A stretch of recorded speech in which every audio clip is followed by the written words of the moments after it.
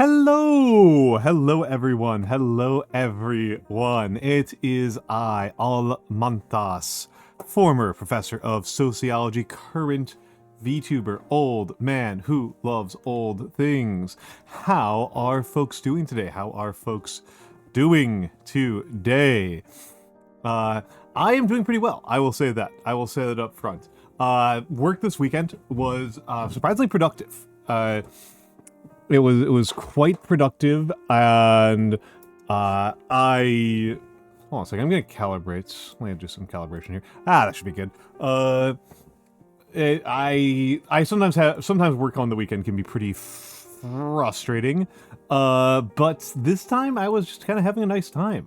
We dealt with some major issues that had been plaguing us for a moment, and so I am, pretty enthusiastic about that.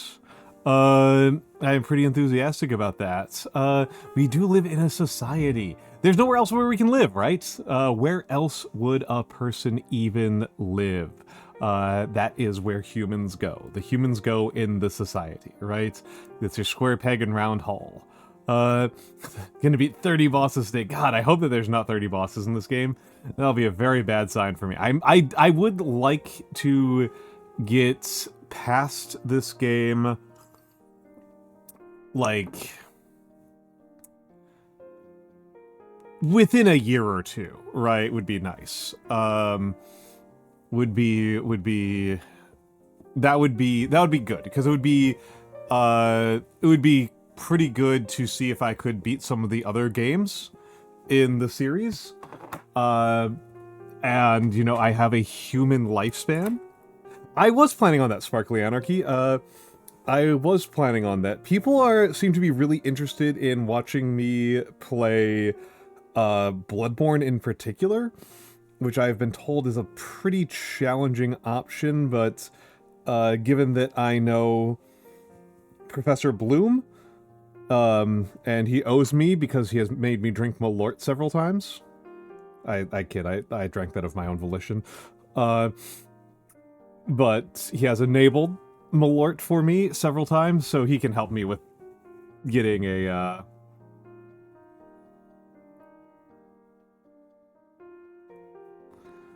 but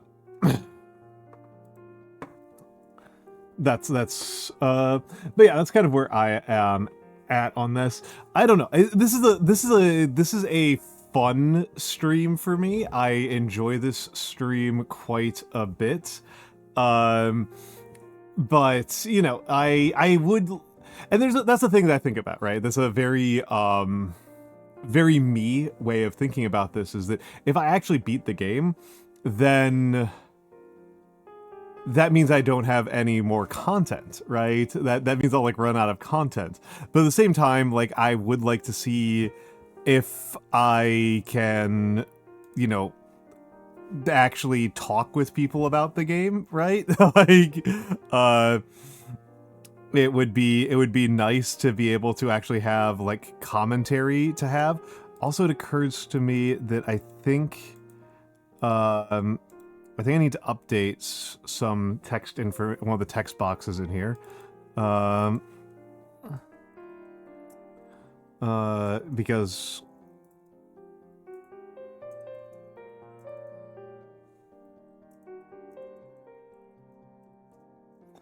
I'm just doing a little bit of stuff on the back end here. Bittersweetness of completing a game. I've had that occasionally with games, as not with books as well. Like there are books as well. Ever a 30 stream stroke? Hell yeah! And hello. Let's get in the hellos. Let's get in the hellos. Let's get in the hellos.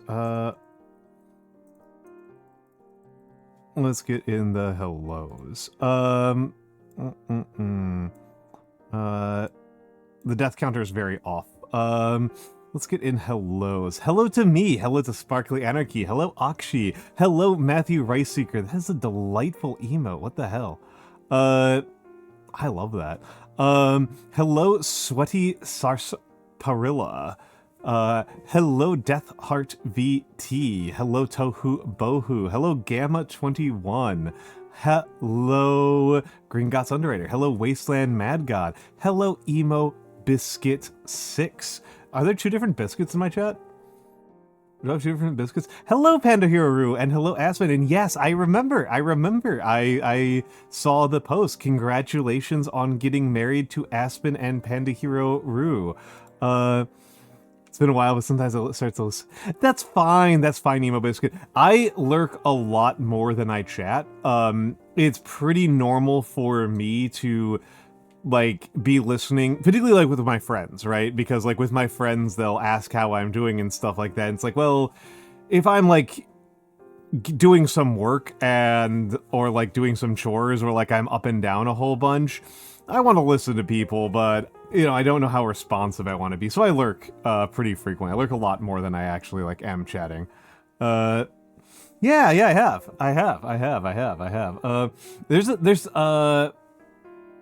There's a couple of times where I have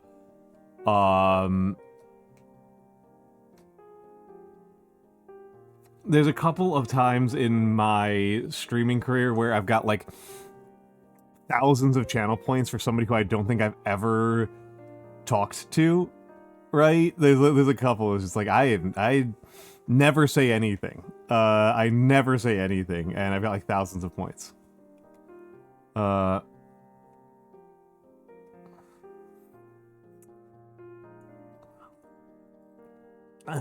You didn't finish your first page of calligraphy and go, that's good, I'm done. True.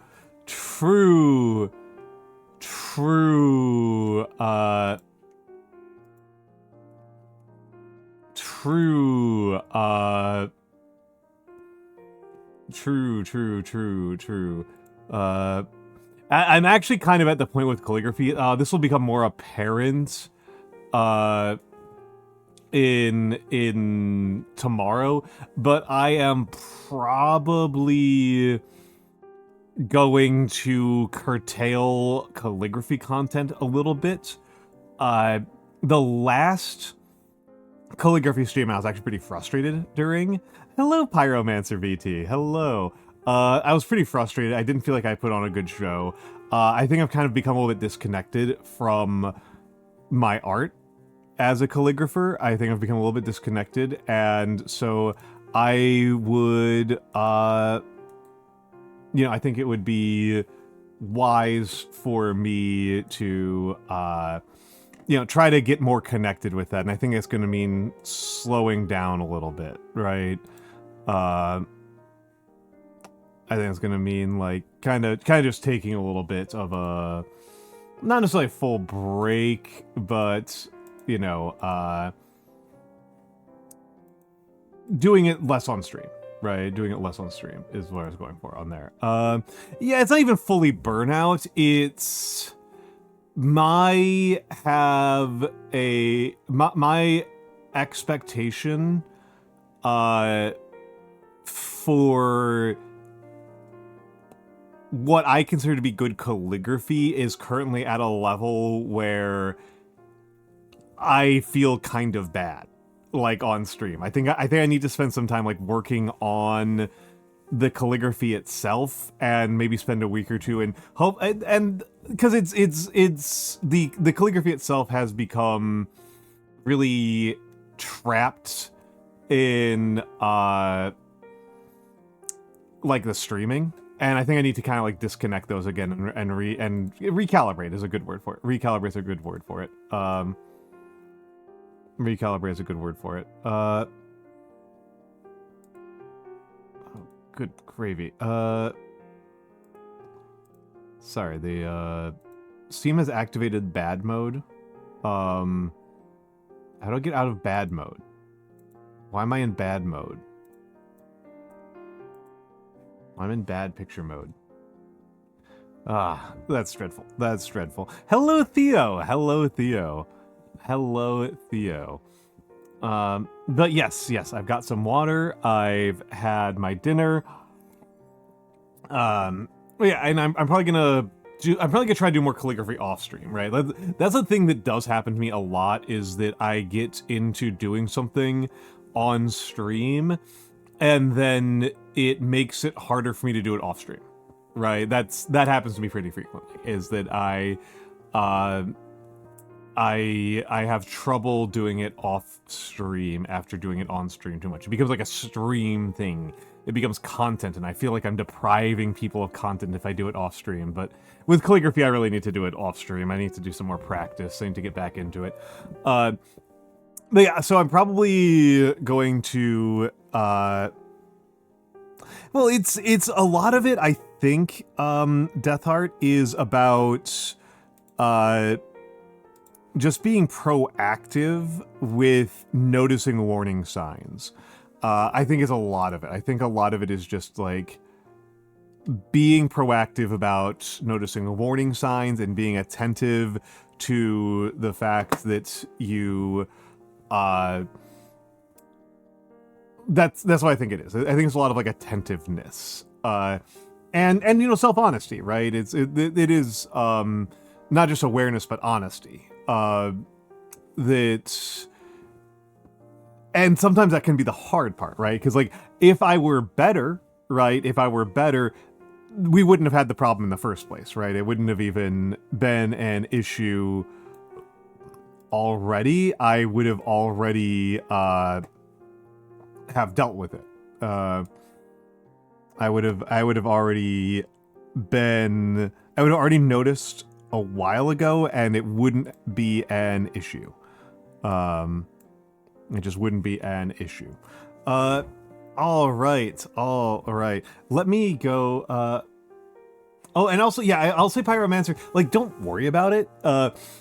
Like, you have to make choices about how you spend your time in life, and I think it's worthwhile to choose at least one art form and put some very serious effort into trying to see how good you can get at it. I think that is I think that's very enlightening, and I think it will make you better at everything else you do in life. I don't think that penmanship is special. I don't think it's, I don't think it is special. It's penmanship is useful. I'm not going to lie. This is something I've been thinking about quite often. Calligraphy is never useful. That's like distinctly a lot of what is going on with calligraphy. It is that it is distinctly not useful. That's honestly a lot of the selling point, right? That's honestly a lot of the selling point, is that it is distinctly not useful. But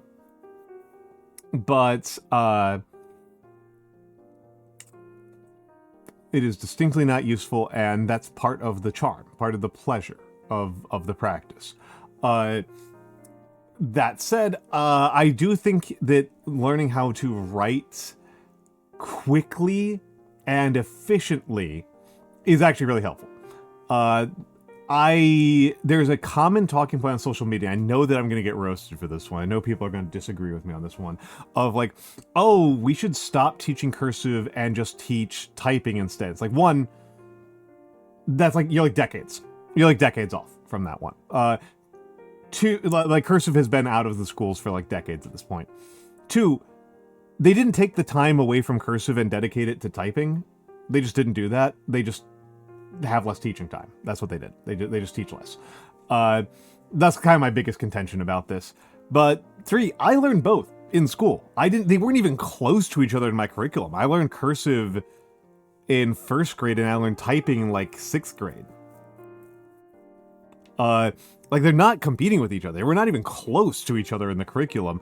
And the limiting factor on learning cursive is not like that cursive is a difficult skill.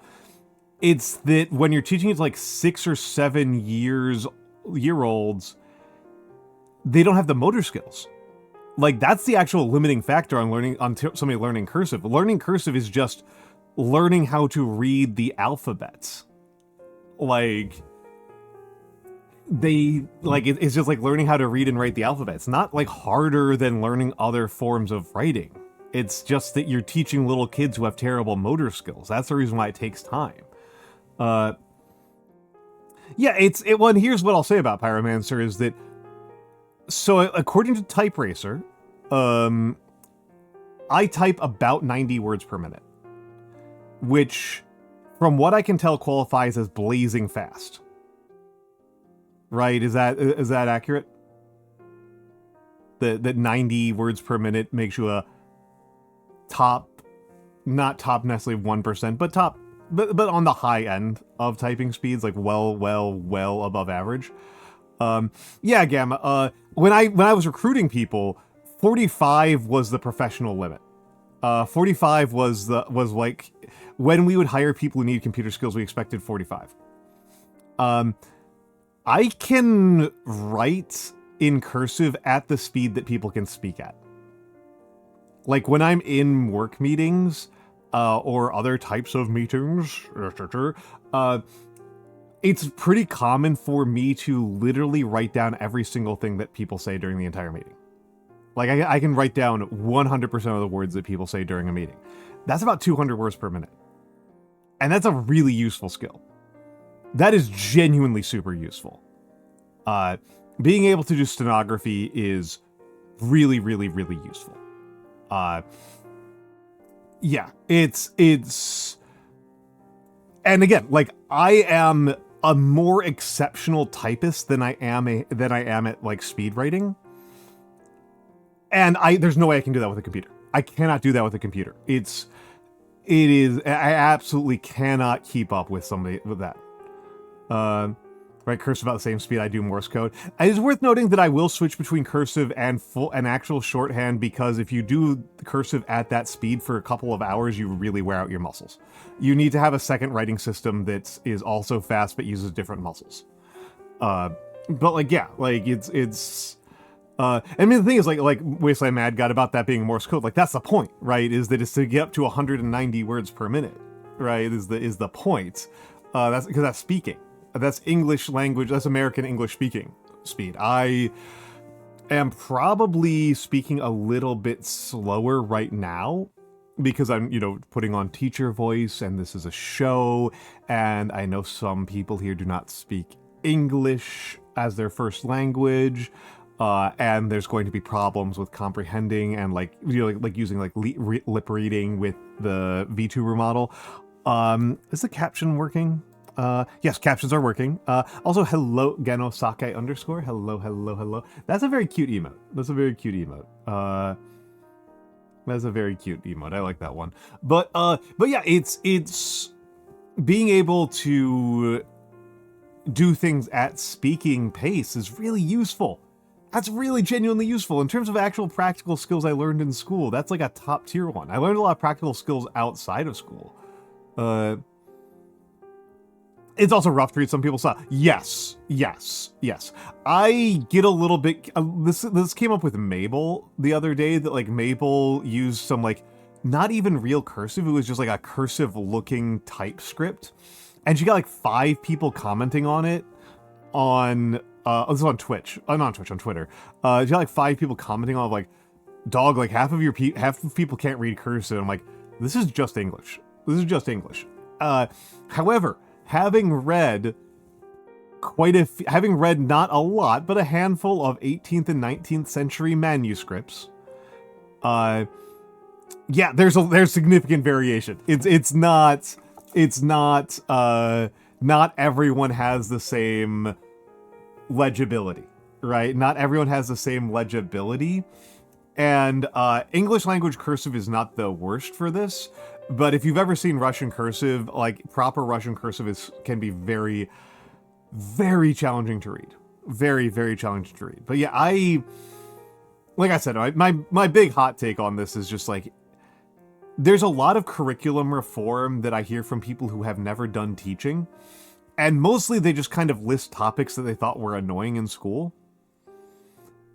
And a lot of them get under my skin because they aren't actually thinking about like what the purpose of these things are or what learning is.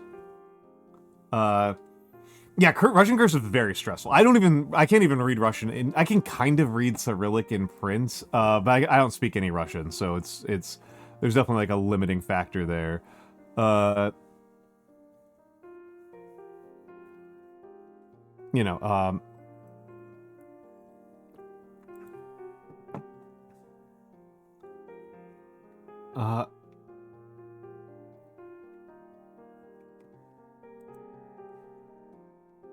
It's just a bunch of circles. Yeah, that's true. Hello, Black Halo. Hello, Black Halo. MD loves. Yes, that's true. That's true, Mix. That's true. Mix has very challenging to read handwriting. Mix has very challenging to read handwriting, which is like Mix has an actual excuse, right? And again, I don't even think that people need to have that good of handwriting. Like your handwriting doesn't really need to be that good to be useful. Like the gap between like my calligraphy is pretty. My normal handwriting is actually I would consider my normal handwriting to be unremarkable. I think my normal handwriting is just utterly unremarkable. I think my calligraphy is pretty fast. Not fast. It's pretty nice looking. But I don't think that's actually important. Yeah, handwriting can be changed. Yeah. Versa, who doesn't stream, who is one of Nagi's mods, is actually more of a nerd about this than I am, because I am just trying to make the best art I can, but he's a craftsman about handwriting and about fountain pens. And so for him, it's actually very obvious how his handwriting will change based on the water he's had in that day, because one of his big limitations in his handwriting is the oil from his hands getting onto the paper. And Pyromancer, there's a difference between legible to anybody and legible to you, right? Like that's honestly part of the way that I'm able to get up. Like I can get up to almost 200 words per minute while handwriting. That involves just like flat out scribbling out fairly frequently. Like that it is not pretty. Like, I have to make significant cuts to legibility, but I know enough about what I was writing about that I can piece it together. And like there's a trick, right? There's a cryptography trick. A cool information theory trick that most people can figure out what a word is just by the first letter, the last letter, and about how long it is. And hello, Tired Coffee Guy. Hello, Tired Coffee Guy. And yes, it is worth pointing out, Versa is extreme. This is not because Versa is like a handwriting obsessed freak. It's because Versa is a craftsmanship obsessed freak. Versa's really cool. Versa is really cool. I am quite impressed by him.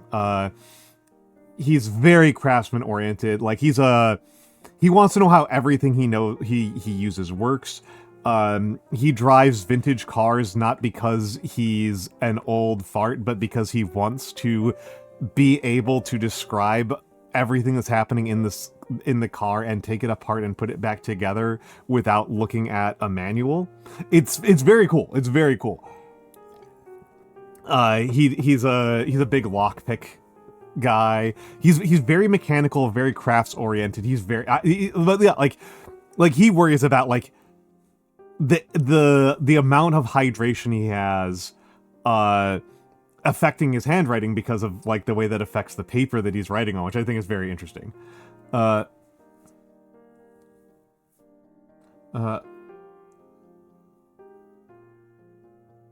along those lines. Yeah, Pyromancer, you've got it.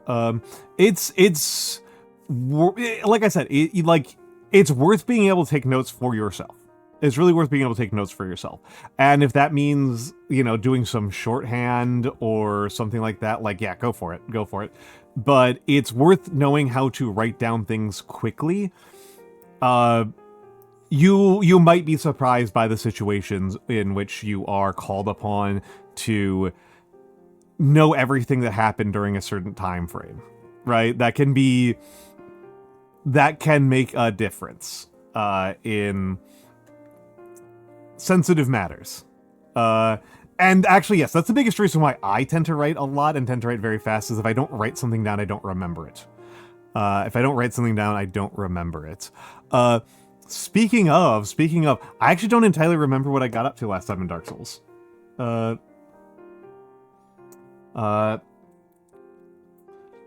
Between written and typed. Yeah. Hold on a second, I gotta check something here. Okay, hold on a second. I swear I'll be back.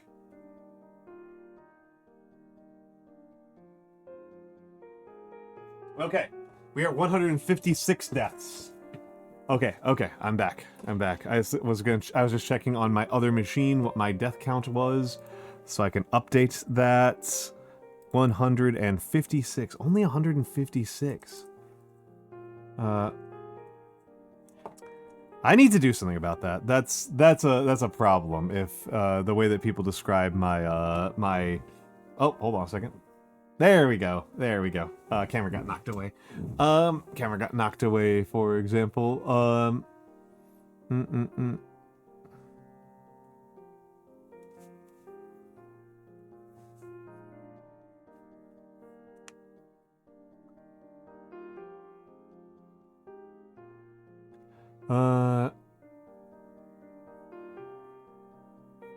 Ooh, typewriters I find tricky.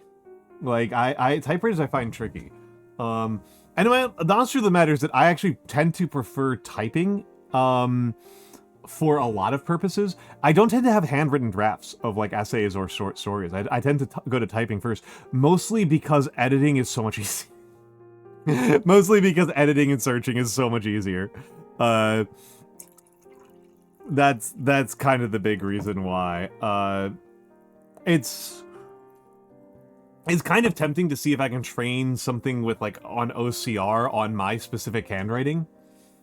That's kind of tempting, and then I would just handwrite things and then OCR it in, but I don't know how much I would trust that, or, because, like, having worked with automatic transcription software a lot, more often than, like, automatic, like, text recognition stuff, a lot of it's really bad. Like,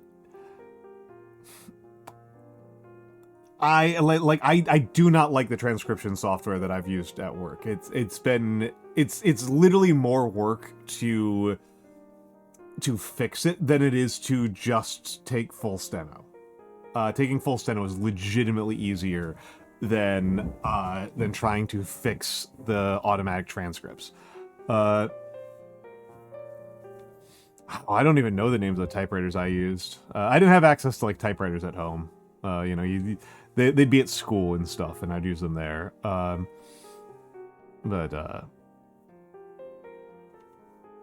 think I may have used a Selectric for a while. I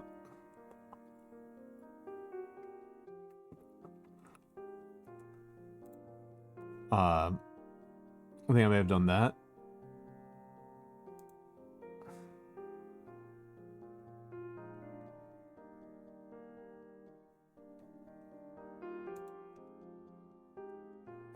I may have done that. Grandfather's a lawyer. Yeah, that makes sense. I mean, my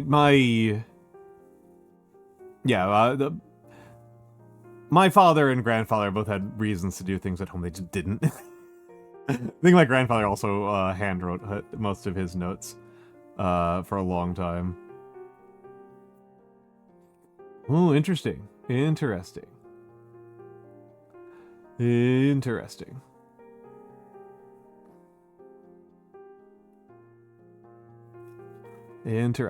So, are people feeling ready for Dark Souls? Are people feeling ready for the souls that are darked? I'm feeling ready for the souls that are darked. Nobody is prepared. Alright. Let me change category.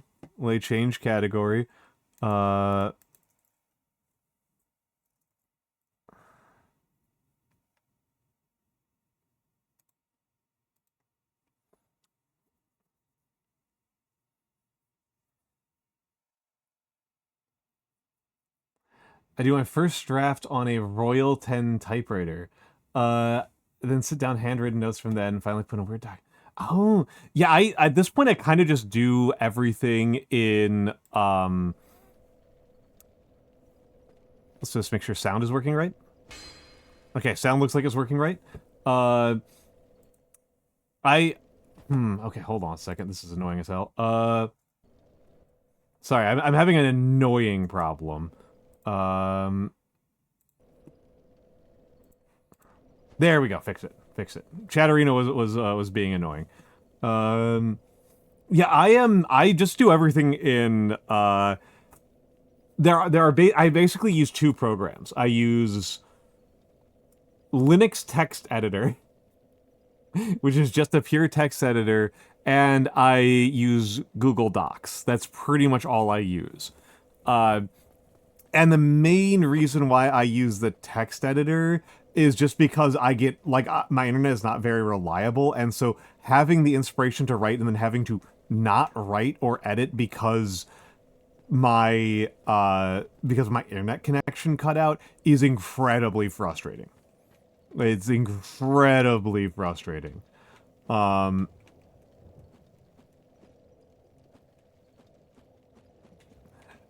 the truth, all the AI features. That's pretty annoying. Yeah. I mostly, and I used to use LaTeX. I used to just write everything in LaTeX. But it's been a long time since I did that. Hello, Weeabiscuit. Hello, Weeabiscuit. How are you doing, my dear? How are you doing?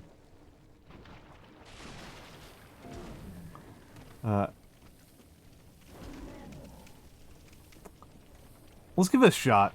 Sinus infection? Oh my goodness, I'm so sorry. I'm so sorry. It seems to be a lot of that going around. I've been masking around family members. Yeah, LaTeX is underrated for that. LaTeX is great.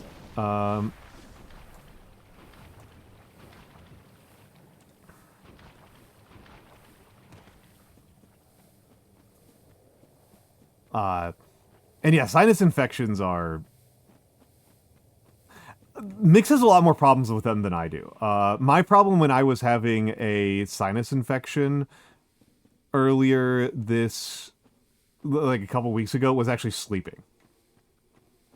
It was like trying to fall asleep was like where I really had trouble. Make your teeth burn? That is an interesting problem, Weeabiscuit. I think you should talk to your dentist. That is not normal. Not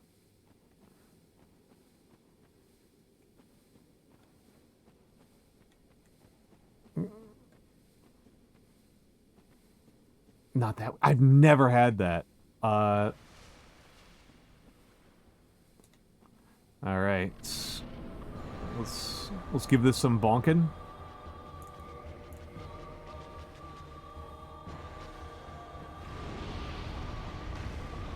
Oh, interesting. Interesting.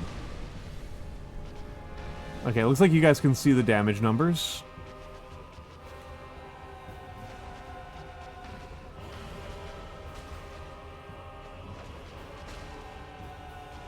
Looks like you guys can see the damage numbers. I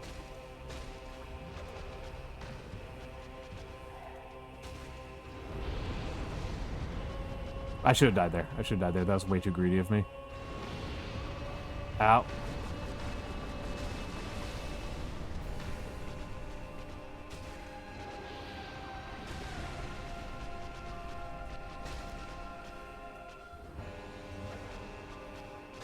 I wonder what the point is where I get, like, tired enough of this music that I start putting on some other music.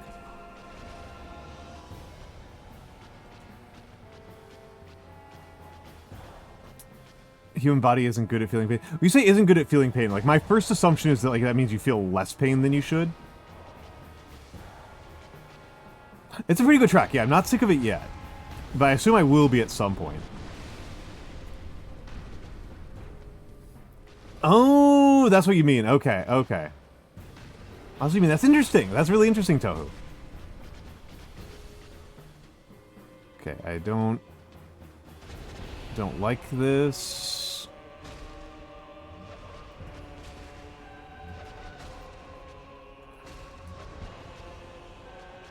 Okay. Managed to not step in the lava. The body can tell it's broken, but can't tell... That's really interesting, Tohu. I think I knew some of that, like, intellectually, but it's really interesting to have somebody who actually knows it spell it out. Oh, that's annoying. That's annoying behavior. Gotta back out of here.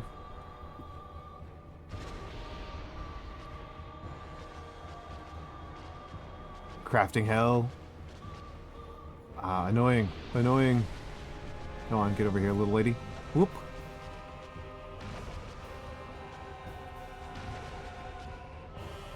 Okay. Thank you for doing that, because I didn't actually know where the lava was.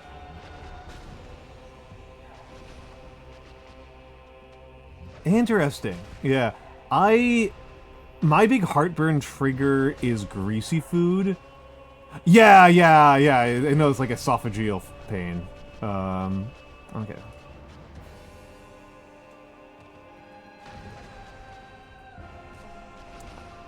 Yes. I could have gotten another hit there.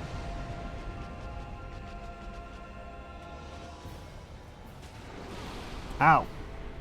Little bastard.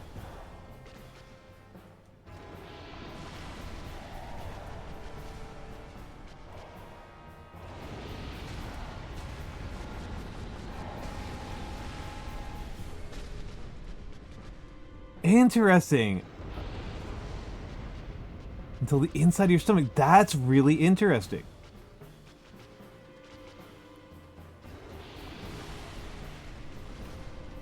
I didn't see what Pyromancer said. Whoop. Miss inputs. Because I forgot which button did what.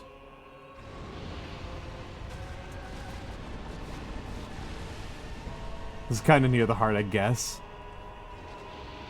Just kind of improving.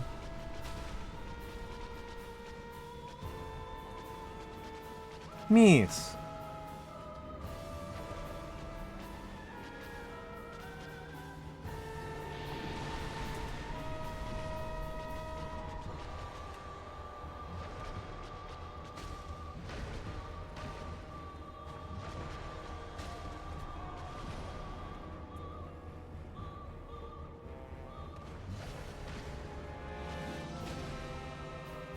Okay, hold on.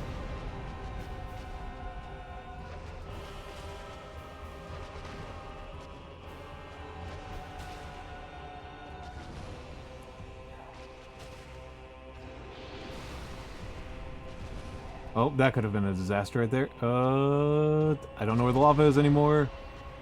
Oh, there's nothing left, that's why. Just that. And so as long as I'm not more or less there. Okay. Good. Good. I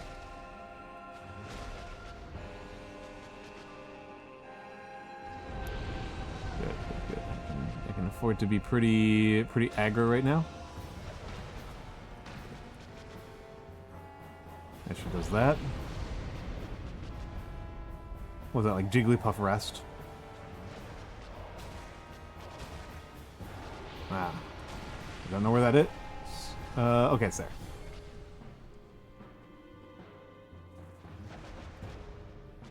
Okay, get over here. I should have been hit there.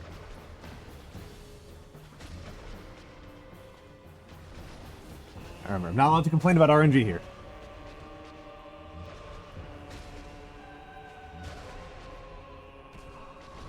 Game is just being pointlessly nice to me.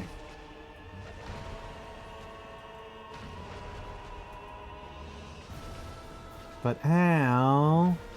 Yeah, I know. It's anti-gamer to not complain about the RNG, right?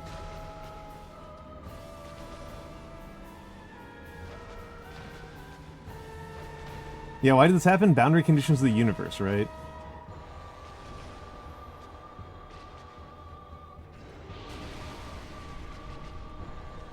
Okay, let's take a look around. Okay, that's the only lava.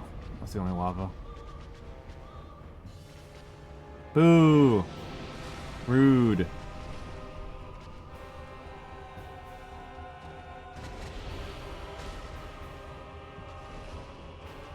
It's you who's being pointlessly nice. I suppose I could be complaining more about the fact that it's, like, running really choppy, right? Like, that does kind of feel like the game's fault, right? That does feel like something I could be justifiably a little bit cranky about, is that this game is on a 2023 vintage computer is running really dreadfully. Ah.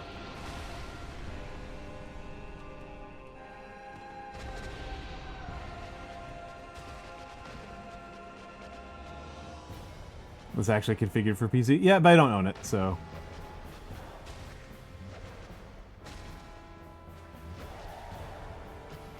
I'll be honest, I mostly kind of figured that since this is actually running worse than it was on my Linux machine that's a little bit more powerful, that's mostly just because of, like, Windows AI bloat. A friend bought it for me years ago. Also, Anonymous, thank you for gifting to Solvable Problem. Yes, I am in the process. I am in the process. If people were if people saw on the socials, I was asking questions about Linux sound, Linux VSTs and audio plugins, because that's been like the limiting factor on me.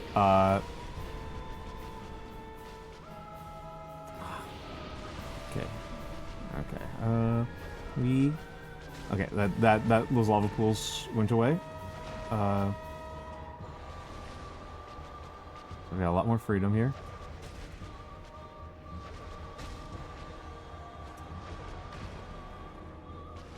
Okay. Yes, I've made it to Quelleg. Yes. Yes, thank you, Voverin.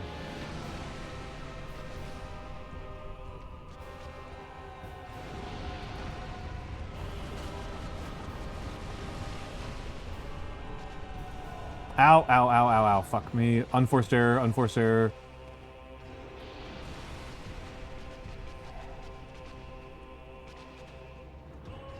Annoying, annoying. We gotta kill some time here. Because this run is doing really well, but if I let myself get trapped by the lava, it will be over. Alright, I need to...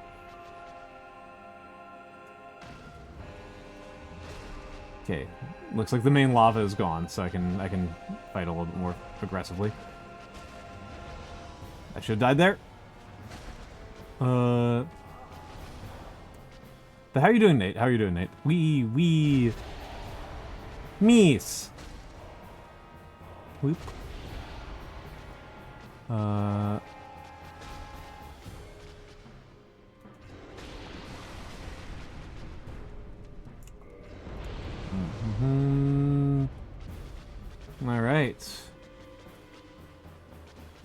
All right. Hold on. Oh, dang. I'm gonna have to wait a whole bunch here. Yep. Knew that was coming. Your traditional combo. I might just want to run away a whole bunch for a while here. Okay, now I can get in here.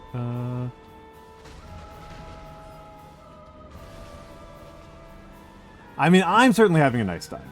I mean, it's really hard to feel too bad about, you know, playing a fun little game and having some friends chatting with me. Hello, Jazzy. Hello, Jazzy. How are you doing today? Of course you would say that.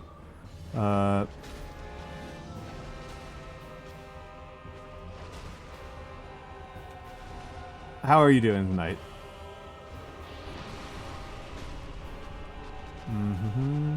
Miss. Let's take a look around. Okay, that's the only lava. I can probably... Okay, if I back up now, I will not back up into it. Ah, boo. UTT K4 to work? Nice! Nice! UTT K4 is really fun. I think that's a really fun one.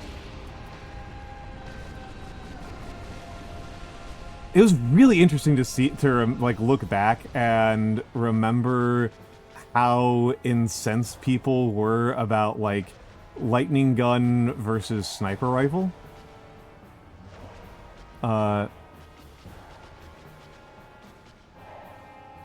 Feel like you would not be honoring Nora's memory. Fair, and she is famously dead.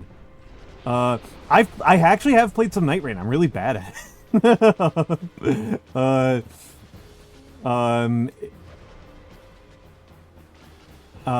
am bad enough at Night Rain that I actually didn't enjoy it.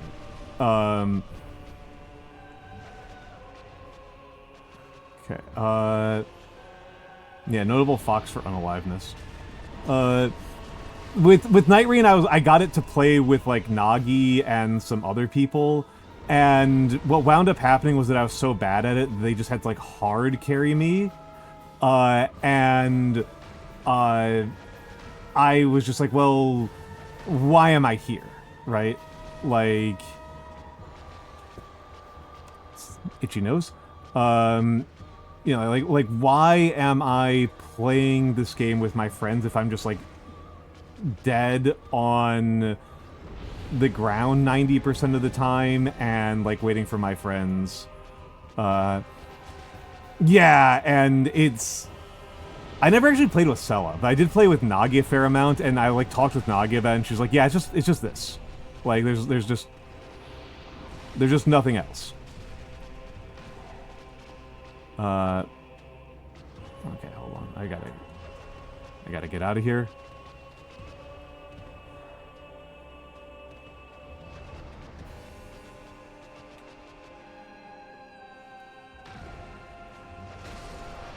There we go! There we go! First night of the game. First life of the night. Hello, Ryan. Hello, Ryan. Hold on, let's... Okay, hold on, we gotta turn off studio mode. Hold on, gotta lock some things in here. There we go. There we go. Oh.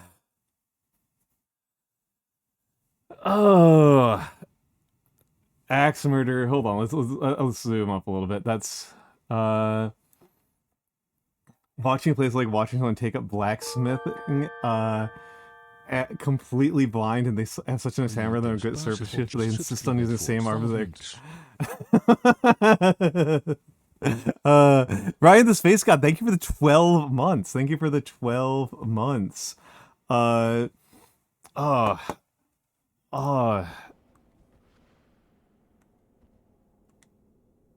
Okay. Now, if I recall correctly, we are basically where I got in my second run. Yes, I did. On save 2. On Almantas. Not on Almantas, but on Almantas and Almantas, we have defeated Quelleg.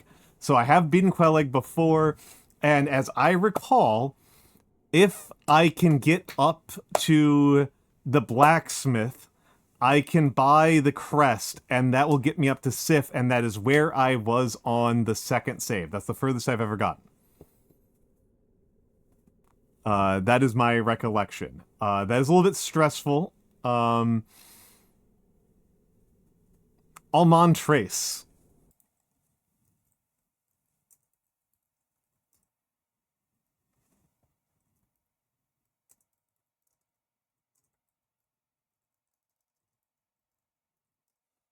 There. Those are the three runs so far. Those are the 3 runs so far. Oh, hype train. Nope, treasure train. Treasure train. Treasure train. Okay. Okay. This does feel like... Hold on a second. Let's do one thing. Let's do one thing. Let's do one thing. Let's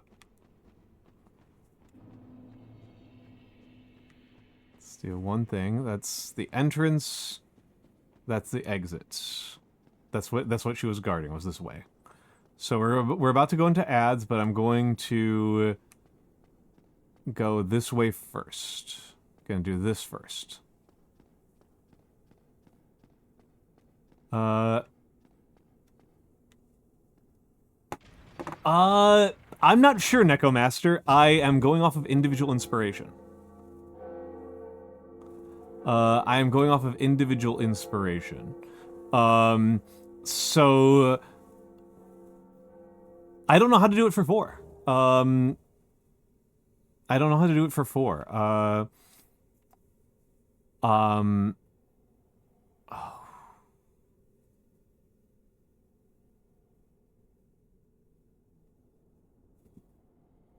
Little bit spicy here to think about. Yeah, Almanquatre, Almantetra. Almantetra was my first thought, but I don't think that really rolls off very, very well. Alquartas. There we go. That's a good one, Theo. Alquartas. Yeah, Almanshi was. I was thinking about Almanshi. I was thinking about Almanshi. Um, I don't remember how to count to above. I don't know how to count in more languages. Almanfir. Almanfir is not bad. Almanfir is not bad. Almanfir is not bad. Uh, Also, hold on. I've got to DM somebody. Um,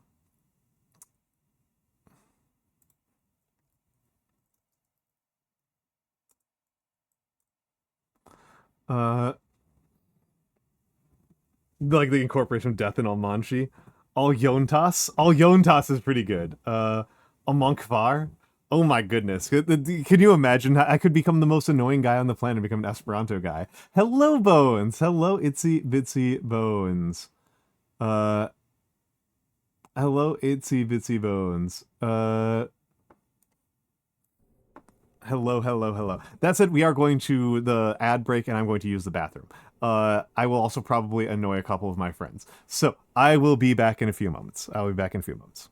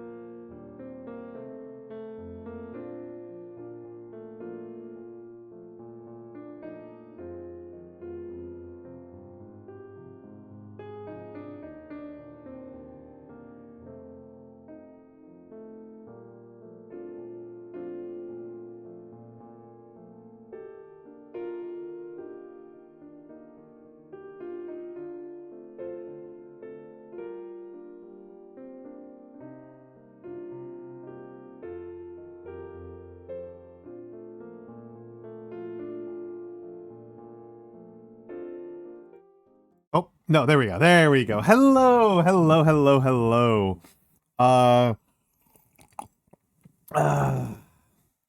Alman Tetragrammaton. That's certainly a choice. I could do that. That's certainly a choice. But yes, I think yeah, the Esperanto vegan.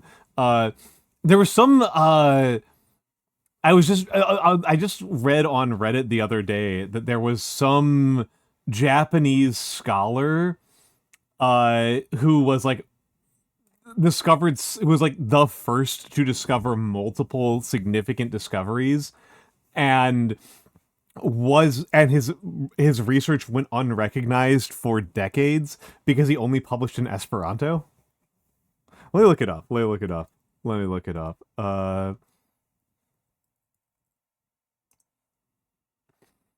Yeah, yeah. Well, I read it on Reddit, which is clearly the most informative, the most reliable resource on the internet.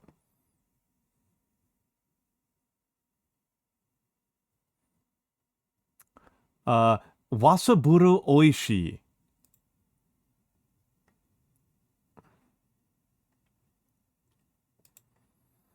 Wasaburo Oishi.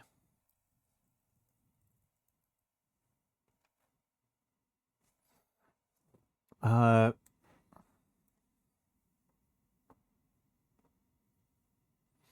1920s Japanese meteorologist Wasaburo Oishi detected the jet stream from a site near Mount Fuji. He tracked pilot balloons' P-balls to use to measure wind speed and direction.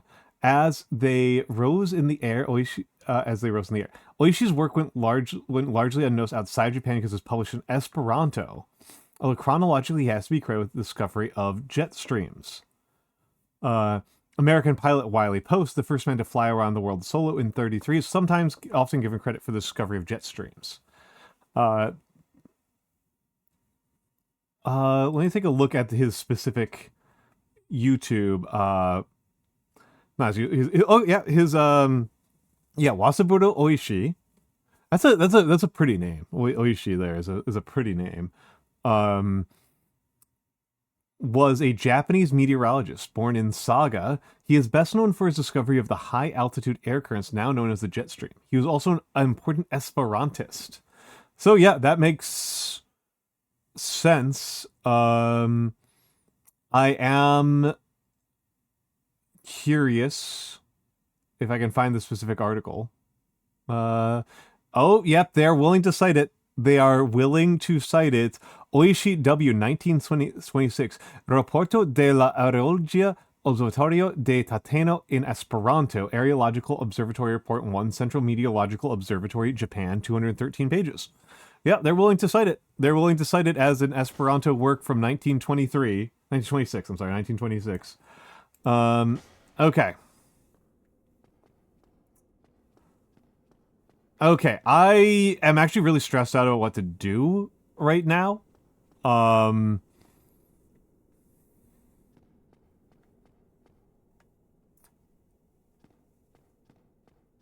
Because I'm sitting on 20,000 souls.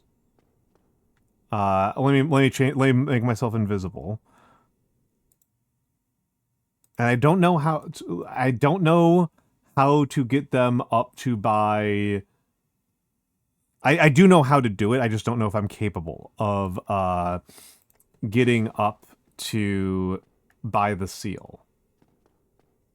And I don't know when else I'm going to have 20,000 souls. But without flasks, I think it's actually very reasonable that I just die from poison damage.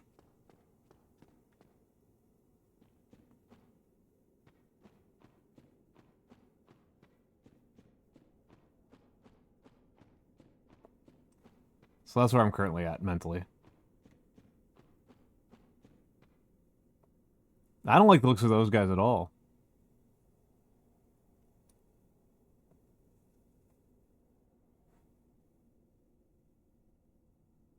I'm not going to go down there. I can go down there later, but I'm not going to go down there later. I'm not going to go down there now.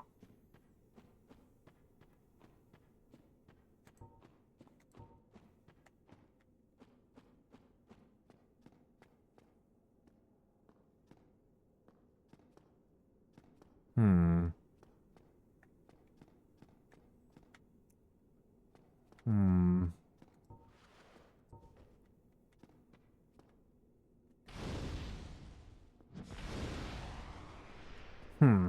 Still don't know what this does.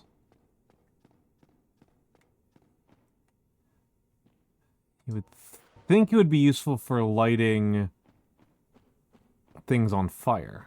And you'd think that these would be flammable. Admittedly, probably would have been bad. Maybe that would have killed me. But, you know, very Zelda logic, right?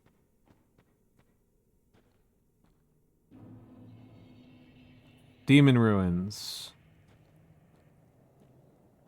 Okay. Oh, okay, hold on, hold on. Oh. Okay. Okay. I'm stressing about this. Hmm.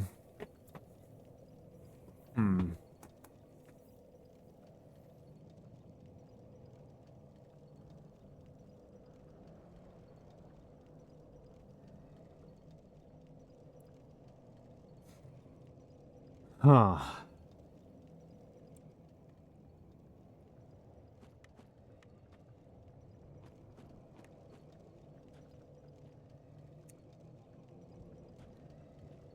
I don't like this at all.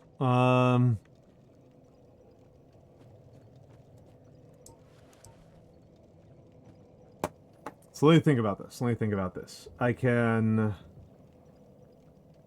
Getting out of Blighttown is difficult. I feel like I didn't expect to win that time. I was probably going to do some practice runs getting from Blighttown up to the Smith. So I'm not sure I can do it.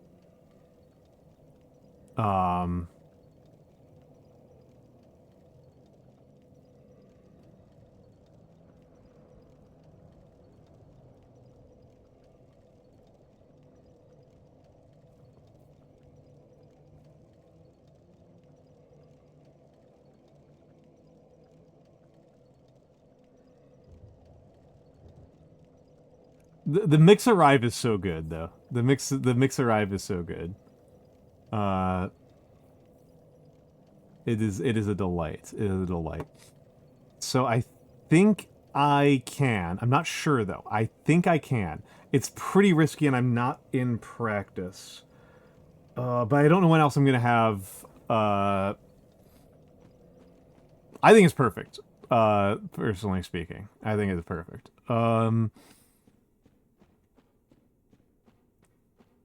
But I don't know when else I'm gonna have 20,000 souls, right? Like that's a lot to have. Eventually it'll be outdated. Yeah. Well, eventually we're all dead, right?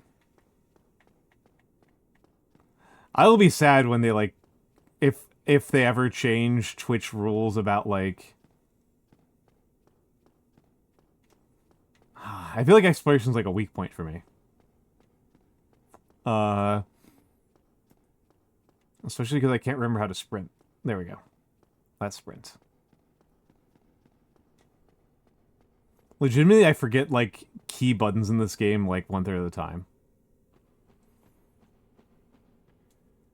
So we're gonna go over to...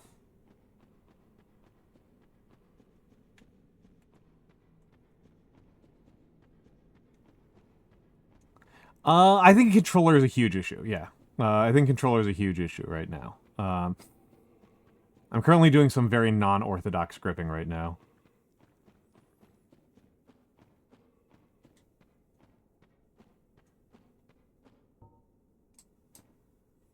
Okay, let's... Nope.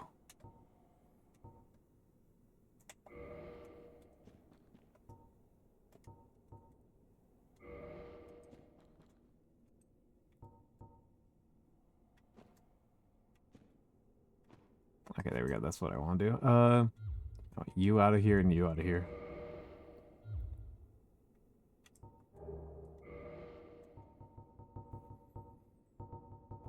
Do I have anything that really helps here? Not especially.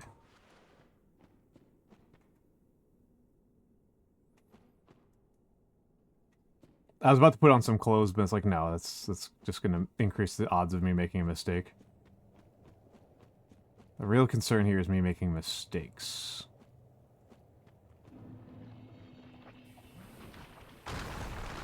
Like that.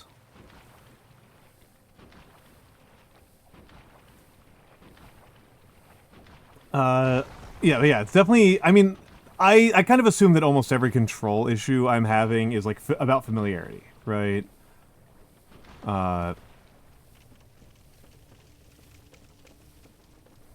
That, like...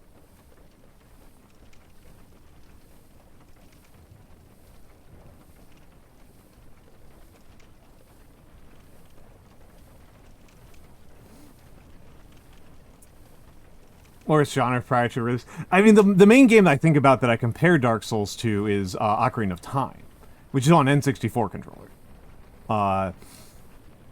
And so, you know, very, very, very different, right? I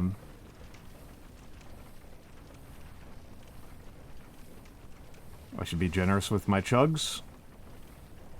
Nope, nope, nope. Fuck. I think I might die here.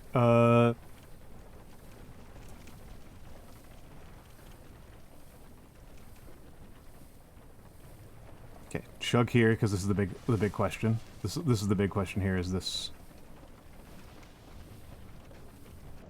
Fuck! We're screwed. We're screwed. We're screwed. Well, that's 20,000 souls down the drain.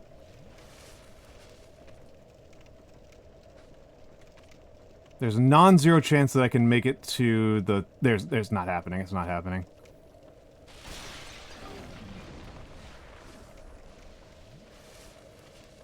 Fuck. Okay. Yep, that's...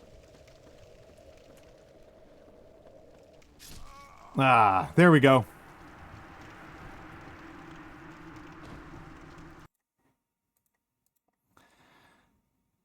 Okay.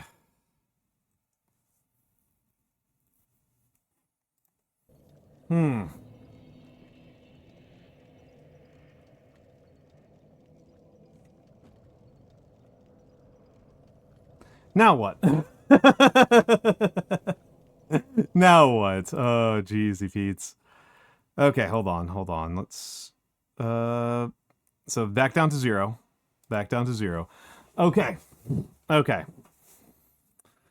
Let's think about this. Let's think about this. Series of bad decisions. Well, I think it was the best decision I could make with the tools I had, right? It was just a skill issue. It was just a skill issue.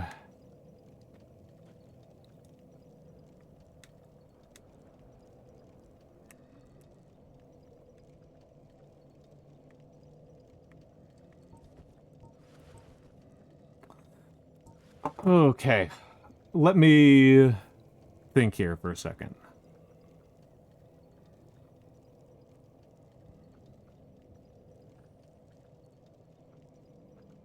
Believed in yourself too much. Yeah. Well, it's a game of making small technical mistakes, right? It's a game of making small technical mistakes.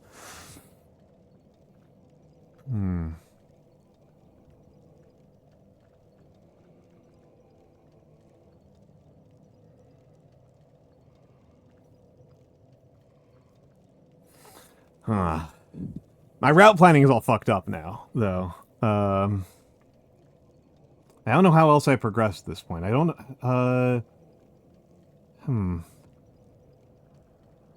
I have to assume that I'm not soft-locked.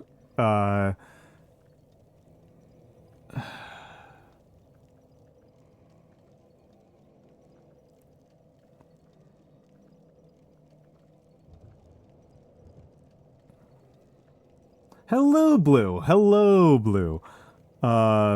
It's possible that I'm soft-locked, right? It's possible. I don't know enough about how this game works to say whether or not soft-locking is, like, a real concern.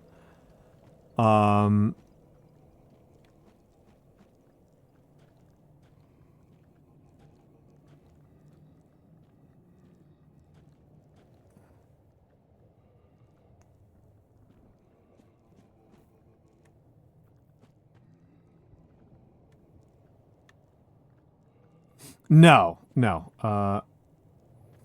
Okay, okay. Let me back up here because again, like this is an example of me having some amount of information about the game that I uh have from previous playthroughs, right? Which is that they are dudes who are being infested with parasites. I can't tell if they're having a good time or not. I'll not look at them because it's, you know, parasitoid reproduction is really gross. You can look at my face. But yes. So Necromaster to I haven't gotten to do anything yet, Tohu. It just kind of makes things brighter briefly. So my information, Necromaster, from previous runs is that in order to fight Sif, I need to spend 20,000 souls at the blacksmith, which is what I got from Quelleg. And that was what I was trying to do. I was trying to go there and pick up the crest so that I can get to Sif, which is as far as I got last time.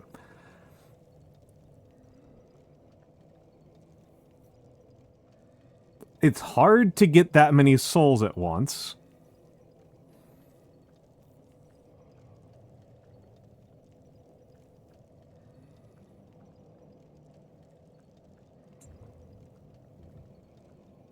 And so I don't know how else to proceed with the game. I had a route planned of, right, Asylum Demon, Queleg, Sif.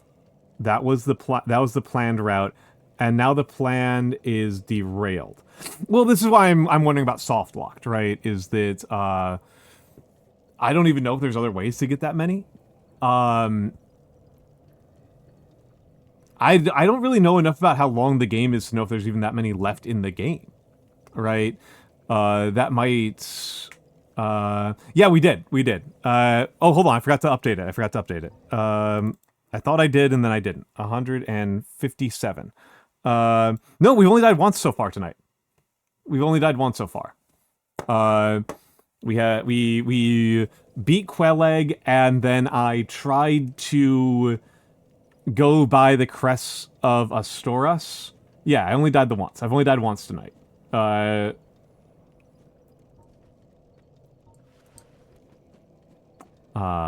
only died the once tonight. I'm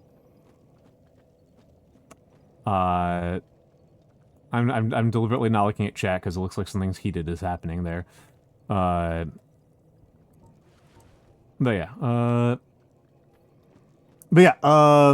Yeah, Tohu, I've used fire, but it's it didn't do anything to Queleg, so that's all I've used it for so far. Is I've tried to light a couple of things on fire, like these spider webs. You know, because that's my memory of, you know, Ocarina of Time. Oh, the bonfire? Yeah, I've used the and then I refilled my flasks, and then I went to try to see if I could I might try it again. How much I've forgotten?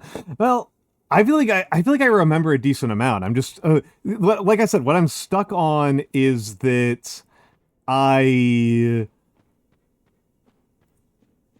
don't know how to progress the game at this point. Admittedly, I am a little bit frustrated from that.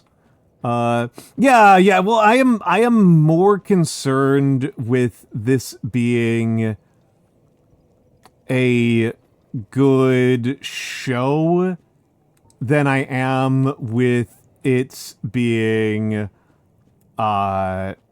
like 1, right? Like me doing things successfully is less important than that I do what I said I was going to do, right? That's less important. Which I guess kind of solves the problem for me, right? Which I guess kind of solves the problem for me. It is more important that I keep moving than I think, right? It's more important to move than to think. Yeah, apparently. Is there anything down here?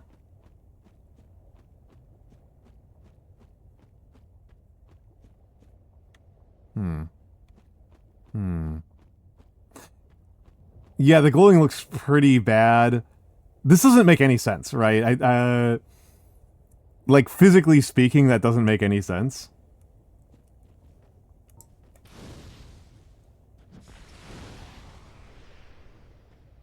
From a physics standpoint, that makes 0 sense. Physically, I'm a piece of jerky. Well, I just mean, like hold on, like, this liquid is flowing out from solid space.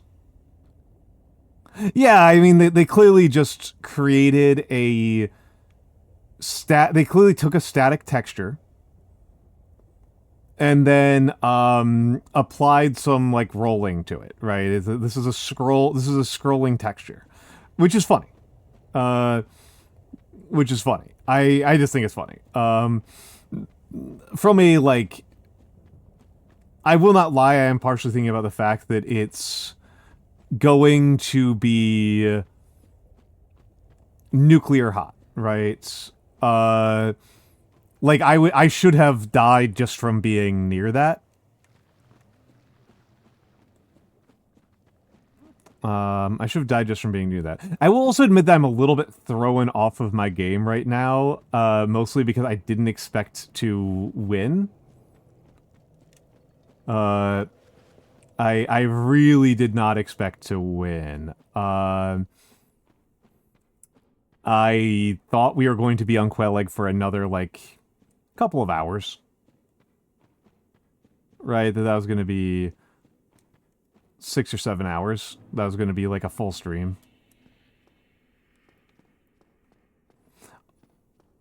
Wasteland, that's like the most fun part of the stream as far as I am concerned. I think I might try to go to Honor Londo, because I actually kind of don't like it down here. Or maybe the crypts. I haven't done anything in the crypts so far. I haven't done anything in the crypts. But yeah, Neko Master, like I said, I had a route planned.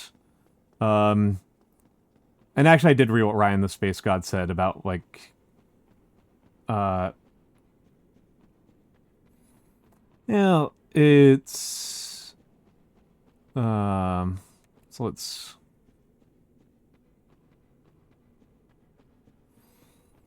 I mean, I feel like I remember quite a bit. I feel like I remember quite a bit, to be honest, you know,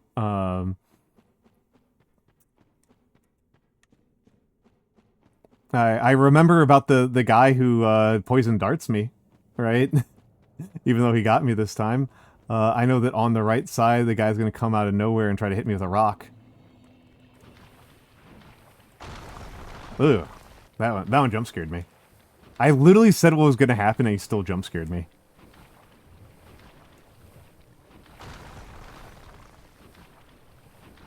Oh.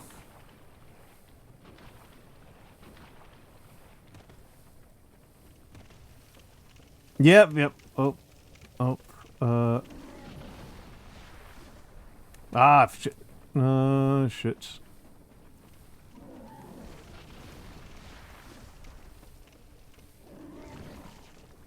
Okay, I managed to slip past that guy. I'm inclined to treat them that way. Ryan the Space God, I'm inclined to treat them that way. Remember that you're talking to a fella who definitely talks about his bugs in my house as roommates. I am very comfortable, basically. Oh. I am very comfortable treating animals as people.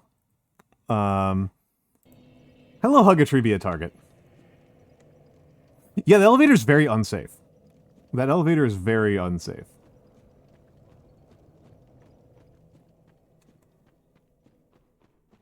I've died on it. That's the second time I think I've died to it, to be honest. I think I do all right with the elevator. I think I do all right with the elevator. The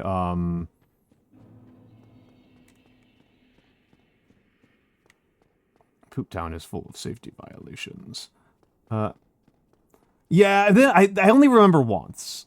I've definitely rolled off of the areas near it. The ladder, one of the ladders before it has gotten me like 5 times. One of the ladders before there has gotten me several times. Move my mouse. Spend laundry room eats the ants since they're ran as far as I'm concerned. I am. Yeah, I don't hurt like any of the animals that I'm around. I actually am. If I had the power, I'd probably change the sink I use, because part of the walls of my sink are too steep, and so I'll periodically find spiders in my sink, and it's kind of hard to get them out. I feel, you know, I had a snake slither into your house last week. Yeah, I played Undertale. I love Undertale.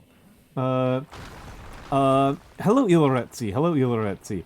I will be honest, Iloretsi, my favorite burger place is what it has been closed down for years, but it was actually a vegan place. Champs. The best burger I've ever had is actually a vegan burger.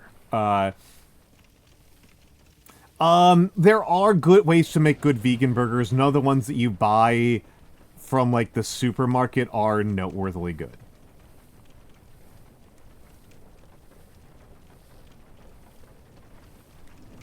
Retrieval. Did that get me my souls back? Looks like no. Okay. Yeah, it's... Black bean burgers vary considerably in quality, but a really good black bean burger is really, really good. A really good black bean burger is really, really, really good.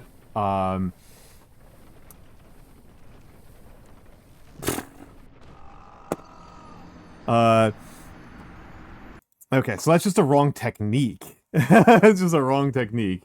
Went to a party hosted by a vegan named Sweet Potato. They were god-awful. Boo! Hello, Ron Daniel. Hello, hello, hello. Hello, hello, hello. I think I'm going to... But yeah, it's worth pointing out that Champs has been out of business for years. At least this stream, Ryan. The Champs has been out of business for years, but they had a mushroom... I don't know what the patty was, but they had a mushroom... it was a burger that had, like, tons of mushrooms and, like, onion and Swiss. Sometimes not really. I honestly kind of don't like Impossible. Just, like, flat I do not like Impossible very much. Beyond, I think, is fine. Gardein, I think, is really good. Gardein, I'm really impressed with.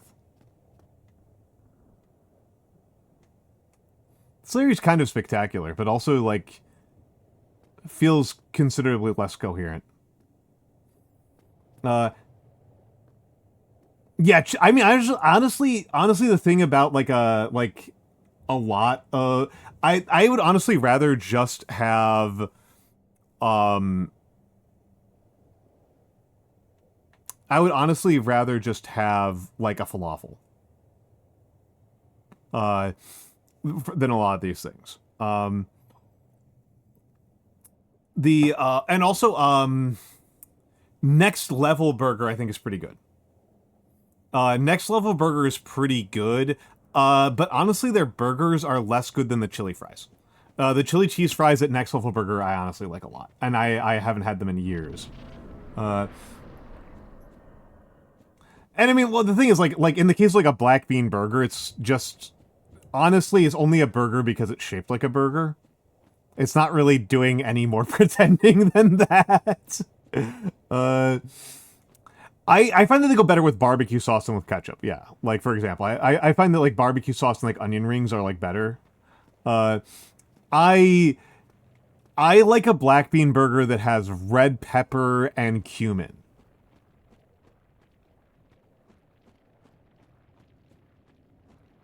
Tahini, God, tahini sauces are so good. Tahini sauces are so good. Can I stealth this guy? Can I? Can I? Is there some way I can stealth this guy? Yeah. I will be honest. I kind of don't like tahini by itself. I feel like tahini really needs like garlic powder and lemon juice to be like really something I really like.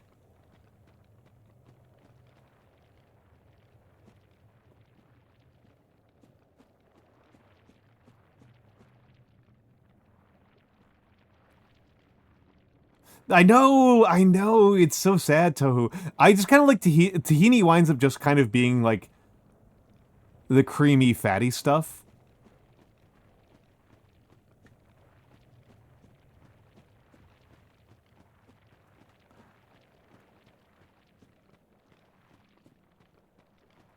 Well, it means that I'm not. It makes me feel like I'm not appreciating tahini enough on its own merits, right? Let's see. Okay, so first of all, important task. You'd splat. You'd splat. You would absolutely splat. You do not sink in lava. You do not sink in lava. All right, let's see if I can get away from this motherfucker. I don't like that. Hello, Sayu50. Hello, hello, and thank you for the first time chat. I also, I have to say, I appreciate that your first time chat was literally just talking about, food. You understand the assignment. You understand the assignment. Do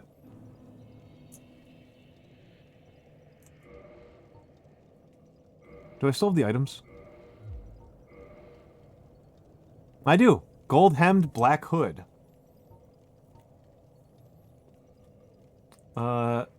Yeah, we got the stuff. And we said goodbye to the dead person. Yeah,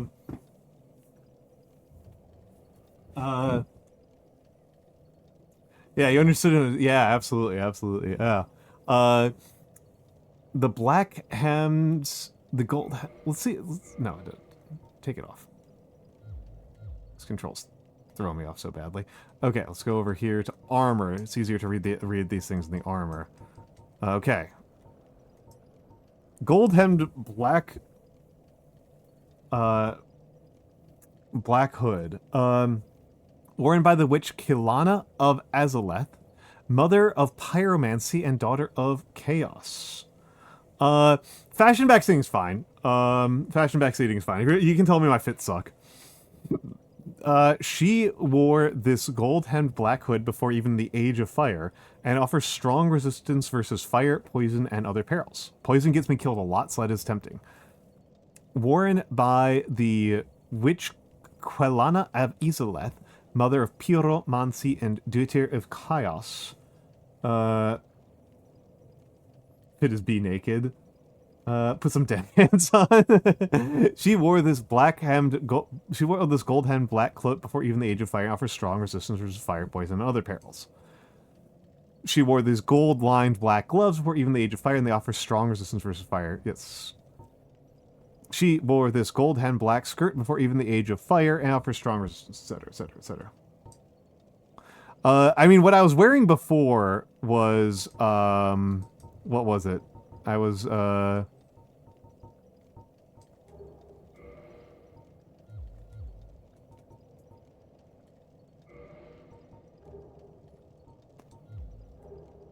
I kind of enjoyed doing... What was it? It was, I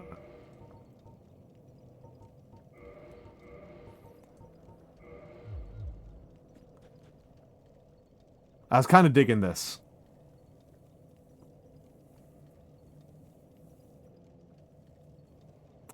So Sai, I am actually, so here's the thing about the plugins. Let's get a bit technical here, right?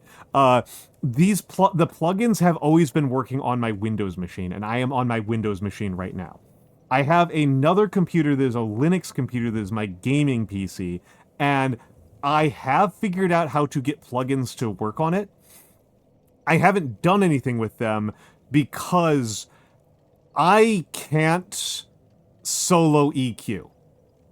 I cannot do solo EQ. My hearing is just not good enough. I cannot tell. And in fact, not only can I not tell, I'm often wrong. Equalizing. I cannot equalize my own voice. My perception of what I sound like and what you guys are hearing are like really different. So for me to do my own audio processing and leveling, you will not get good results. I need to sit down with an actual like audio nerd and send them recordings and stream with them and have them tell me what to do. I cannot do it on my own end. I am not competent for it. So I have an EQ and filters and stuff on the other machine. I haven't set them up yet, Blue. I need to set up time. Nate would be an option. Noir would be an option. I used oh my god, what's his name? Did I put him in the credits? Koron, and I did it before. There are some other people who I don't really know who I could talk to, but they're all good enough at hearing that they could probably do it. I can't be trusted. I legitimately cannot tell the difference between like microphones that people have described as like ear-splittingly bad.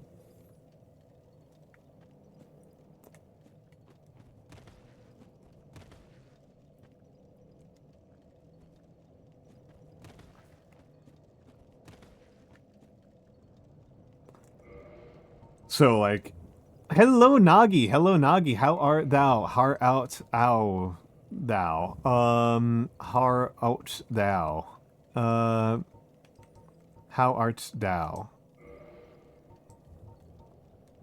This is too heavy.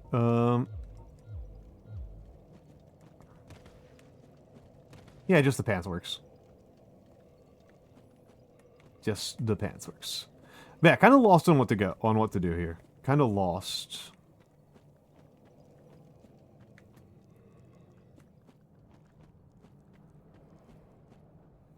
Is there anything past the ceaseless discharge?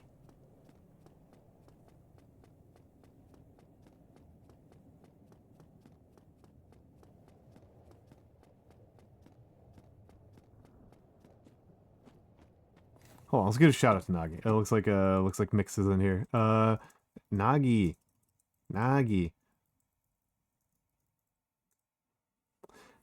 Verho, Curse of Faces. That sounds awesome. Hello, Romar. Yeah. How is Verho, Curse of Faces?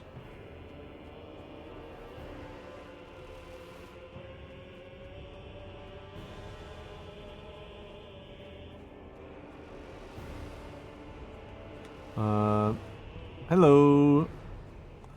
Yeah, I'm actually shocked it's that low. Remember, I got 1337 deaths on my first run. Yeah. That's feeling pretty schmoove to me.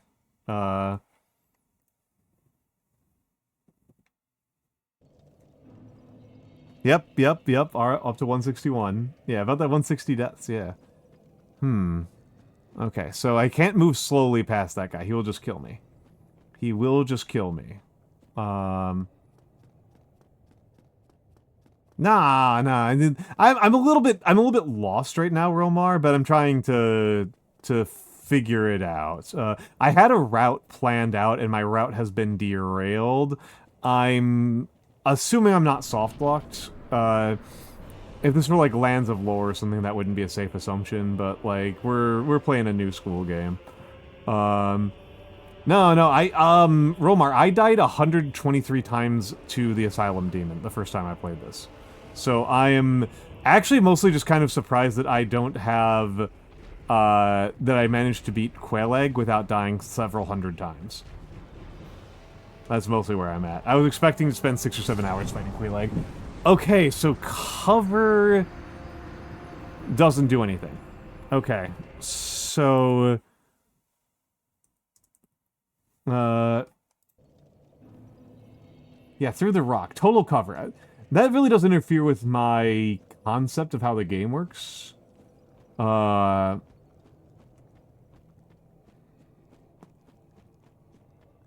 Yeah, I kind of take for granted in video games that hard cover is, like, is total. Let's see about getting around. I'm kind of curious. I already went down here one time, but maybe I missed something. Maybe I missed something.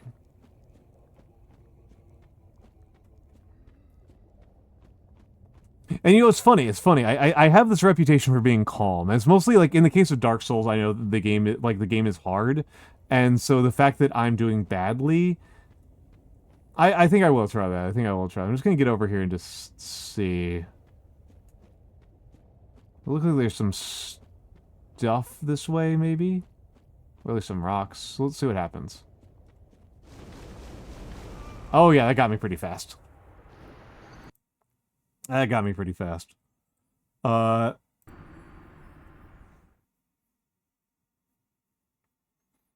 I mean, that's the whole point of grenades, right, Theo? Is to get like get around cover, is to do, because again, huge Infinity fan here, right? That like grenades are not that great of a weapon in general, but being able to speculative fire around corners is really valuable. It's like a very valuable function of grenades and grenade launchers is spec firing over total cover. I have won games off of spec firing grenades over total cover. Sai50, thank you for the follow. Thank you for the follow. Because Ryan dared me to, basically.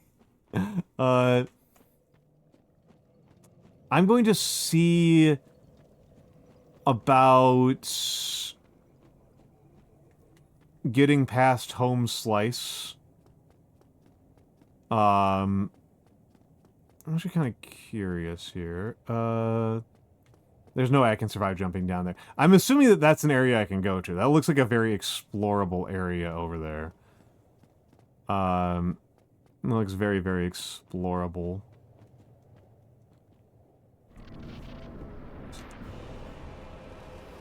Okay, so I need to hustle. That's what I got out of this, is I need to hustle.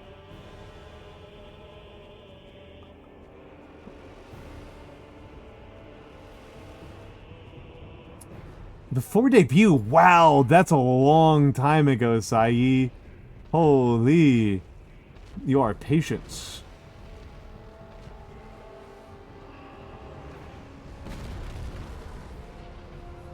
You are patient. Debut was a while ago. Debut was like over 2 years ago, right? Yeah, it was like April 2024. Okay, so there's nothing else over here.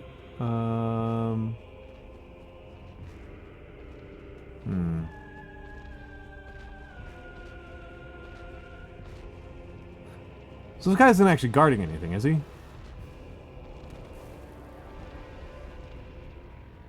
We need more older men VTubers. There's not a lot of us, right? There's John Ken, there's Dank, Hora. The Hora's a dwarf. Okay, so I think this boss might just be... Oh, wait, what? I'm alive? Literally incremented the death counter. Yeah, what? I'm feeling great about my odds right now.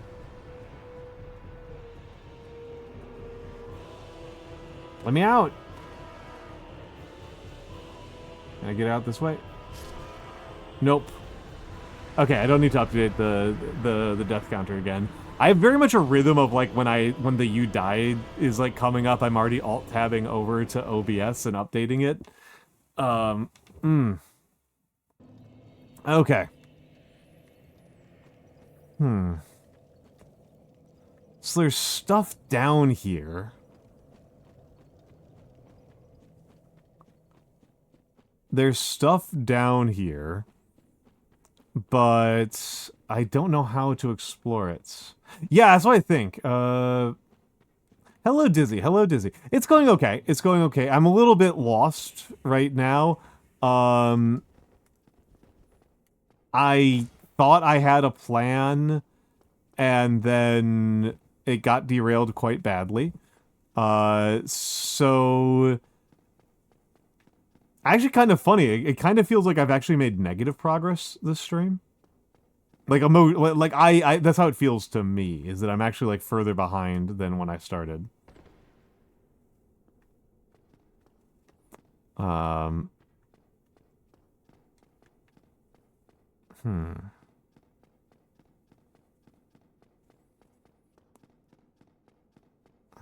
I don't know if there's any other ways out of Blight Town. Let's just go over to Honorlando.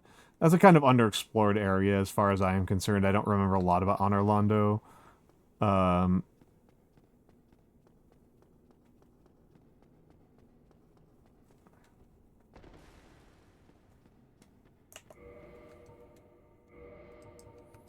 kind of curious about how this looks.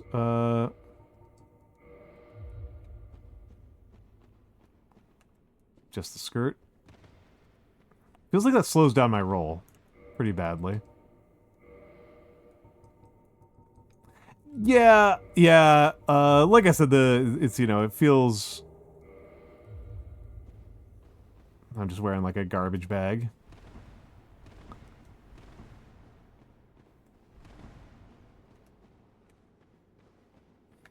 And it's hard to say, right? It's a little bit to feel like the drag from the fabric, yeah. I found a cape, possibly. Jerky dude wearing a garbage bag look. Yeah, this is about my this is what high fashion looks like to me. This is what I feel like when I dress up nicely.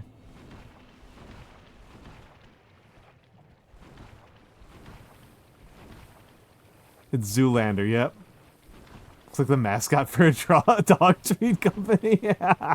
That's really good, Dizzy. I like that. I like that. I like that. If I'm trying to get out of here, and I've died 3 times trying to get out, may as well take the save point that's closer. Right, may as well take this save point.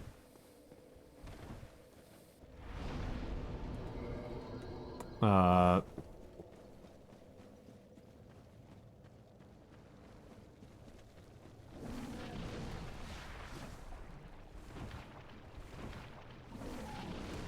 hey, didn't get poisoned. That's neat.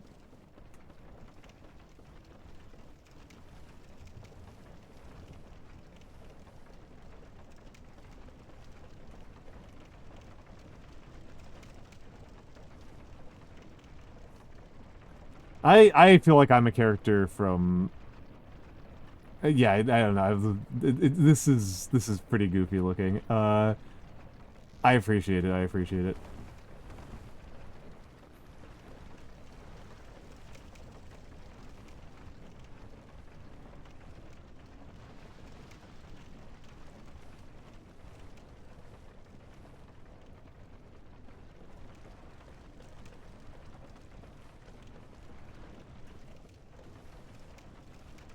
Now he doesn't notice me.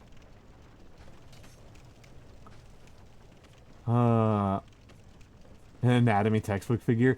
I don't think so. I don't know about that. That would be a weird anatomy textbook to bother covering up. any part of the body, right?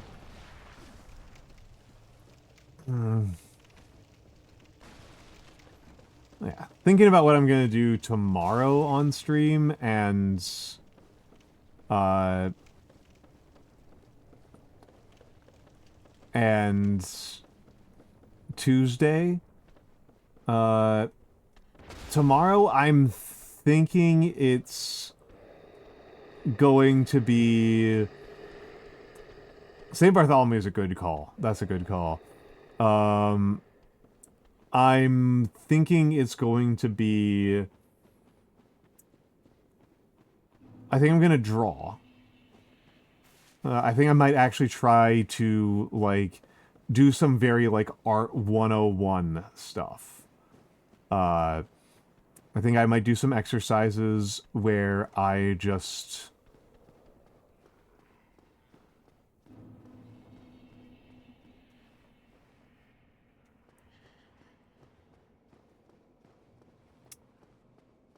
put a can of soda on the desk and shine a bright light on it and try to draw the shadows.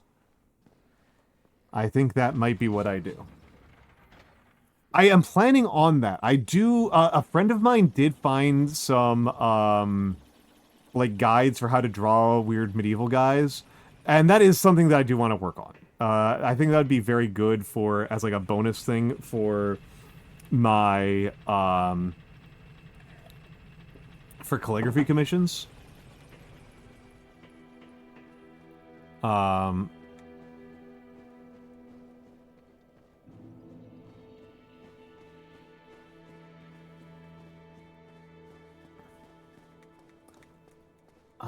I'll have to find him. I'll have to find him again. They're like deep in my DMs. Yeah, the medieval cats. The medieval cats.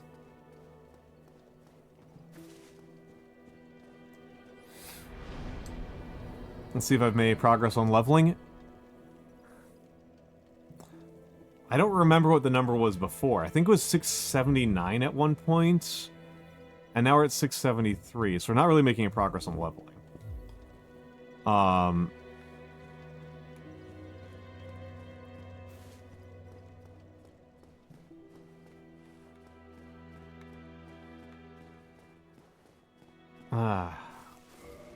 Alright.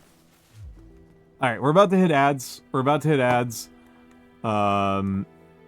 We'll be back in a few minutes. Everybody get up and stretch and use the bathroom. And I'll see you in 3 to 5 minutes.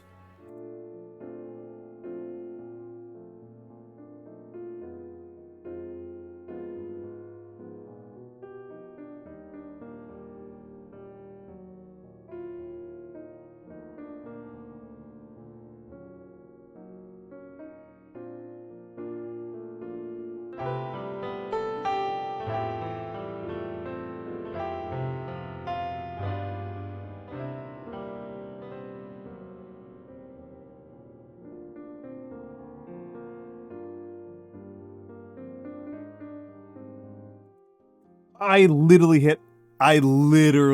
hit ads. I don't know if you guys get to see through ads. Do the raiders get like a little like mercy on ads? I don't know if that's the thing. I feel like that's the thing, but I don't know if that's a thing. Hello raiders. Hello raiders. My name is Almantas. I am a former professor of sociology, a current VTuber. Okay, you don't think that's the thing? Okay. I will greet the raiders when I get back from the bathroom.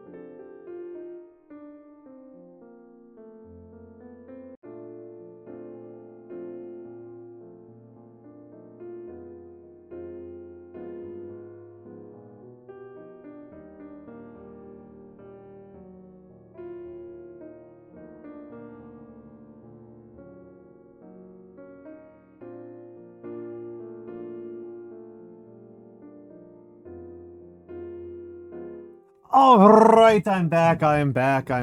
Iris is a lovely... For the Raiders, my name is Almantas VT. I am a former professor of sociology, a current VTuber, an old man who loves old things. I mostly do calligraphy and paint models.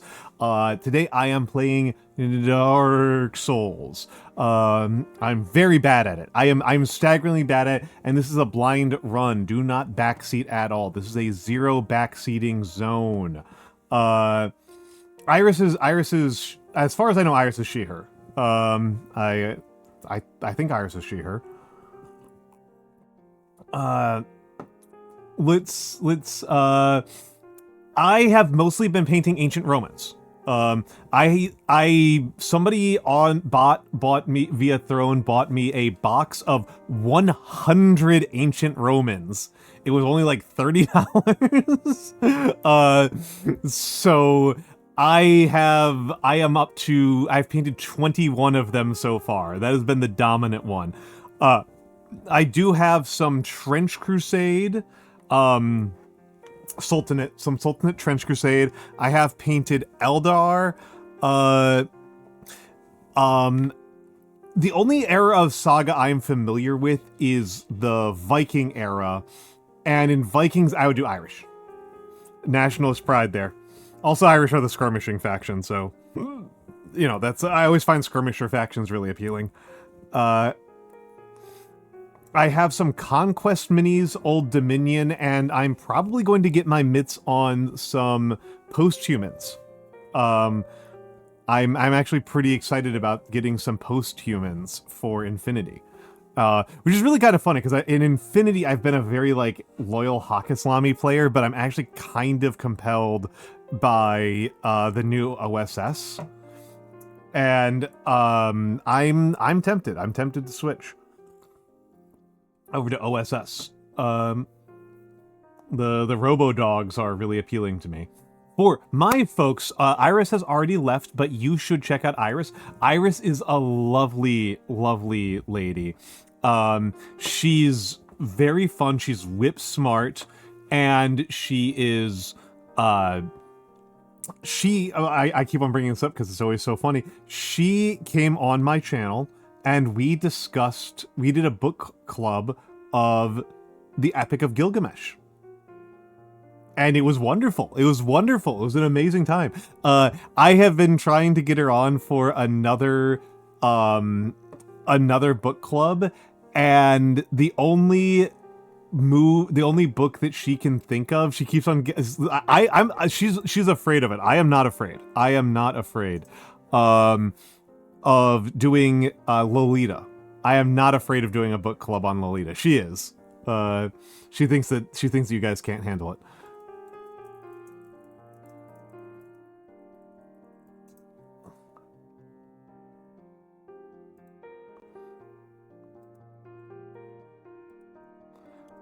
There you go. There you go, Pansy Man. There's the VOD.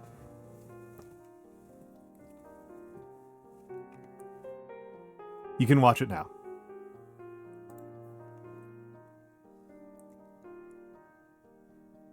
Yeah, you can watch it now. I will not blame you if that's what you would prefer to watch rather than watch me lose at Dark Souls a whole bunch. Let's go over, though, to the Dark Souls. Again, no spoilers, folks. No spoilers. Wonder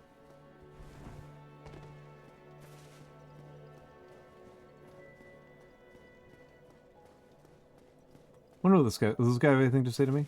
Why, what a surprise. I didn't expect you to make it. Oh, somebody rang the bell. Wait, was it you? You never give up, do you? I don't know how you do it. Only one more now. If you have the heart for it. Oh! Hold up, thank you for that, Theo. Thank you for that, Theo. I can deal with that. I can deal with that. Thank you very much. Okay, easy fix on that.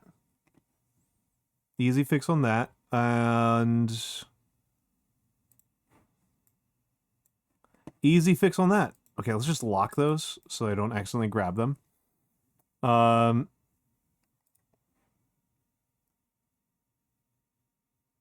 gonna lock some other things so I don't accidentally, because they're getting in the way.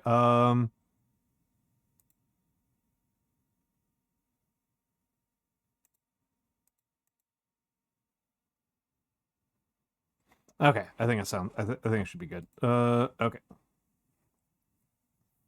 Thank you, Theo. You need to get your library card. The fit hit you like a truck. It's so funny, Randaniel. So it doesn't cover Estes count? Yeah, I can also just move it somewhere else if we'd prefer it somewhere else. I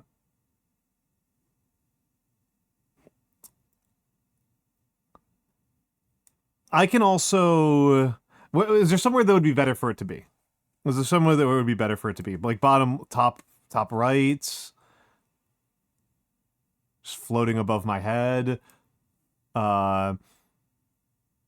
Near me? Okay. I know I don't really want it to go to the left of me because then it's gonna cover up like important information that people like to see.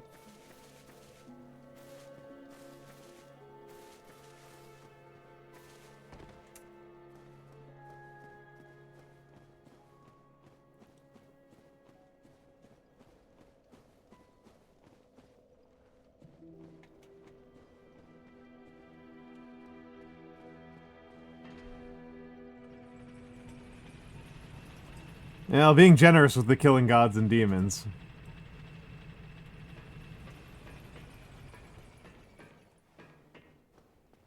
Alright.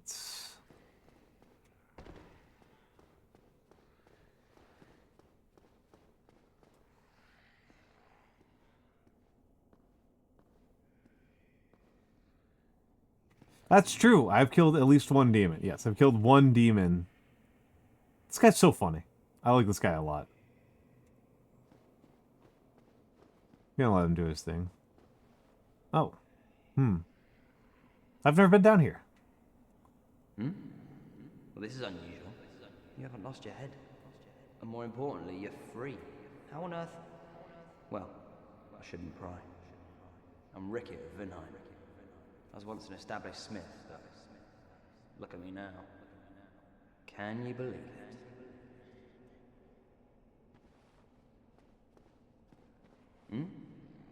What is it? Have you? Oh no. Don't worry. I've no intention of escape. It's safe here. I can't bear the thought of going hollow out there. Although, I must admit, I've not much to occupy myself. How about this? I could forge your weapons, albeit with rather minimal tools. I'll show you what made me the best in Vinheim.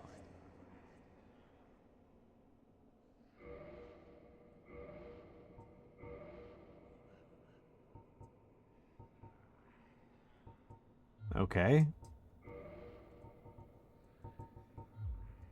No, this is forging.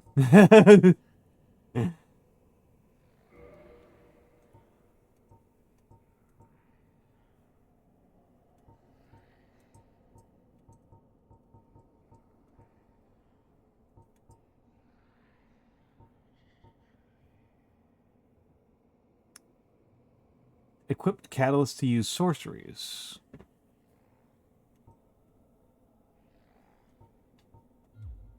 Come back soon. Smithing helps soothe my nerves. Don't let me wither away out of idleness.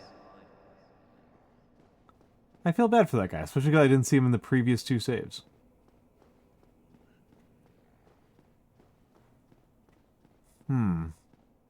Well, maybe I need to be doing some other stuff. Maybe that's what I'm missing on.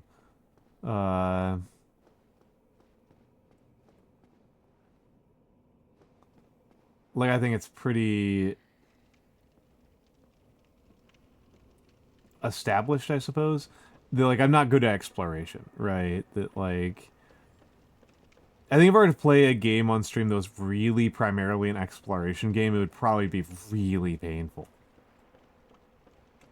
Like, I mean, it's painful enough to watch me play, like, any sort of action game, but, like...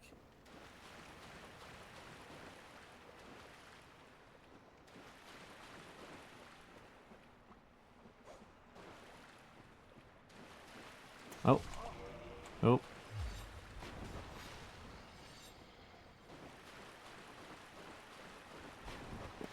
There we go.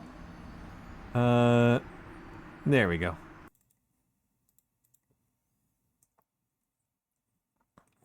Oh, actually, it occurred to me that there's another option.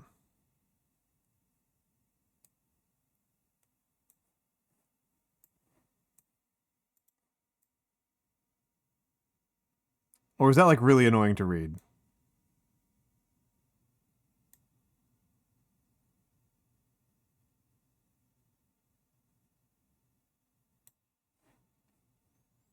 Okay. Was that how you spell the second boss? Oh, yeah, you're right. You're right. You're right. I spelled it wrong. I spelled it wrong. You would think I would know how to spell her name correctly after how many times she destroyed me.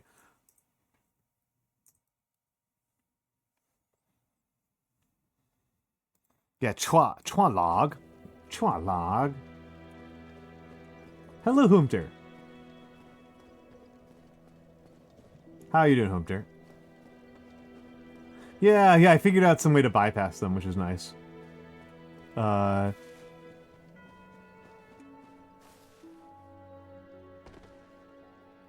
log. I don't know, I'm deciding to pronounce it like it's Chinese. You're making toast. Excellent. What do you guys put on your toast? Because as an American, to me the proper thing to put on toast is peanut butter. Like it's kind of like almost like implicit in toast is that it's peanut butter. But I know that Europeans are not nearly as big of fans as peanut butter. It is for us.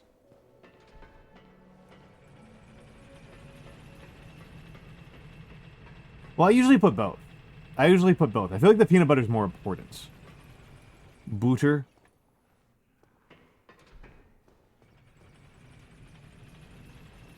Ah, ham cheese and button mushrooms. Ah, interesting. Homemade jelly and jam. Oh. Well, what type of jam? I'm pretty decisively a raspberry jam favorer.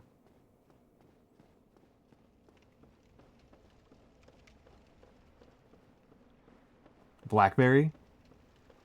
Peach and blackberry, that's awesome. That's awesome. Your dad has been sleeping on mushrooms. I'm in general not a huge mushrooms guy. Hold on, how do I do this? Okay. Sprint. Awesome. This guy got me killed like 20 times the first time I did this. Firekeeper soul. Oh. Shield continues to not work. I will say that I actually use different toast for use different peanut butters for different purposes. Yeah, they are ghosts. Yeah, that's true. Avocado on toast rules. I know it's like the joke about like wealthy Americans, but it's actually rules. I like to use smooth peanut butter for like a lot of cooking. For like a lot of cooking things, I like to use smooth peanut butter. Like for peanut sauces, I find that chunky peanut butter is like, I don't know, it doesn't always wind up doing quite what I want it to do. And for like desserts where I'm using peanuts, I kind of usually use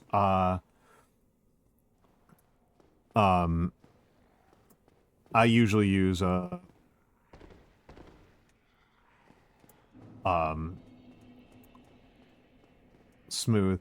I started off as being like a thing about toast, but I don't actually have toast very often. I love bread, but bread is like... Bread is kind of... I have not completely removed bread from my diet, but I have significantly reduced my bread intake. Because I'm trying to lose weight, right? And I'm like... I have reduced my fat and like oil intake enough that like that I'm kind of like cutting the bone on those.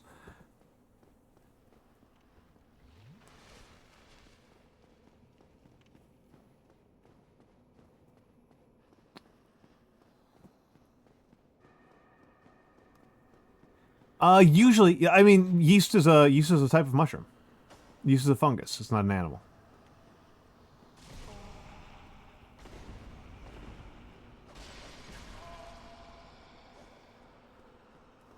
Okay, it's not the direction I necessarily want to go in. Yeah. Yeah. Yeast is more similar to mushrooms than it is to like parrying dagger. Oh.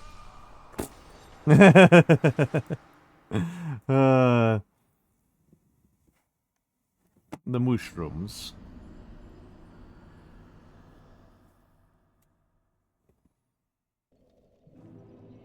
Yeah, they got me pretty good. They got me pretty good.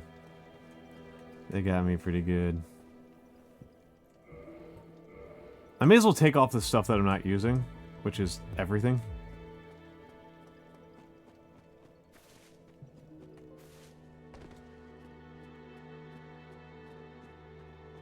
Hold on a second.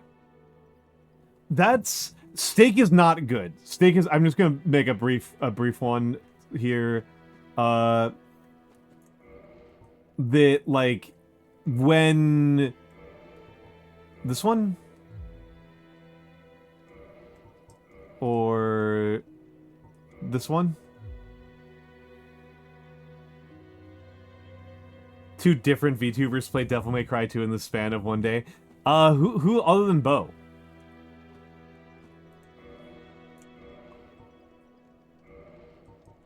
I know Bo's been playing DMC too. Oh,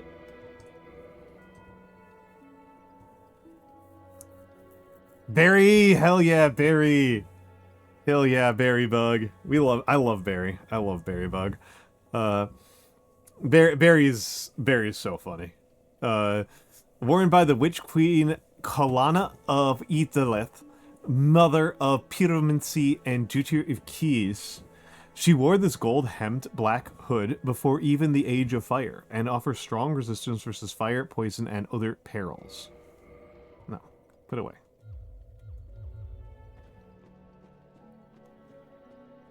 The people are here to see my face. My beautiful face.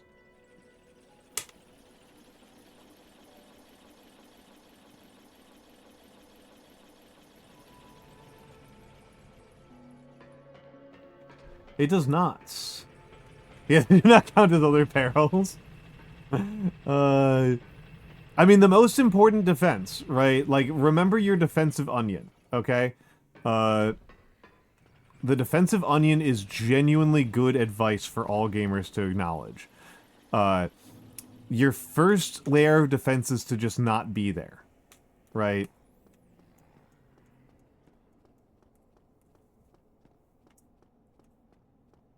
Don't be there, don't be spotted, don't be acquired, don't get shot at, don't get hit, right? Don't get hit is several layers in. Don't get hit is several layers in, right? Don't get hit, don't get penetrated, don't get killed, right? At the end. Like... Yeah, Hoomter, that's old tech for somebody who's a pro at dying. For pro dying hours here, right? Now, how do I get over there again?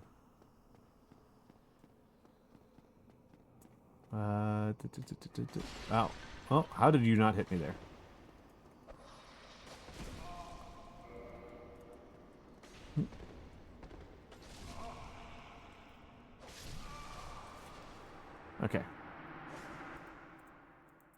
Oh well. It is pretty funny. I can't walk through ghosts, and punching them doesn't... Punching them seems to work. Punching them seems to work. I should have punched more. I should have punched more. I panicked and tried to heal. I should have punched. I should have punched. I should have punched.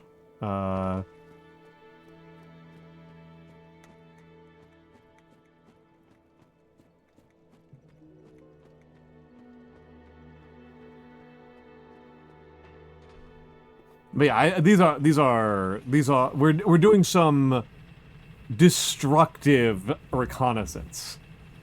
We're doing some destructive reconnaissance.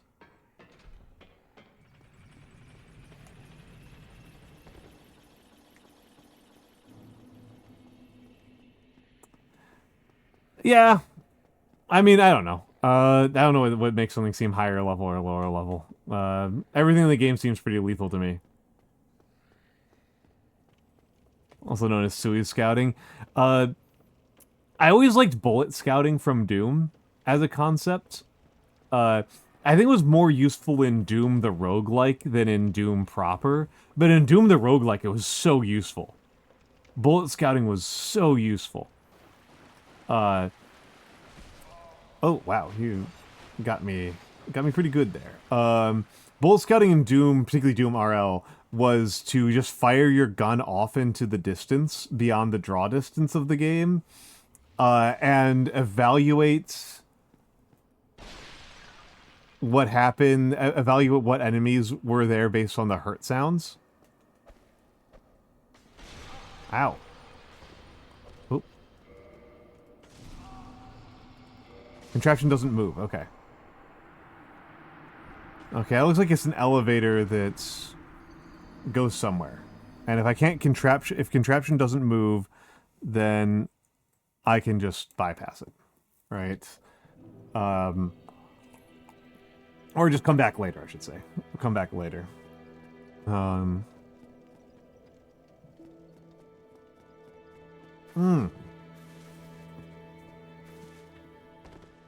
Regular Doom, doesn't generally. Doom will occasionally have areas that are intentionally too dark for you to see what's happening. It doesn't actually have a draw distance limitation. Doom the roguelike does, because it is a top-down roguelike, so you can only see so many tiles out in every direction before you hit the edges of the screen. But proper Doom does not. I don't even know if you really ever did bullet scouting. Thank you for the 2 months and the question mark. Do I need to like send Doom roguelike? Is Doom roguelike even still available? I'm gonna look this up. Yeah, I was talking about original Doom and Doom roguelike.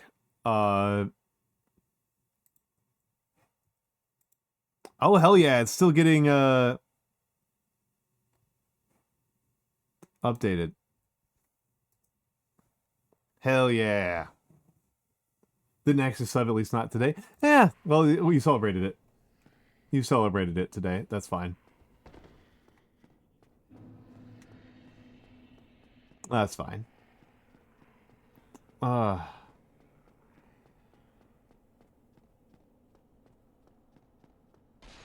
Oh, you're actually properly dead, so pay my respects. Transient course.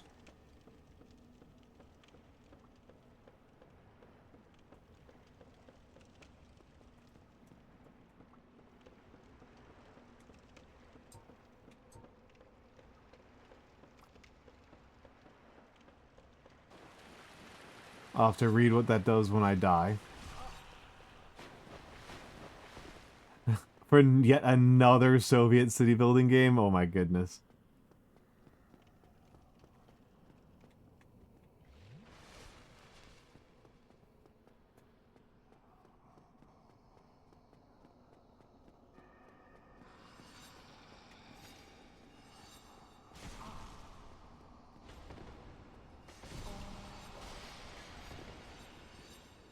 Oh, F. Oh, that's game. Not feeling great about my capabilities at running past these guys. Alright,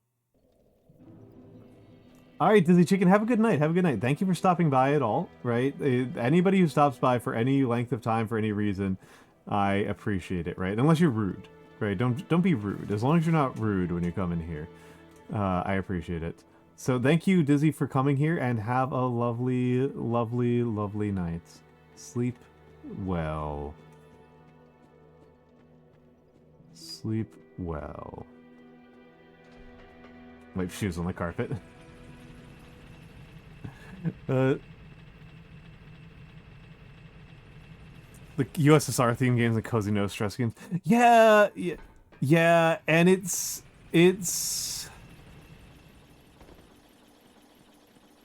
well, it's actually kind of interesting, right? Like the extent to like.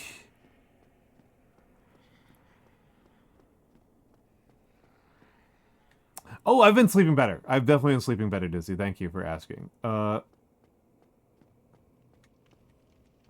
So they put the pot back together, but this guy's still down here.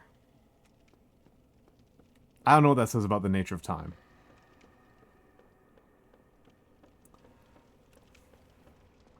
He did, and I picked it up. Oh, yeah, I didn't take a look at it. Let's unequip it so I don't use it by accident. Limb of the victim of a curse. Temporary curse allows engagement with ghosts. Only way to fight back against ghosts, who are cursed beings, is to become cursed oneself. Safest method, however dreadful, is to cut off the arm of the dead. Neat. Given how much trouble I'm having just evading ghosts, I don't really want to try to fight them.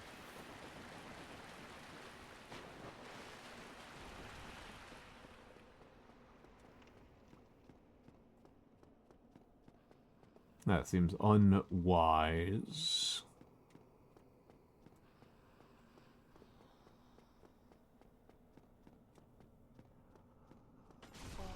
Ow. Nice. Ow. Thought I'd gotten past you. Shut. Oh, fuck. Wrong choice. Well, that's game. Ah, dang. Gotta remember that getting through there faster is more important. Oop.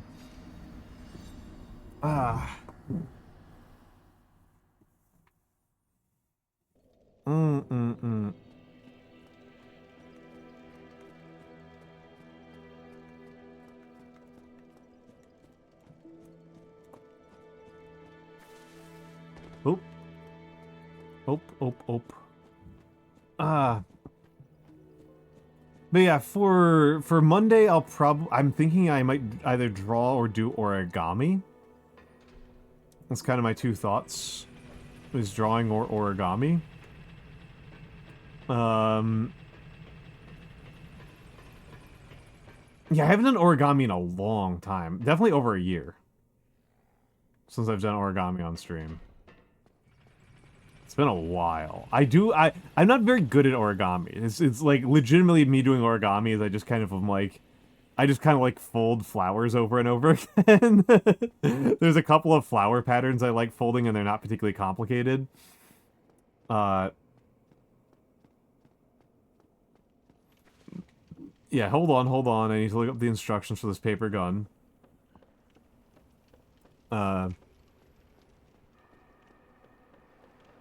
And then Tuesday will be a gaming stream. It's... Oh, I like the jumping frog. That one I've got bookmarked. Yes, I've seen Origami Gundam, Soomter. Those are actually relatively reasonable. Some of the nonsense that people do with origami is wild. There's a whole bunch of origami patterns that just start off with making like 50,000 squares. Like, you just hundreds of squares.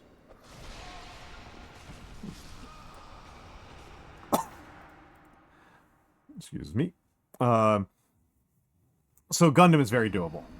Yeah, very, very doable. And then Tuesday, part of me wants to do Helldivers. I've been pushing my solo Helldiving.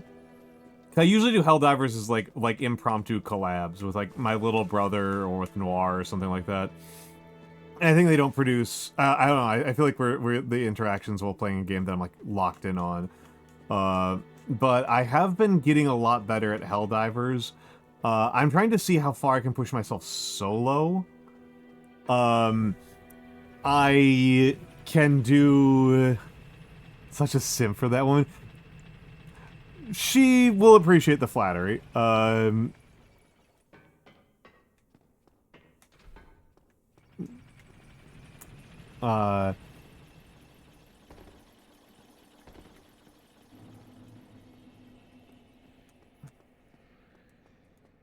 her you like her voice. She'll appreciate that. But yeah, I've been trying to do solo, and I can clear level 7 bots pretty reliably. Hello, Sheik. And I've been trying to clear level 7 appropriators. And, oh, mostly stealth. Mostly stealth. I am definitely a stealth preferer in almost every game I can do it. Appropriators are really annoying.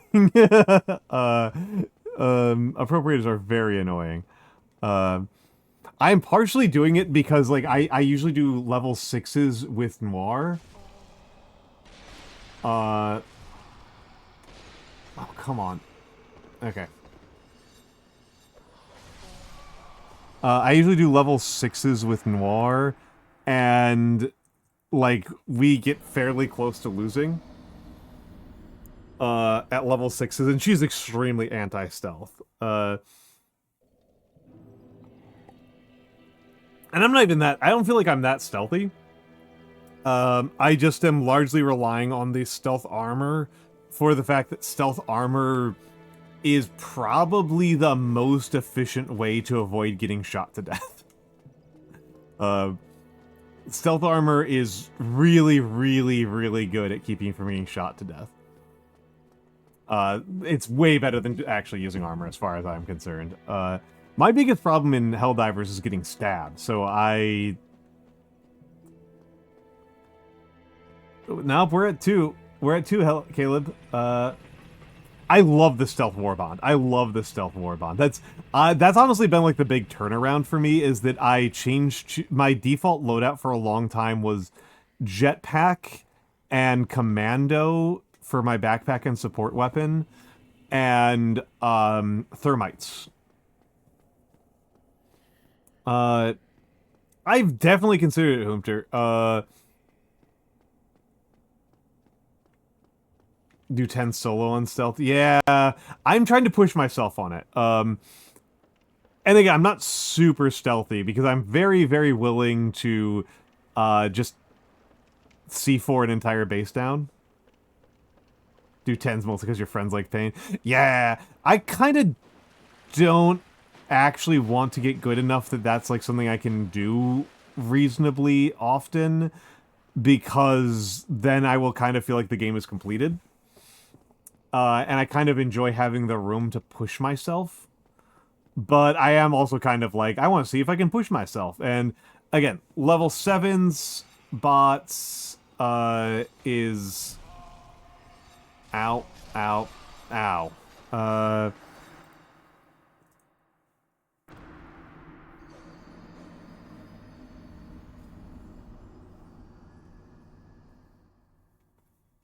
The pistol is actually one of the best regular pistols in the game. My current go-to pistol against non-bugs. If I'm against bugs, my pistol is a grenade pistol. But against both Illuminate and bots, I am definitely an enjoyer of the missile pistol.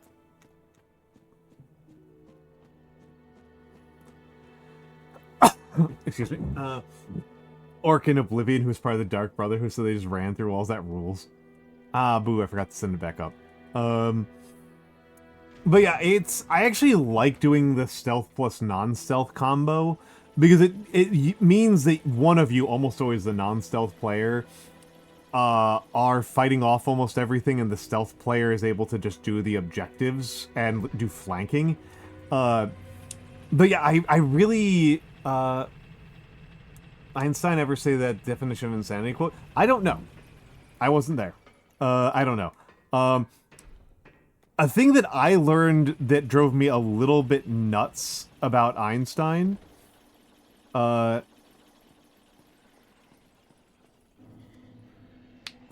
cracking some knuckles here. Oh, I love that, Pansy Man. I love that. I love doing that. Before they had the more recent stealth bonds, I usually did scout armor, jetpack, and AMR. But I've since kind of felt like the AMR just struggles with some situations, and I'm not a good enough shot for the AMR to be really good. Is the biggest problem. I do love the AMR a lot. The AMR feels incredible. Fighting bots with the AMR as your primary weapon, it feels so good. I've heard some people say they like it on bugs, but I don't take it on bugs. Hell, God, is Siren.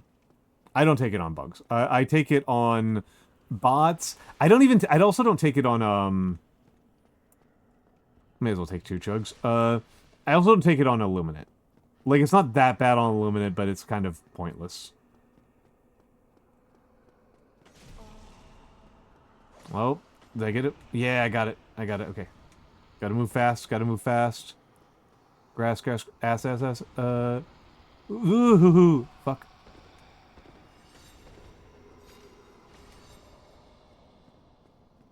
Am I free? No, I'm not. I'm not.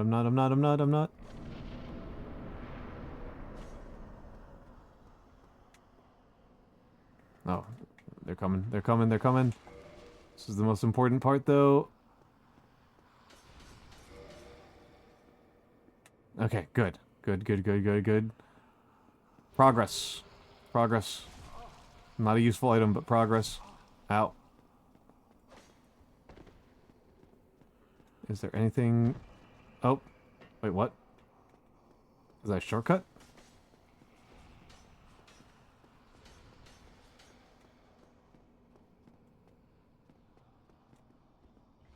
It's to pay respects to the dead.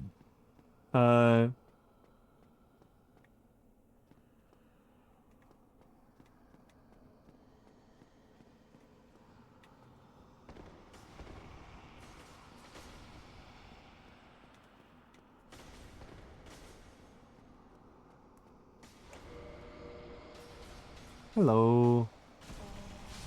I count that. And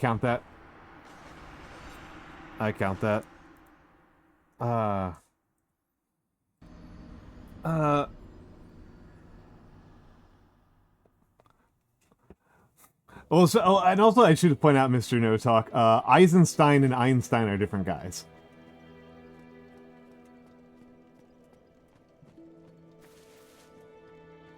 I believe Eisenstein is the Soviet director, right?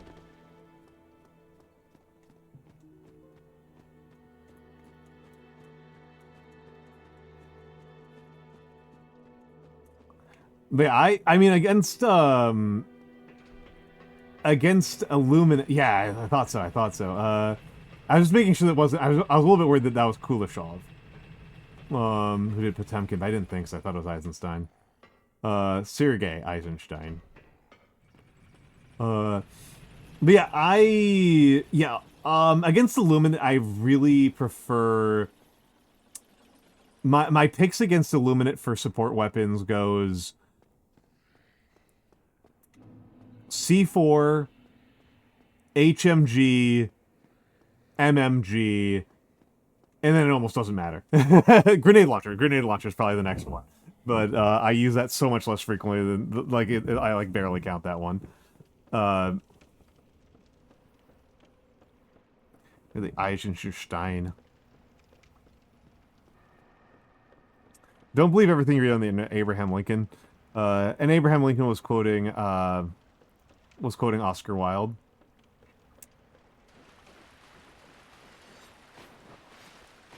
Your mind de-auto-corrected it? Nice. Nice. The loss of trust in the machines. So where does that ladder... Where... Oh, you're coming.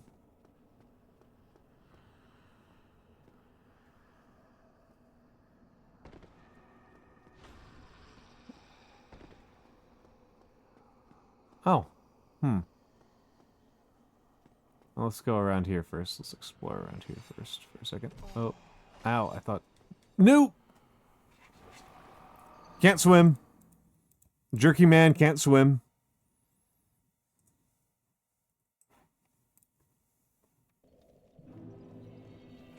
The jerky boy cannot swim.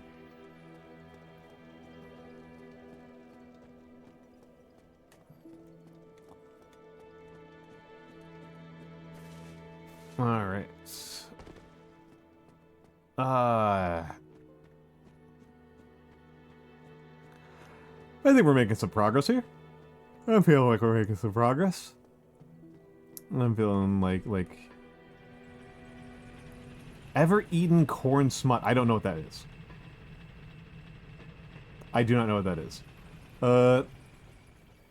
I do love the eats. I do like the eats a lot. Honestly, Pansy Man, the thing I was trying to make work into Illuminate for a little bit was portable was the napalm. Was disposable napalm. Disposable napalm rocks. Disposable napalm is great. But the problem with me taking AMR into Illuminate is that like the enemies I'm actually worried about are voteless, flesh mobs, and harvesters. Which is a bit of a spread, right? But voteless and flesh mobs. Sorry, I'm taking a big stretch here.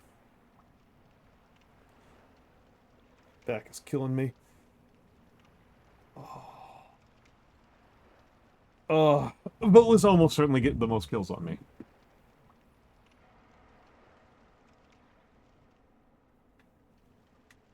Huh. I'm curious too. I mean, it's not like people don't eat funguses, right? Like, we've had people talking about mushrooms in chat.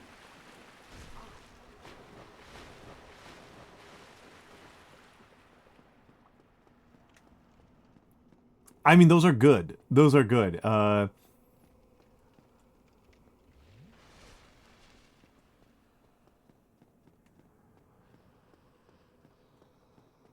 Yeah, yeast, obviously. Wait, hold on. Fuck me. We need to adjust my priors.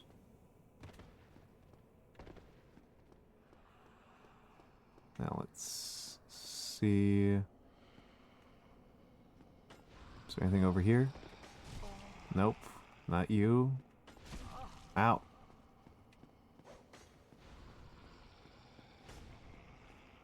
Surely there's gotta be something over here. Oh!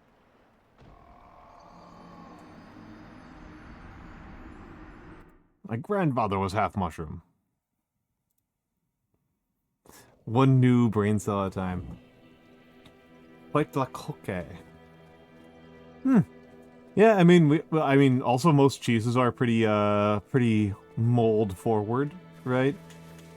One of those things I thought was really interesting when I was on like my sourdough arc was if you make a sourdough starter, right? Like cultivating the starter is really kind of the art of sourdough.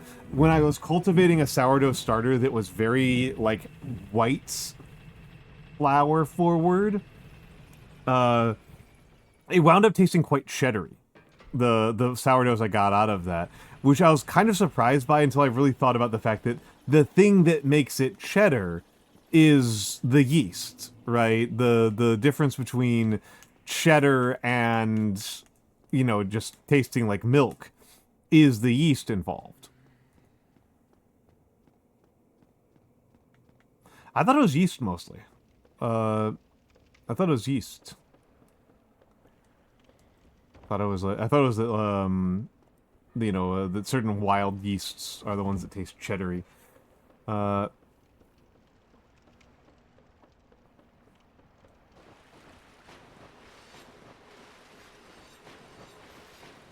You need bacteria for yogurt. Was what I thought. I thought yogurt. I thought you got yogurt from bacteria. Hello, welcome back, Iris. How are you doing? Are you okay? For a cheddar jalapeno sourdough loaf. That does sound like a wise idea. Are you well, dear Iris?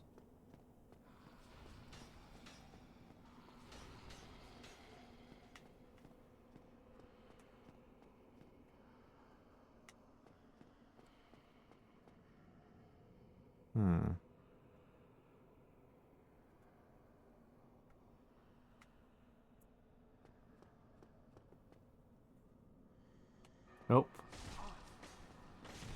Oh. Oh. I had to find alcohol and it hurt, but the cat's been appeased with a squeeze treat, with a squeeze of alcohol. That's how you did it. You gave your cat some booze.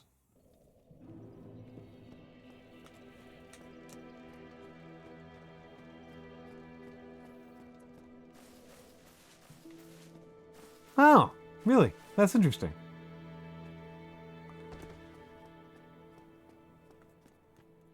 Little man is off his rocker. People were speculating that your cat must be the size of a puma.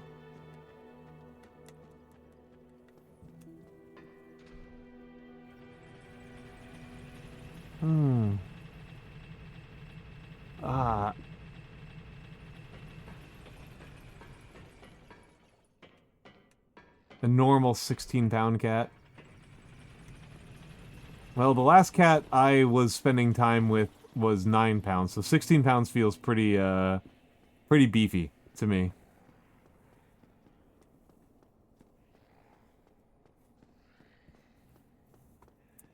I've spent a lot less time around cats than I have around dogs, so I don't have, like, a good sense. Like,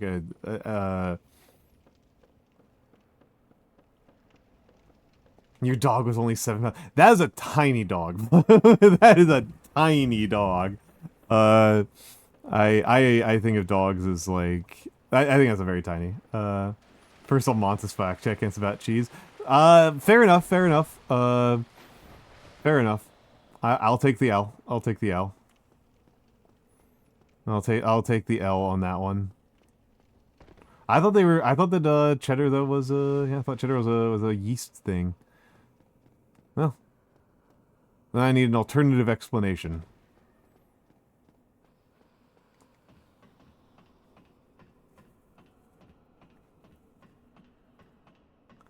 You have a 118-pound cat? That is an extraordinarily large cat. That is not a normal type of cat.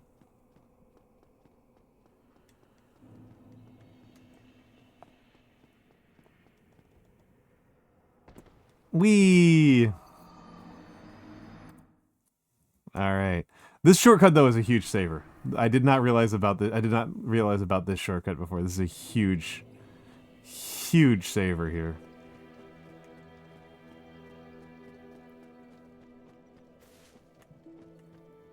That keeps saying she's a Great Dane.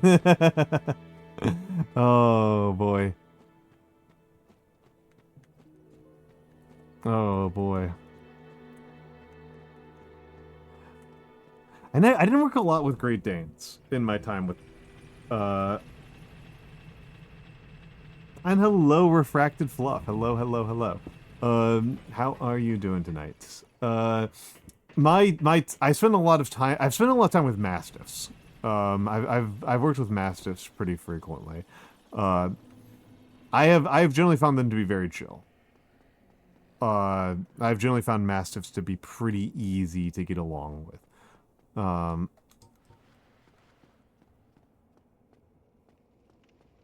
But... I've generally found the Mastiff to be a noble creature of good breeding and temperament.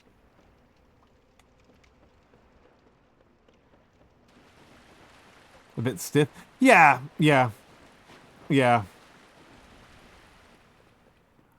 I know you're trying to make a pun, but they actually are. It's mostly just they're super strong.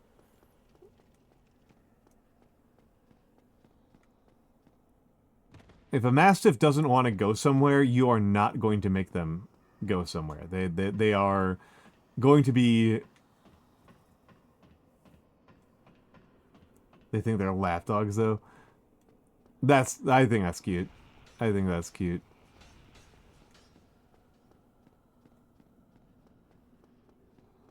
Alright, let's see if I can do this right. Yeah, there we go.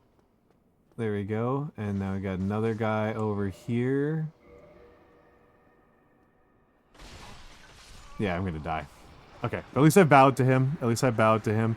On death 180, that sounds like a good time to take an ad break. Sounds like a time to take an ad break. This one will probably be a little bit shorter. And hopefully I don't get another raid while I'm in the midst of the ad break. So we'll be back in a few minutes, and I'll see you all soon.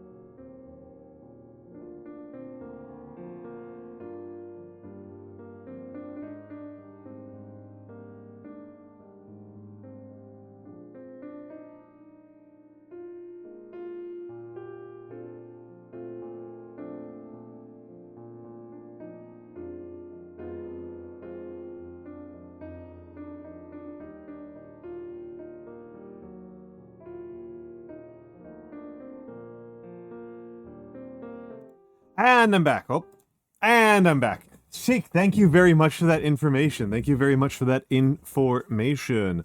Glutamic acid. That's interesting. Ah.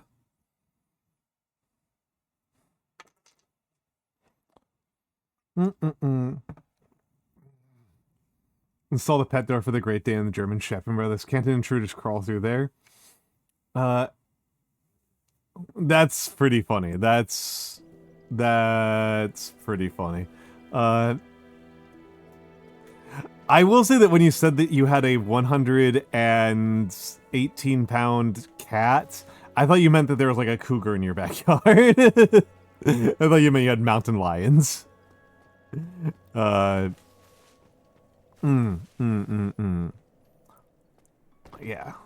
I do want to get those two bodies that I ran past.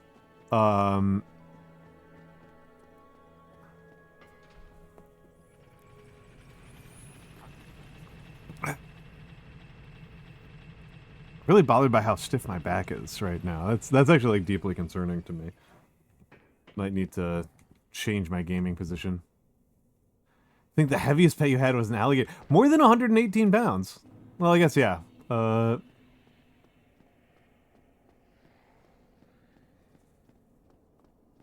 not to encourage this form of communication.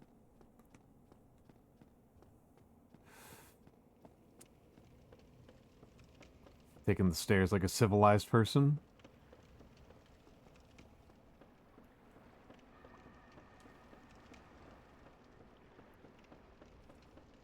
Upper right now.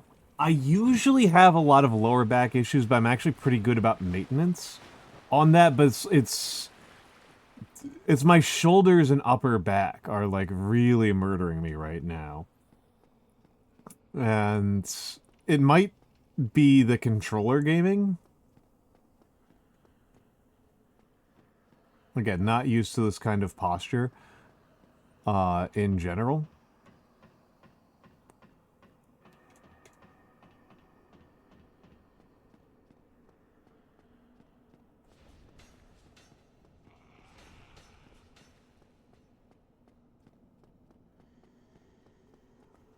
So it's... There we go. I've paid my respects to this guy. Green Titan shard. Nope. 181. Let's do some back. Let's do some shoulder rolls here. Part of me wants to get a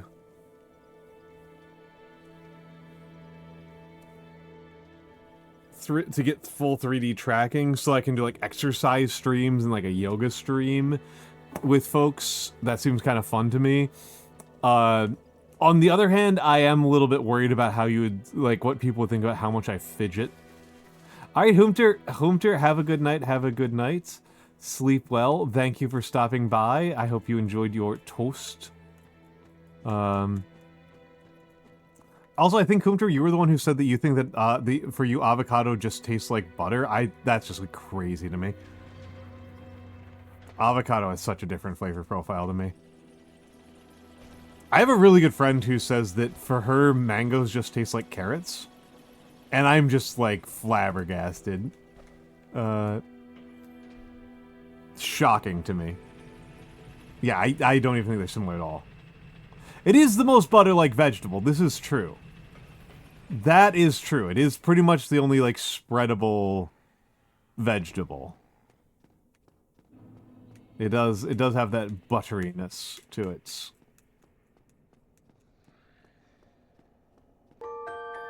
Viant P6, thank you for the Prime. Thank you for the 2 months.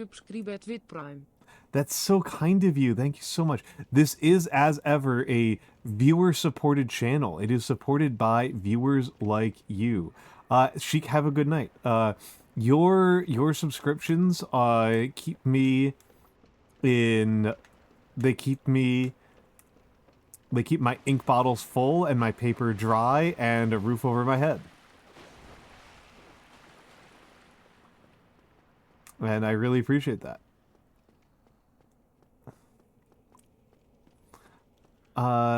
Yeah, now you get to dance and you get tanks as well. Whoop, whoop, whoop, whoop. All for that emote. It's a great emote. It's so funny. It's so funny. I love that emote. That one was like a total, like, intrusive thoughts victory one. Because before, like, when I was getting the dance emote, when I was ordering the emotes, I was talking with George. And I kind of was at first thinking I would get one of those like little cute dorky dances. Oh geez, that was a bad scream.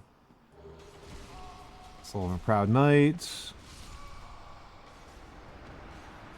Alright. 182.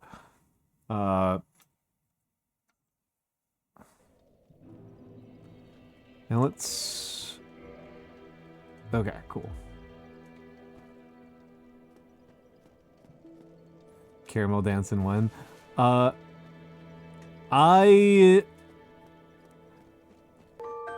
Thank you, RF Comos, for the Prime. Thank you for the Bezos dollars. Thank you for four months. God, I love the Dutch TTS. Thank you for the 4 months. Once again, that's so kind. That is... It's such a strong vote of confidence in what I am doing, in my horrible Dark Souls gameplay. That people think it is worth putting money in my mouth. Alright.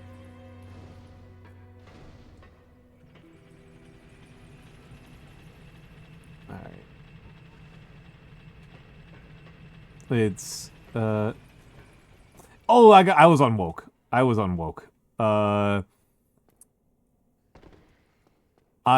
don't know if I'm like the single wokest VTuber, but like I think that for the average American, I am moderately left of center, which means that in a turbo online context, I'm basically the unholy ghost of Ursula Le Guin and Joseph Stalin. So I know I'm on one person's list. There's more. There's probably more than one list out there of that. That's a pretty easy tier list to make. I know on one I'm on woke. I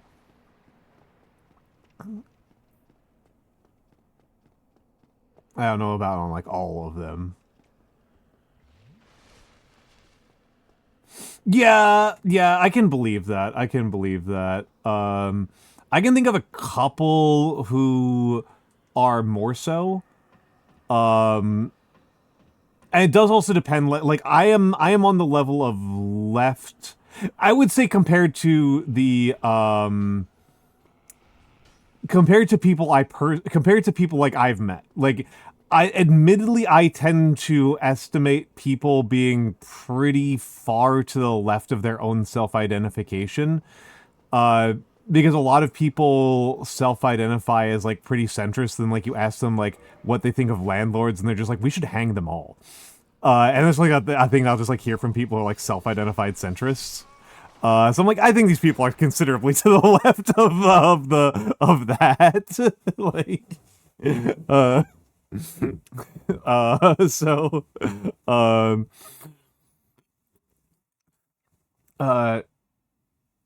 what if people self-identify as right-leaning? I to be honest, what I see about how people self-identify, people tend to primarily self-identify as where their parents were.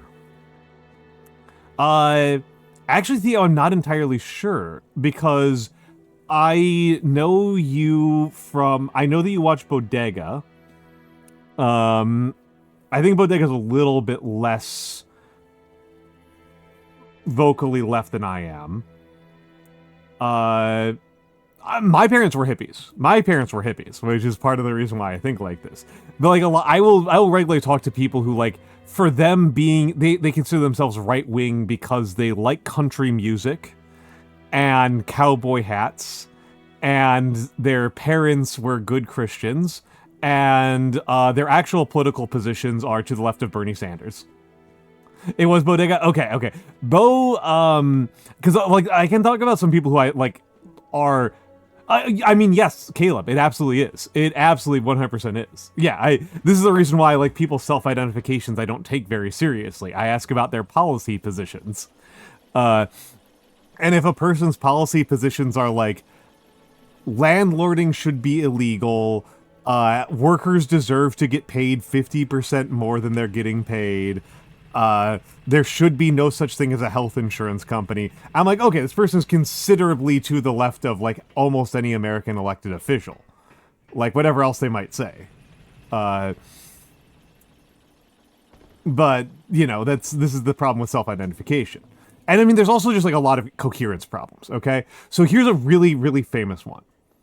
There's a really, really famous series of questions that you can ask, and depending on the order you ask them, and you get different answers. Question 1. Does the U.S. spend too much on foreign aid? Question 2. How much does the U.S. spend on foreign aid? Question 3. How much should the U.S. spend on foreign aid? Right? And so you will regularly get people who will say, I think the U.S. should spend less on foreign aid, by which I mean the U.S. should spend about 10% of its federal budget on foreign aid, because I think that the U.S. federal government spends 25% of its budget on foreign aid. The U.S. federal government actually spends like 1% of its budget on foreign aid. Like people are just so like this is the sort of thing that will produce like these. Like if you ask a person, what is our target amount of foreign aid that the U.S. should disperse, they will cause a ludicrously massive increase in the amount of foreign aid the U.S. puts out. But if you ask them, what change should they make, they would reduce it by like 80%. Right? So you get completely different answers because people are unaware of what the thing they're modifying is. And you see this in all sorts of interesting ways, right? Like, you know, you ask people how many trans people are in the U.S., and they're usually off by 1 to 2 orders of magnitude. You know, like, the actual rate of trans people in the U.S. is something like 0.5% of the population is trans, and like almost every, like I've seen people think that 15% of the U.S. is trans. I've seen that as a survey result. Like. And that really changes the way that you think about things, right? Oh, I mean, that's a position that some people have. It's just not a common one, right, Caleb? There are definitely some people who are like, oh, it should be 0. And it's really interesting because a lot of people are also wrong about what U.S. foreign aid looks like. Hello, Shark Ray. Oh yeah, no, there's so many places where people have no idea what they're talking about. And hello, Sabork. I have been, yeah, USA did a lot, but it was also in terms of the budget, it was very small, right? It was incredibly effective at 1, saving lives, 2, projecting power, but it was also not very expensive. Even inside US foreign aid, it was a small percentage of US foreign aid. People thought that was like a large percentage of the entire US budget, and it wasn't even a large percentage of the foreign aid budget, right? Like the U.S. foreign aid budget is pretty much Egypt and Israel, right? Well, it's mostly arms. It's mostly military. It's mostly military to U.S. allies. Is mostly what it is. I don't know what it looks like immediately right now, but the last time I was looking at it, it was basically Israel and Egypt. Was Israel, Egypt, and to a lesser extent, I think Pakistan. This was a while ago, so it's possible that like Iraq has been catching up. And yeah, a lot of it goes to just, again, like, it's a lot of it is about, like, subsidizing the U.S. alliance system. What's over here? What's over here? Hope. That counts.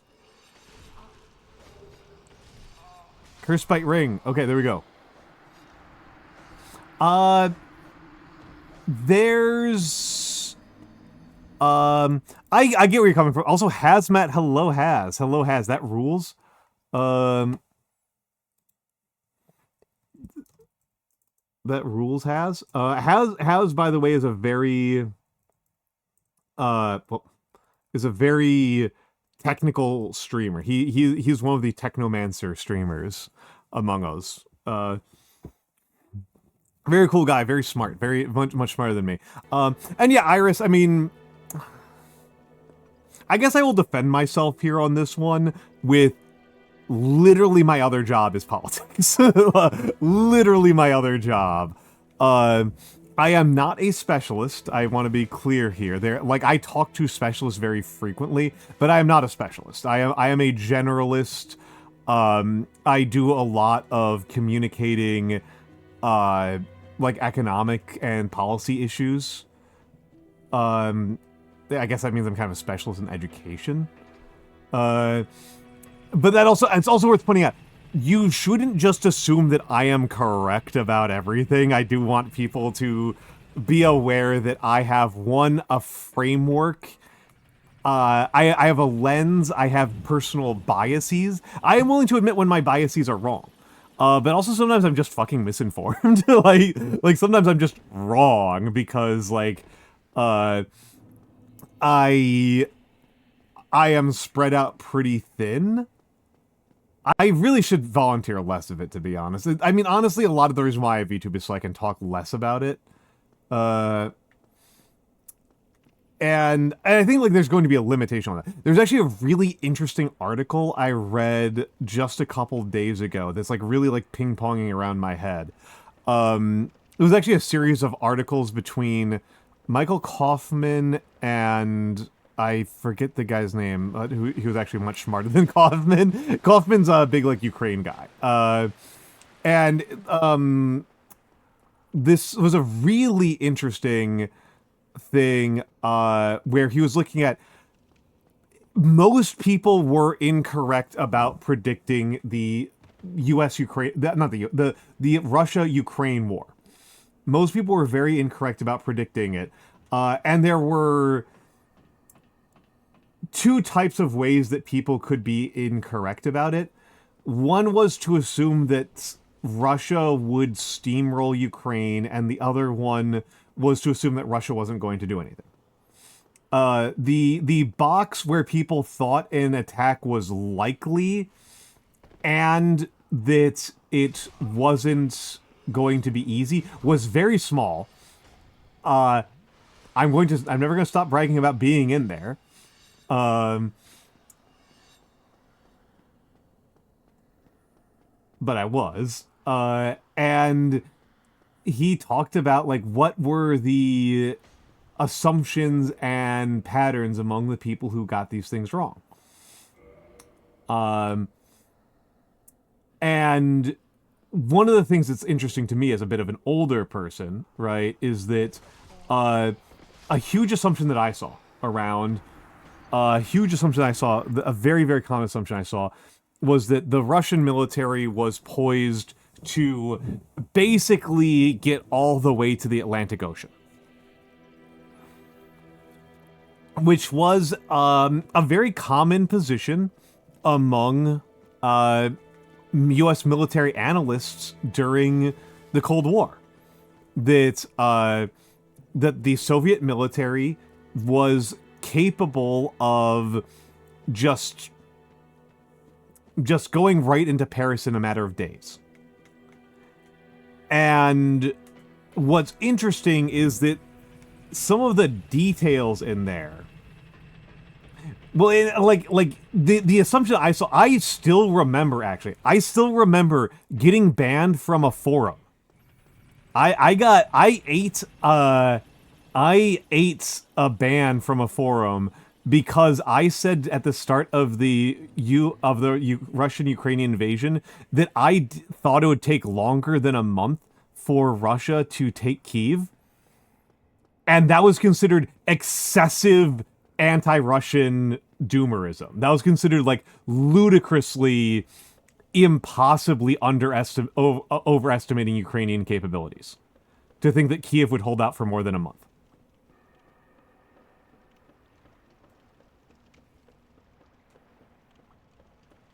Like, that was the type of people the question was like 1 week. It was like 48 hours to 1 week was like the acceptable timeline. Yeah, for being too anti-Russian. Yeah. Oh, tankies. This was fucking tankies. This is fucking tankies. Tankies are so annoying. They're so fucking annoying. You can tell that I really love arguing on the internet that I'm around tankies with any regularity. Yeah. But also, like, part of it was, like, technical assumptions being deeply, deeply, deeply wrong, right? Like, a common technical assumption was that one of the ones I've seen combat footage, so we know this one's deeply wrong. Was that T-72Bs are completely impenetrable to Bushmasters, and that's wrong. I've seen a T-72B get blown up by a Bushmaster. Like, I've seen footage of it. Like, they can do it. Like, it's just doable. It's just doable.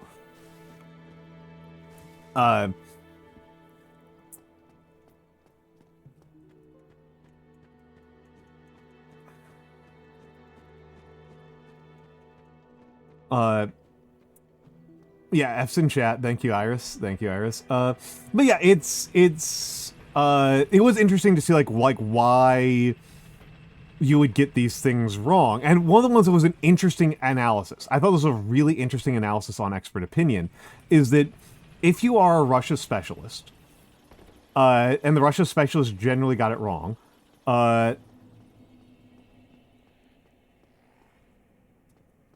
all the Ukrainian generals paid off. Ugh. Yeah, no, I saw that kind of stuff, and it was, yeah, very goofy. Just kind of a general pro tip for people if you're going to be predicting military affairs. Taking modern urban environments is really hard. It's like really hard. Nobody is good at it. Nobody is good at it. Like, even modest resistance inside an urban environment in the 21st century is extremely difficult. Yeah, a lot of them knew it was coming. I mean, a lot of it, for people who don't know, Iris is ethnically Ukrainian.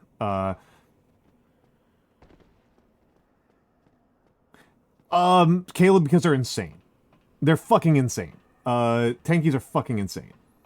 And yeah, like part of one of the priors that people made that was a wrong assumption was that they looked at the 2014 war and they assumed that the Ukrainian military hadn't changed between 2014 and 2023. Or at least that it had only changed in ways that had caused it to either keep pace with or fall further behind the Russian military, which was just proven wrong. That was an embarrassing death. I've made that jump before, and it's a nice shortcut. I feel very silly that I can't make it, that I failed to make it that time. Yeah, that Shark Ray basically has it. Honestly, my main read of tankies is that they are people who made the decision already decades ago that communism isn't about relations to the means of production, or about class relations, or about power. It is about aesthetics. That communism is when you have certain aesthetics. And so if you wave a red flag while you shoot union workers, that's leftism. Yeah, no, it's yeah, I am yeah, Shark Ray. I feel like that's a very easy position to hold. I feel like it's a very, very easy position to hold. It's a very well supported normal position. Even just like just being a basic pessimist. Like, people who have power are willing to do very, very scary things to hold that power together. Right? Like, that's kind of my theory there, is that, like, once somebody has power, they are willing to do horrible things to maintain that power.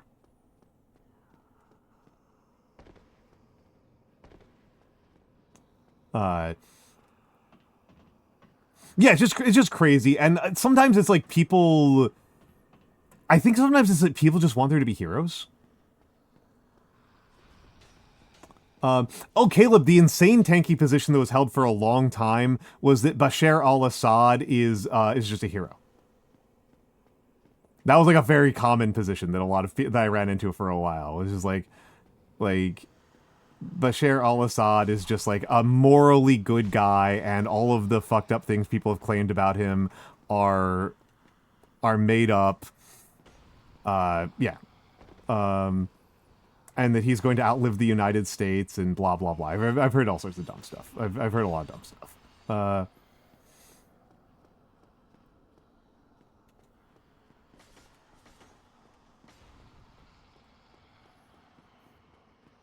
Oh, tankies is it? Oh, okay, hold on. Let me do this, and I'll explain the term. The term has an interesting etymology.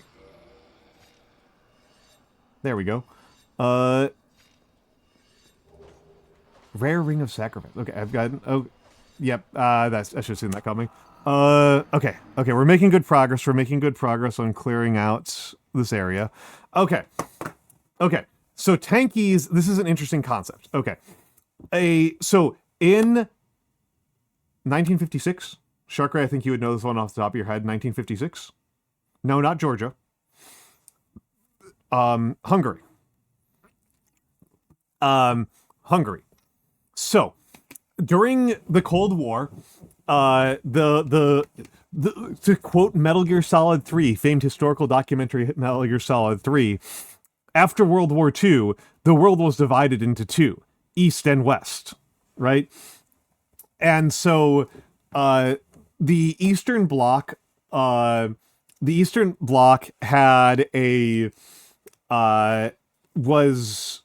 there was the first world countries led by the United States, and then there was the Comintern led by the Soviet Union. And the Soviet Union, particularly during the Stalin era, tended to take a pretty active role in the local politics of the countries that were members of its alliance. I am being very polite in saying that, but put another way, the kinds of things that the U.S. was doing in Indonesia was not unique. That was not a U.S. unique feature. Anyway, there was a bunch of protest movements in Hungary against the existing Comintern government of Hungary. Stuff that was the kind of things you honestly kind of expect a normal protest movement to be about. Cost of living, workers' rights, freedom of expression, like very normal things that people tend to get mad about when they are, 1, hungry, 2, overworked, and 3, bored. So all the normal kinds of things, because Hungary was basically being run as a for-profit colony. And the local Hungarian government looked poised to either have to capitulate to the protesters and run normal elections, or just get toppled. Maybe. That would have been probably unlikely. Anyway, the point is that the Soviet Union literally sent tanks in to gun down unionists in the street. Okay, so let's just that is what happened. Budapest, people were protesting in the street, shutting down the government. The USSR sent in tanks. They gunned down mostly unionists. That was the main group that they were killing, just in the street. And so this caused a schism, right? So in the West, right, in countries like the United States and the United Kingdom and France, there were a lot of people who supported the Soviet Union going back to the 1920s, right? Like the Soviet Union always had supporters among leftists in the Francophone and Anglophone, etc. worlds, right? Just clarifying that this is part of the background here. When this happened, when the Budapest uprising was crushed, this caused an enormous schism inside the Western left. Okay, inside the American, French, British, etc. left-wing organizing movements, this caused an enormous schism, where quite a few people said, killing unionists in the street isn't a very communist thing to do.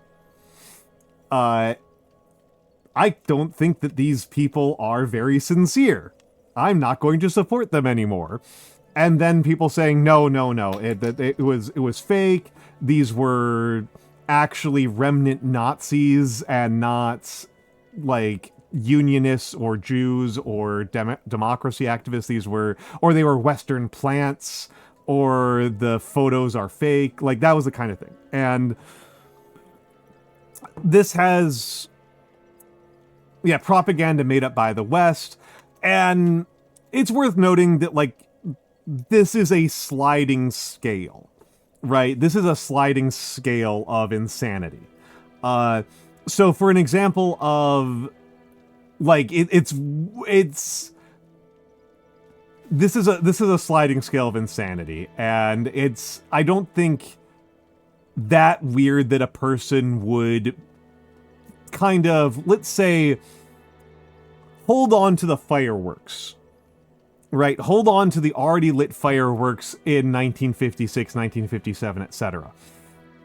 Where you get much weirder is the guys who, like Alain Bajot, who is still alive, somehow. Can somebody check me on that? Because I feel like Alain Bajot should not be alive. I'm literally shocked every single time I hear that he's still alive. Alain Bajot, who wrote a really nice book about Paul. About St. Paul. He wrote a really, really good analysis of St. Paul from a leftist perspective. And a really bad book about online dating. Good lord, that book sucks. Alain Bajot was, like, supporting the Khmer Rouge, like, for a long time. like, for, like, a really long time. That's, like, that to me is always, like, the insane test is, I'll look it up. Because like whatever. I'm not really playing the game very much right now. Alain Bajot's not the. I always forget the name of it. Is good lord, good gravy. 89. Jeezy Pete's.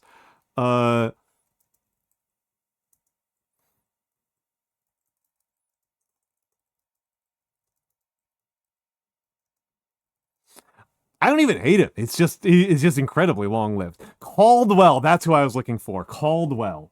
Malcolm Caldwell. Malcolm Caldwell was a leftist academic who, like, did not believe the Khmer Rouge had done anything wrong ever, which is really fascinating because he got killed by the Khmer Rouge. Like, a bunch of journalists went over to Cambodia to do, like, a press op for, like the Khmer Rouge, like, paid for people to go over there and, like, do a press op and stuff like that. And there was, like, 12 Westerners were on this. And the other Westerners who were on that, like, a lot of them had been to Cambodia before, and they were just like, this is messed up. Like, this is, like, they're showing us like, I know what this place was like before. There are way too few people. This is creepy. This is weird. And Caldwell was the one person who's like, no, they are lifting people out of poverty. They're doing incredible work here. And he got himself killed for this. Like, the rest of the people got to go home, but he got killed for it, for being, like, too much. I've never figured this out. And I don't know that anybody knows. I don't know that we'll ever have a satisfactory explanation.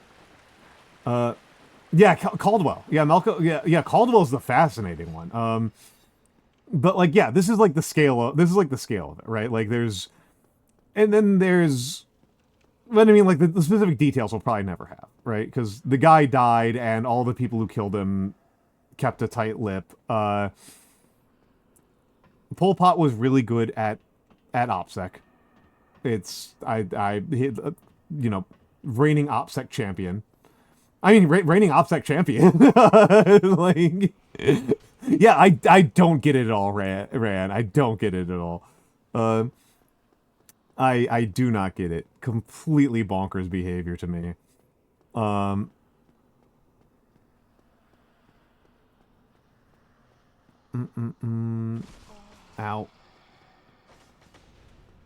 There's something over here.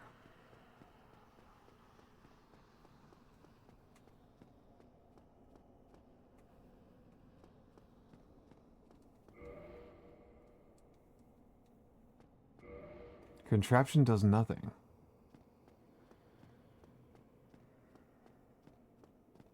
Let's see what happens when I go up here.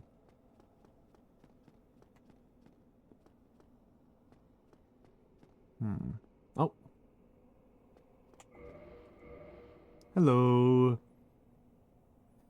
But yeah, it's... Oh, I got some bows. I got a bow.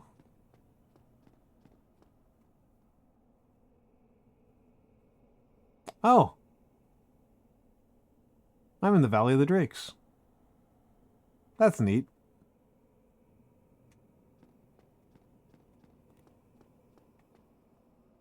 That's neat. That caused a whole bunch of the map to click into place for me. That's interesting.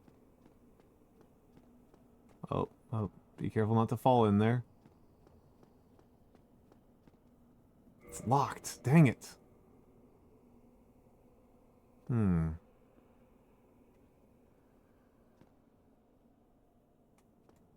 Yeah, Vietnam's impressive. Yeah, Vietnam's impressive. I will say that also, like, it's an interest. So anyway, the real point with tankies is the coherent strategy, the like giving tankies a certain amount of rationality. There was a belief based on how the Soviet Union behaved in the 1920s and 30s. Hello, Moe. Hello. That if you were a leftist student movement that wanted to overthrow your local government because you think they're assholes, which often your local government is a bunch of assholes, there was a belief that if you were nice enough to the Soviet Union, they would send you guns. That belief was more rational, you know, through the Spanish Civil War, and got increasingly irrational after then. And when we're at the point in history where the Soviet Union hasn't existed for longer than I think the average person on Earth has been alive, it starts to feel a little bit weird. Starts to feel a little bit hard to justify. I think I'm gonna take a detour. I think I'm gonna mess around with something else for a moment here. I think I'm gonna try going somewhere else. It's an old legacy belief, and it's weird that it's managed to, like, it's like a zombie meme, right? It's a very, like, it's like a zombie political belief. And it's just like there's some other like real zombie political beliefs out there. Like, every once in a while you'll meet like a Romanov restorationist, and it's just like, what are you talking about? They're very rare at this point in history, but they aren't completely unheard of. Whoop. Whoop.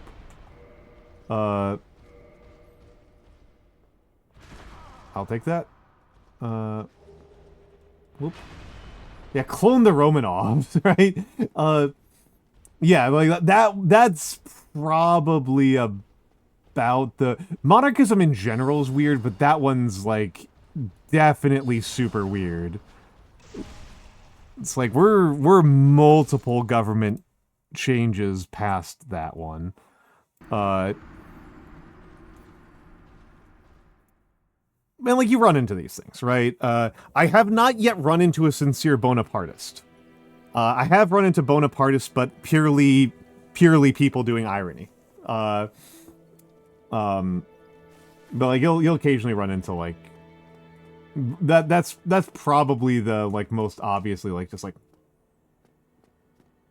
to be fair, Shark Ray, was not the Bolsheviks that did that. It was it an SR group? It was not, the Bolsheviks did not order that. In fairness to the Bolsheviks. I don't like to give the Bolsheviks credit for a lot of things. I think they fucked up a lot. I don't think so. I thought it was SRs.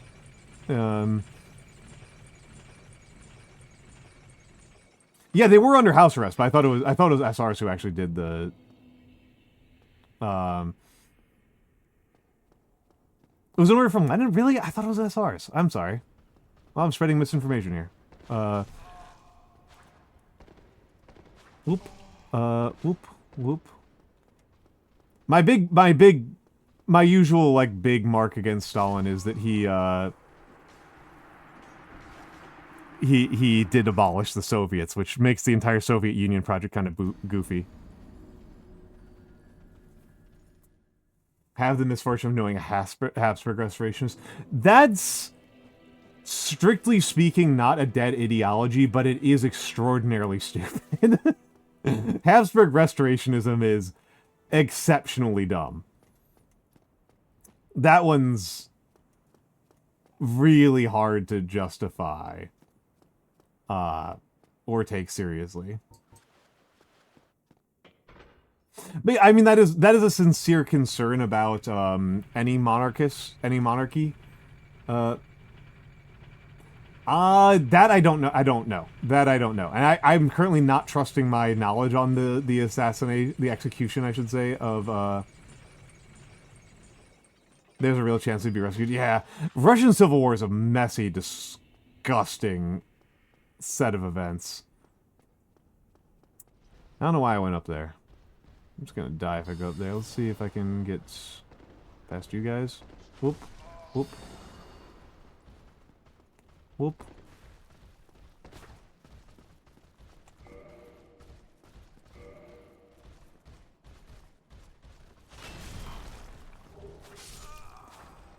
Halberd.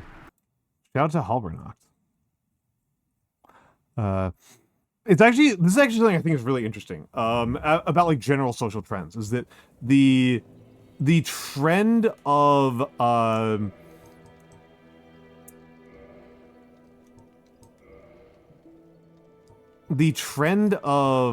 let's see, can I...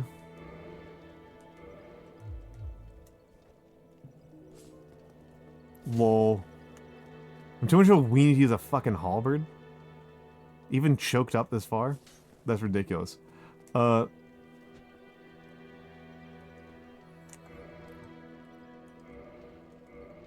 that I do think is interesting. I do agree with you on that one. That's some real goofball hours.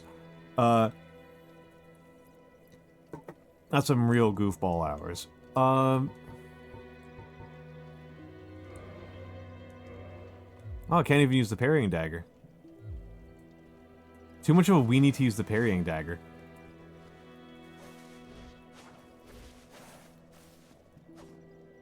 Yeah, what the fuck are we fighting Hoon against?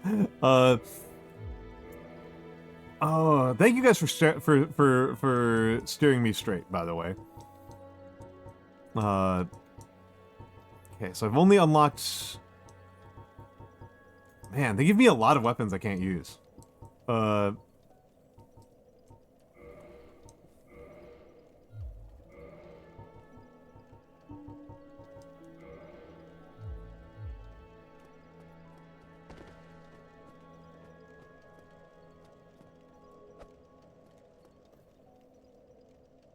Who are we fighting for or against is a great question.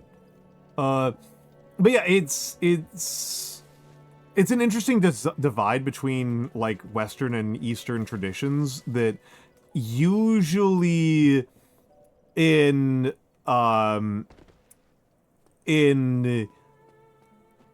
Western traditions, you don't really want to leave survivors of the prior existing government. Like, you generally try to, like, prevent that from happening. But in China, in particular, usually the prior dynasty just gets, like, reduced to, like, a marquis. And I think it's a kind of, like, interesting... Oh.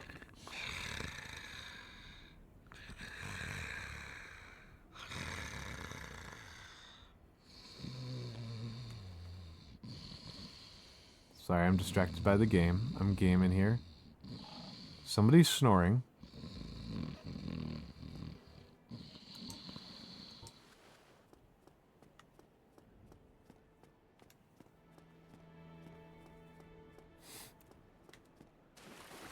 Huh. Was it you? Can I talk to you yet?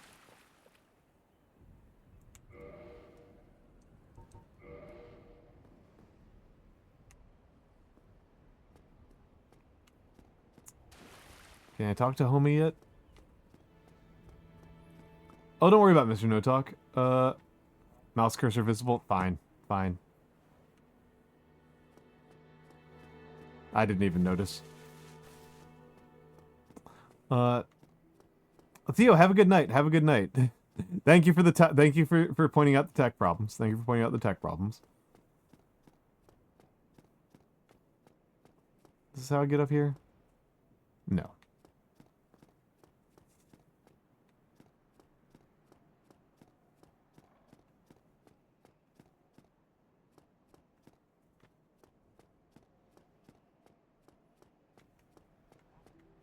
Bothers me that that guy's shield is strapped all wrong. 3 unnecessary half meals. Well, they were probably necessary if you were hungry enough to eat them, right? At least kind of necessary. That's my perspective, and I'm sticking to it.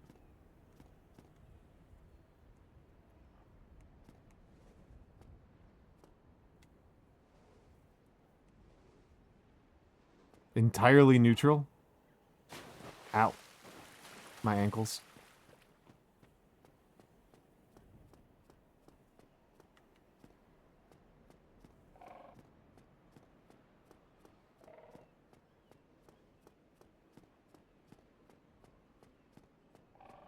Hello, Emperor's Armpits. Hello. How are you doing, buddy? How are you doing, my friend? Amigo? Baron Ungern? I don't know about the Baron Ungern thing. I've heard about the Czech Legion is the part that I've heard about the most. Which I have to say, the Czech Legion thing is very wacky.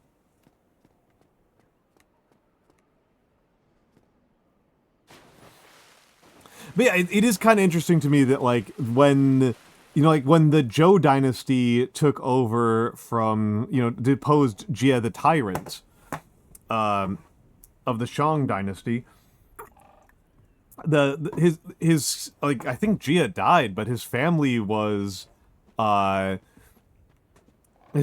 just ennobled, right? Like, the main exception to this was the Mongols wiped out, which clan was that? Which was the Song clan? I forget. It's the Zhu clan, it's the Zhu family for the Ming, because it's Zhu Yanzhong. And it's the Li's for the Tang, and it's of course the Liu's for the Han dynasty. Right, like those are the big ones. I forget who the Song were. Who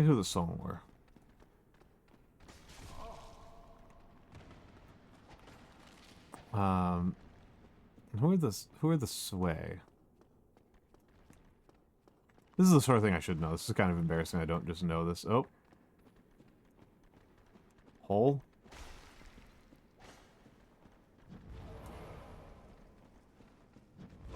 Ow.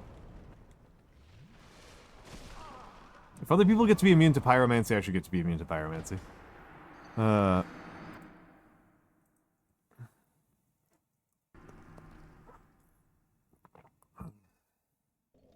You are well? Excellent! Excellent, excellent, excellent.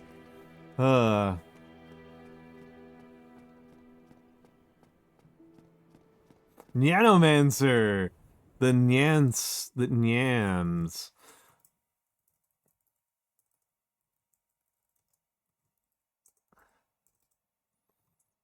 And hello, Lore Keeper of the Forlorn. Hello, hello, hello. But yes, how are you doing, Mr. Mancer? How are you doing, Mr. Mancer? Cossack-trained White Army cavalry officer went to Mongolia and tried to found a Romanov supporting Mongolian... That's nuts. Mega Man X is bullshit. I like Mega Man X. I like Mega Man X. Do you need me to beat Mega Man X for you? Or give you Mega Man X advice? Just for 1 and 2. And maybe 4. I can do 1, 2, and 4. I never beat 3. Oh, you just beat it? Nice. Nice. What route did you do? What was your favorite route? I like to start with the Eagle. Yeah, Sigma's tough.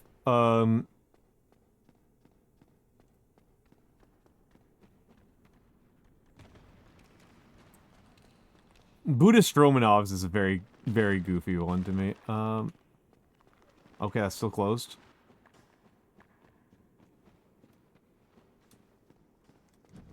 Ow. Legends of the Hidden Temple.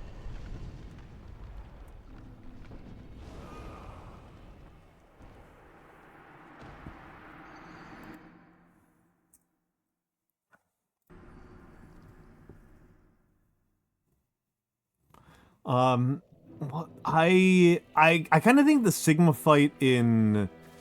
I've only beaten 1, 3, and 4 of the Mega Man X series. I feel like the Sigma fight in 4 is actually the easiest of those. The Sigma fight in 2 is a real pain in the ass. That one sucks. I think that one's like kind of the worst one of those 3. Even though X2 is probably the one I've played the most. Honestly, kind of tempting to play Mega Man X on stream. It's kind of a nostalgic series for me, and particularly X2. I don't know why X2. I think X2 is generally a lot less well remembered than X1, but it's got a kind of, like, funkiness to it that X1 lacks, which is probably a lot of why it's less popular. Is that it's you know, it's like snails and sponges and stuff as your opponents, as opposed to memorable enemies like mandrills and coangers.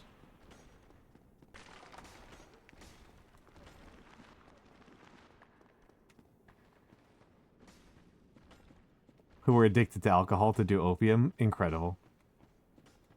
Whoop.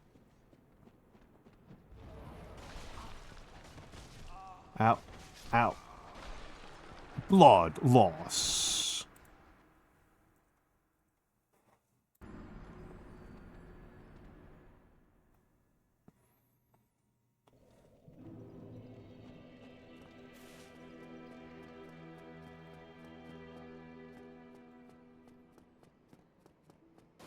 Blood loss. Yeah, X is kind of an interesting one in that there's a very canonical route of Penguin first. But I actually kind of prefer doing the Eagle first, even though there's like a real chance that the Eagle will just kill you and you can't do anything about it. But I think it actually winds up being a little bit more fun to do Eagle, Mammoth, than Penguin. Even though Penguin is like definitely like the starter boss.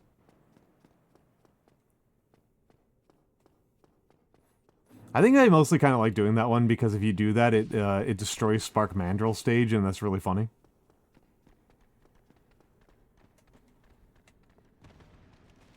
Like, you just completely own the Mandrill.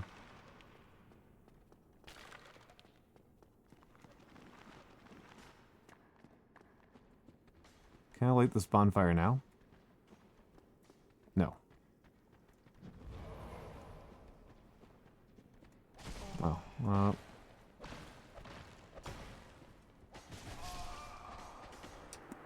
Owie.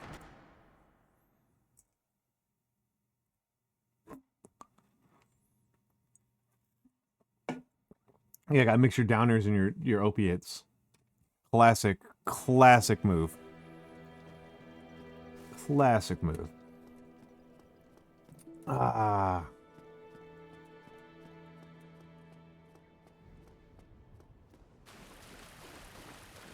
The Czech Legion's like a peak, like showing up and not knowing what the assignment is and then getting lost. They basically just like showed up and then like realized that their entire thing was completely fucked. Oh, hold up. And so they oh, that doesn't count. I'm not counting that one. See if I can... Alright, that counts. I'm counting that one.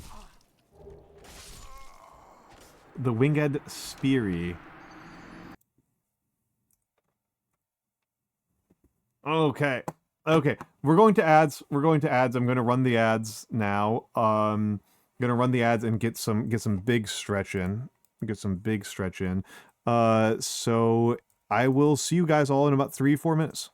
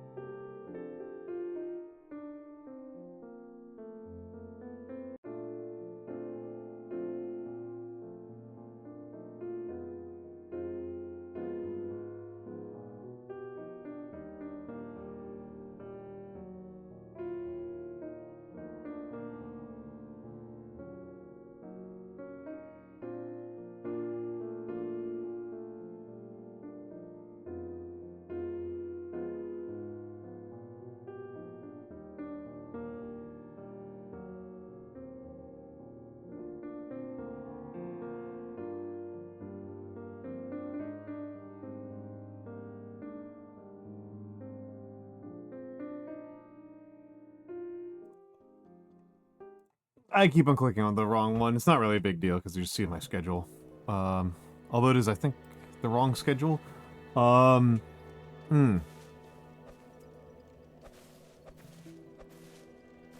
right.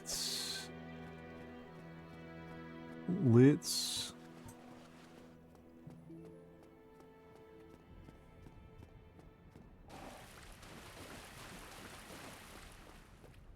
see.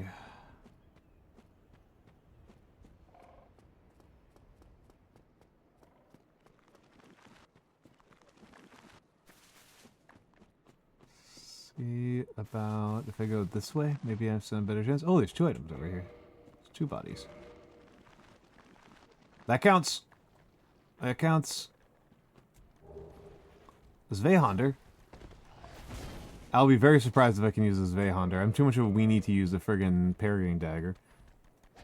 Ow, ow, ow, ow, ow, ow, ow, ow, ow. Binoculars, yeah! Actual useful item. Hell yeah, Death 200, and we finally are making some real progress.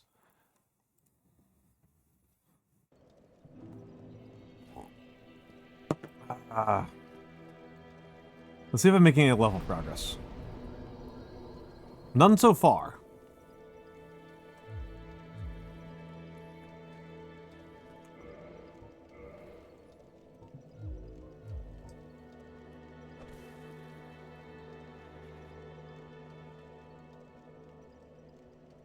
None so far.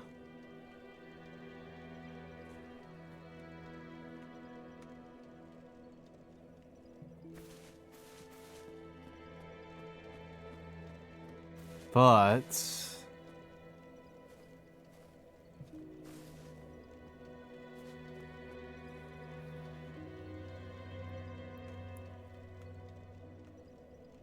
so binoculars were a starting item.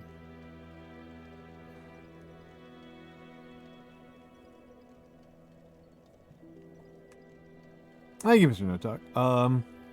Thank you for your consideration. So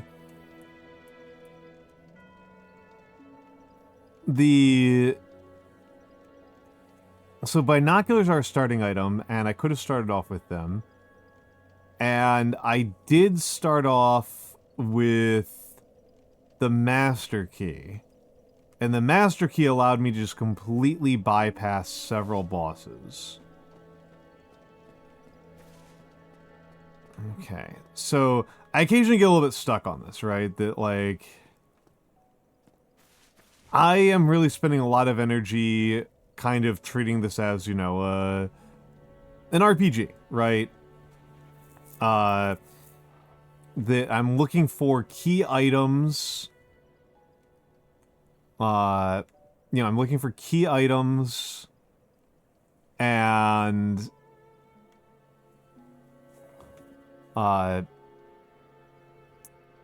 you know, ways to move through the environment, right? That's like a lot of how I'm kind of spending my energy. And but they only compose a small percentage of the items I get. A huge percentage of the items I get feel like they're just junk. Right? Like, you know, like reduces poison buildup and cures poison. Like, that's not useless, but I only have 1 of those and I get poisoned a lot. So that feels like it's much more useful for somebody who already knows how the game works and is like speed running. Right.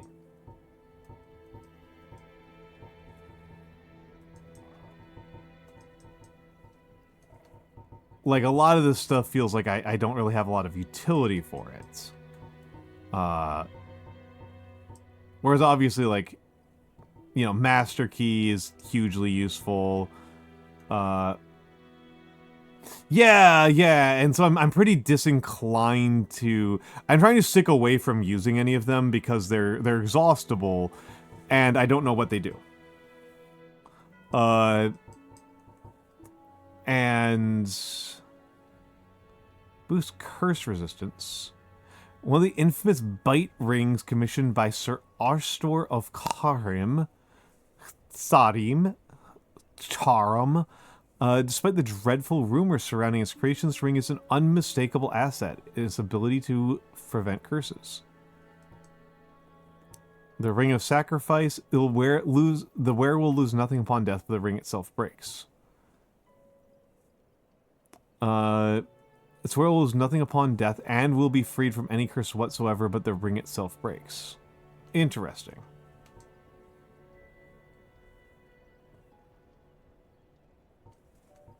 I do think it's really funny how much the humanity symbol is just a vagina. That's I've never quite gotten over that. Chip away a piece of my soul with your every word. I am sorry, I didn't think I was that wrong about the Czech Legion.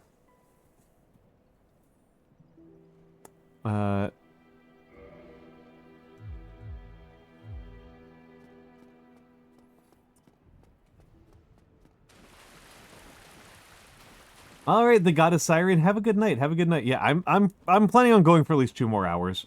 I don't want to push myself too hard because, like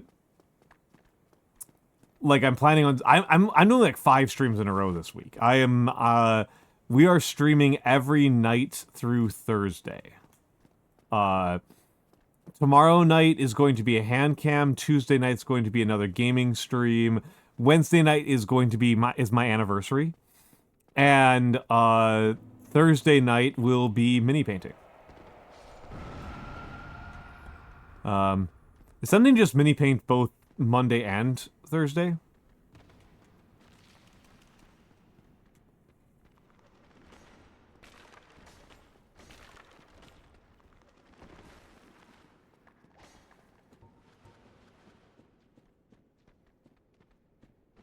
Waterfall.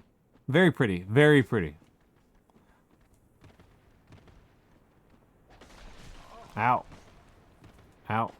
Whoop.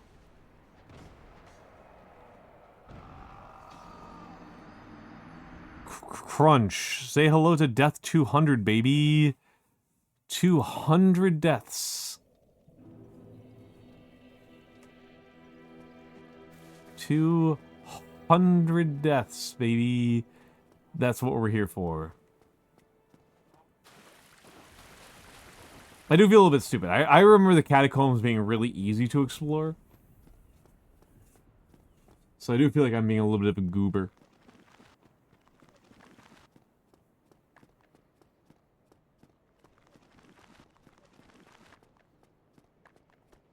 I feel a bit goobed up.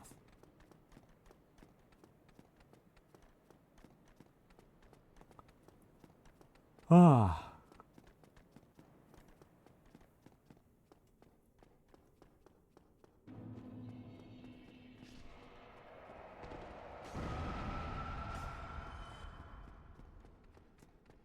Bonk. I can get down here.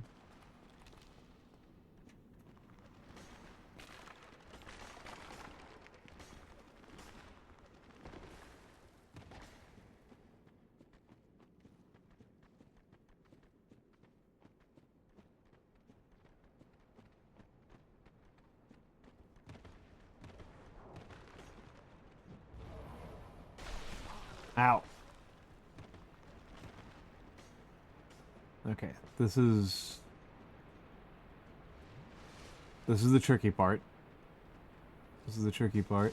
Oh, I need to remember to not run ahead of this guy, because I know if I run ahead of this guy, he kills me.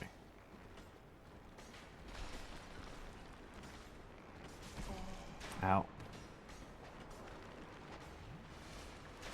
I'm mostly trying to get through here so that I can... I think I went the wrong way. Nope, I didn't. This is the right way. This is the right way. Well, they don't fall down that way. Here, this is where I want to be. This is where I want to be. Ow! Fuck me. Ow.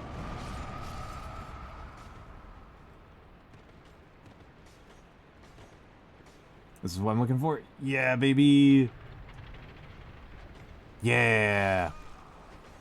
Congratulations. Congratulations to me. Successful death. Death succeeded. Death succeeded. I don't remember all that's in those catacombs. I think there's a lucerne, which is a very funny thing. I just always remember that because lucerne's a very just fun word to say.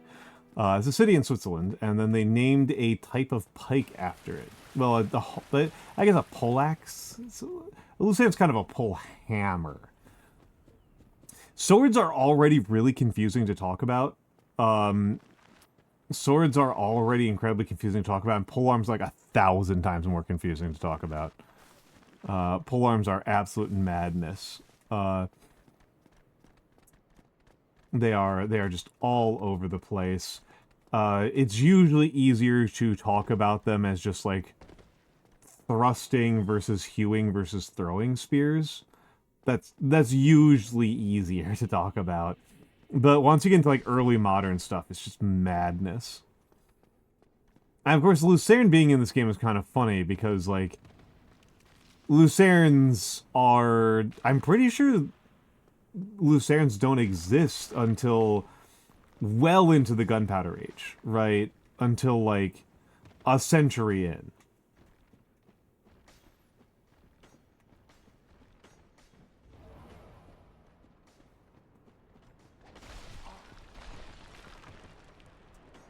Which, like, I don't think... Oh, dang it. Okay, I can't use that shortcut yet. Ow. Shouldn't have done that. Shouldn't have done that. Whoop. Let's just do this one quickly. Nope. Too slow. Too slow. Too slow. But yeah, there's something deeply funny to me about that, because it's like, I haven't seen any evidence of gunpowder in this game. I've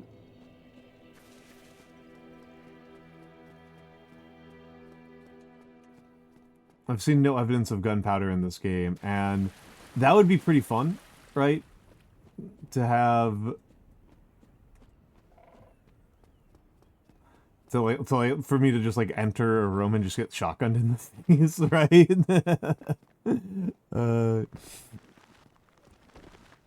It's like, we've had a god, we've had a boss that's a giant spider that breathes lava, and has boobs, and it would just be really funny if it's just, like, it was just a guy with a shotgun.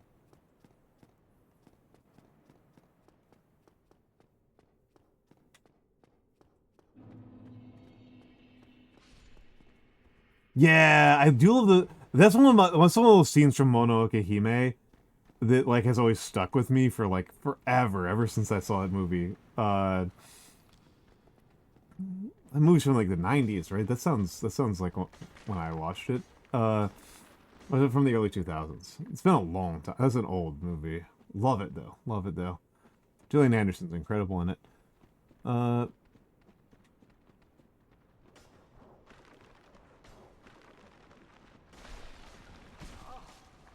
Defender of the deer stand. Whoop. Whoop. Okay, so I turn 1 footbridge. Yeah, the Dark Souls boss comes out with the blunderbuss parry. This fucko. Yeah. Yeah.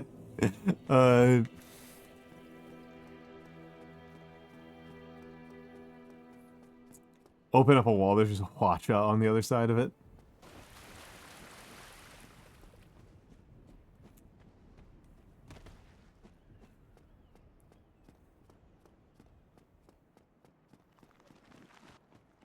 But yeah, those early, some of those early firearms are so gorgeous. They're just so pretty.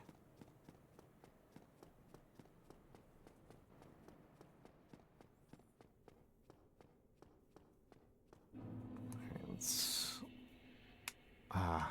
I like the catacombs, but hasn't been super kind to me this time. Oop. As these skeletons, not these guys right here, these guys are easy to get past. But these skeletons, like, right past here are the ones who were giving me, like, a lot of grief. Oh,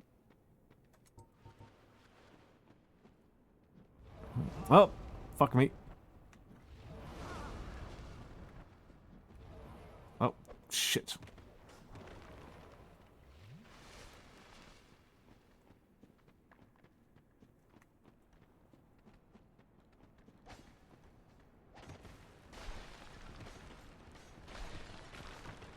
Okay, there we go. There we go. That worked. Okay. Ow.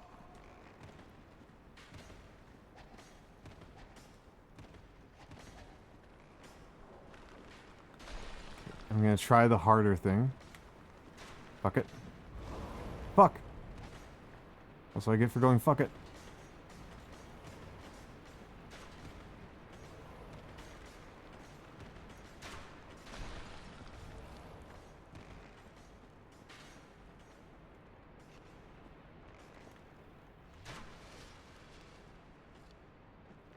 What is this way?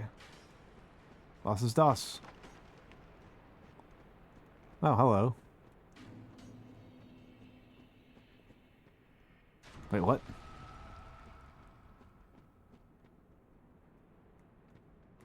Are you kidding me?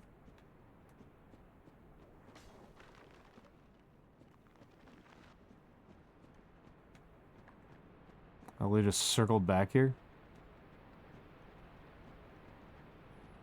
Skeeter, the chosen undead's back. Fetch me my scattergat.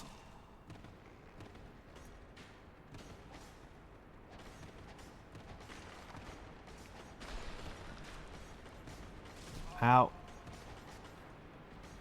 Nothing back here but me and these bones.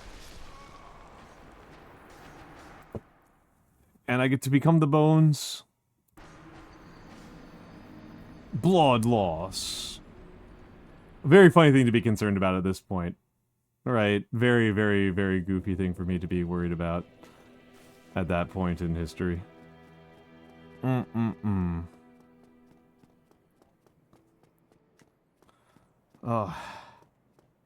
So I've been feeling kind of under the weather, as I've mentioned before, but I think I'm about a week out from having any symptoms.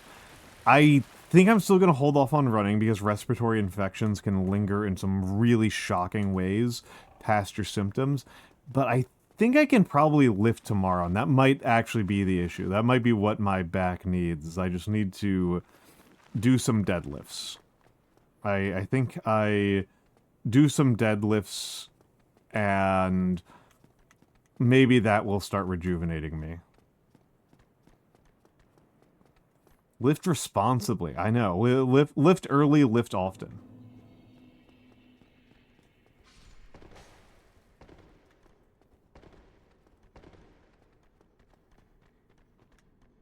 Very funny I just did like a full circle inside the catacombs. Okay, let's try to lock in here. Yeah, lift moss.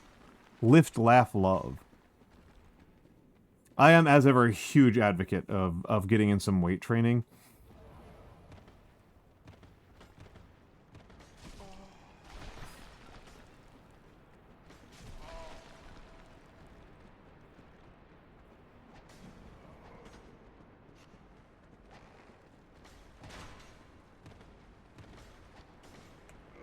Okay, and let's...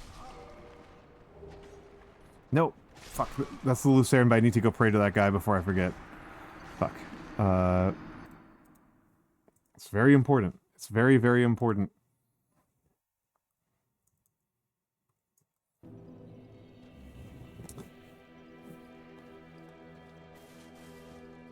Extremely important, in my humble opinion, to pay respects to the dead. That's like the most important thing.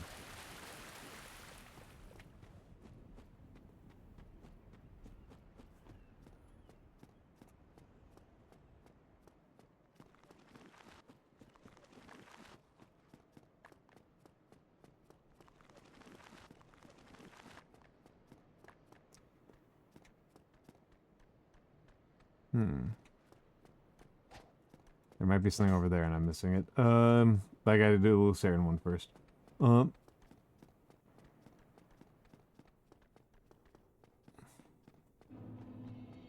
Pretty embarrassed by how badly I got turned around the other minute.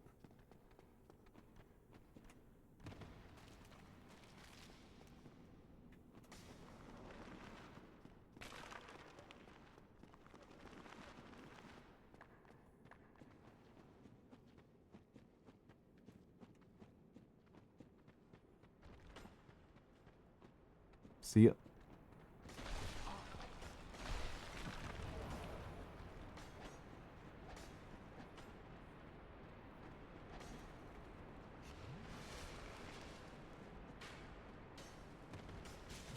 Oh.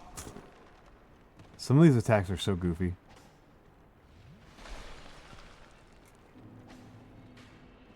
And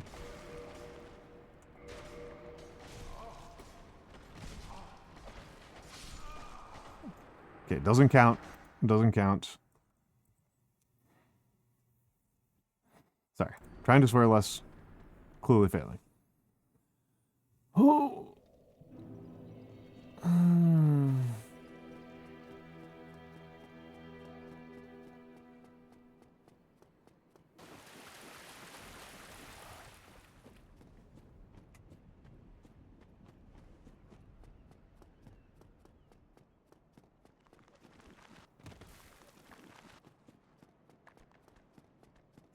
Let's keep on trucking. Let's keep on trucking.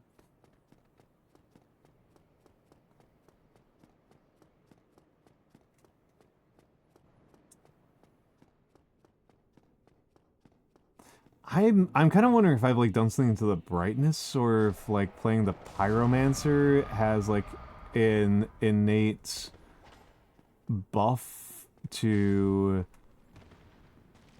light radius. 'Cause I feel like these were darker before. I feel like it was harder to navigate the catacombs before. I'm just doing worse because I'm I think a less skilled player than I was before. Oop.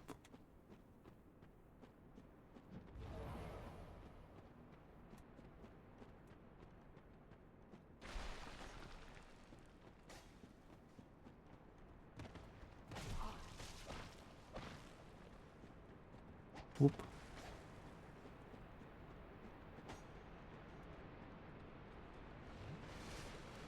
Fuck it. I'm not gonna get the actual question. The opportunity cost. Let me through, buddy.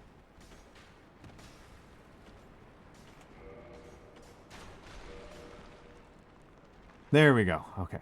Now I can die satisfied. Very funny if I proceed to not die. Oh.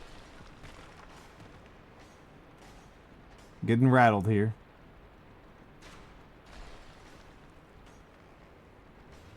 Ah, there we go.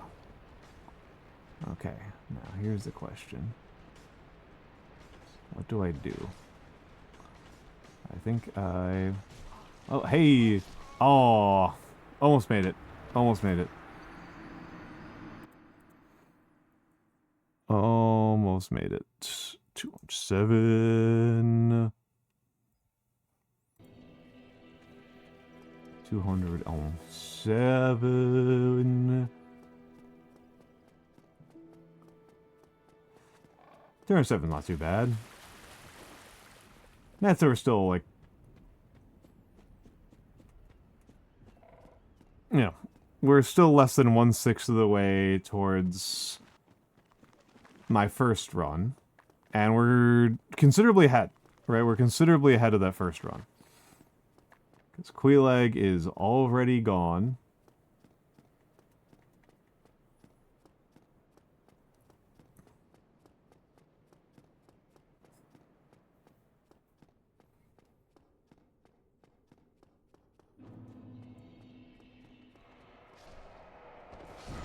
But my lack of access to Sif is a bad sign.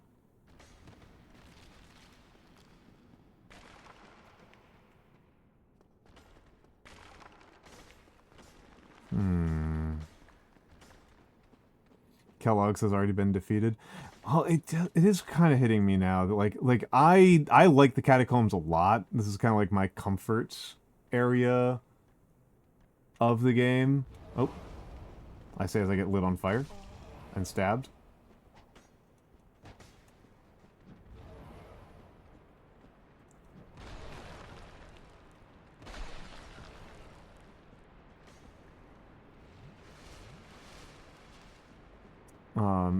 Whoops. Dingus there. So there's something up there.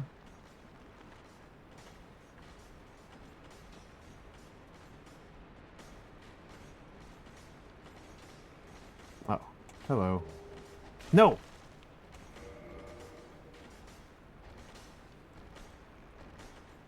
Okay. Dive, and chug.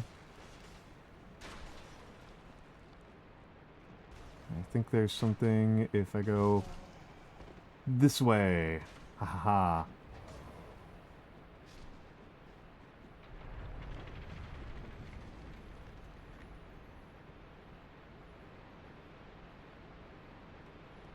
Good day. You look reasonably sane. What are you doing in the catacombs? Are you a cleric or something? Nope, I'm not. No? Well, that's strange. Oh, I know what it is. You've come for the trinkets, haven't you? Well, whatever it is. I'm just vibing. This place is treacherous. Do you watch your step?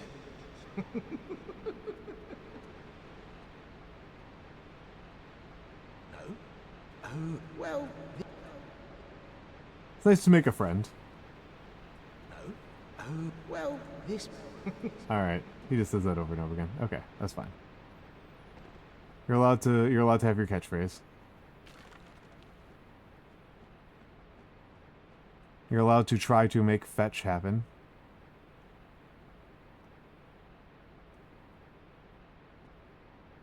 Is he gonna turn this thing? Yep, he is. I'm too slow. I knew it was coming, and yet, I wasn't fast enough. Skill issue. Got skill issued there.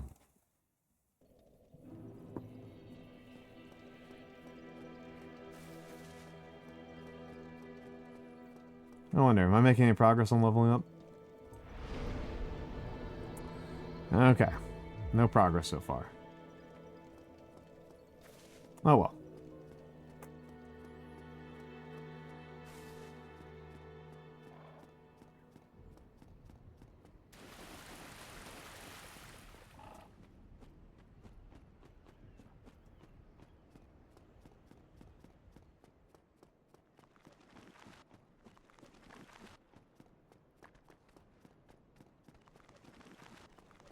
Sure, we'll get there someday.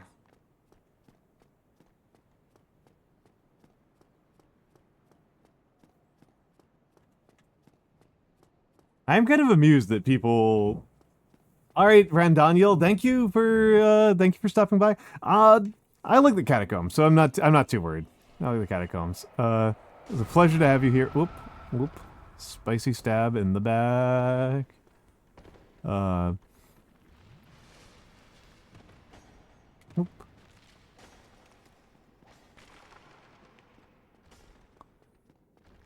Oh no, can I go yell at that guy? That spear guy?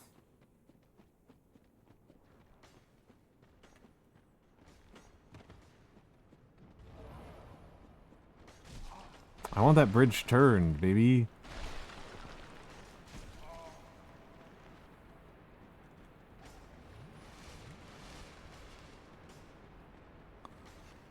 Yay, I didn't...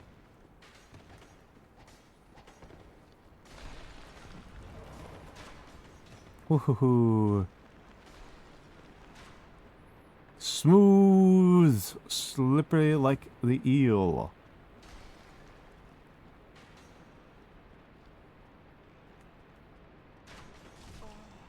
I'll just out.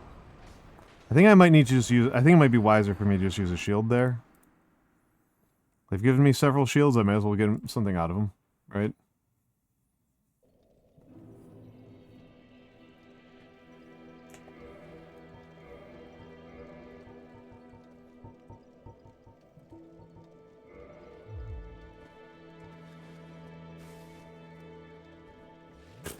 Whatever.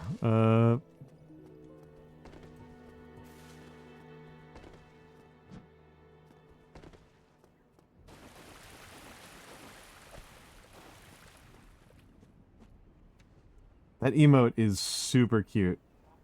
Genosake, that one's super cute. I like that a lot.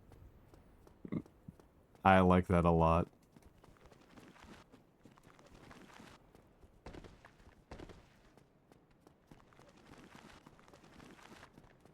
Big fan. Big fan of that little guy. The little guy's good. Is that like, that looks like a Twitch Global? Oh, do I not have that one? I've got Gritty Goose. I know I've got that one because that one's funny. But that's a cute one.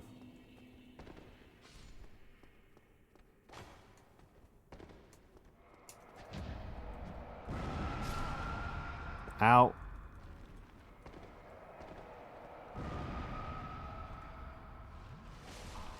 Ow.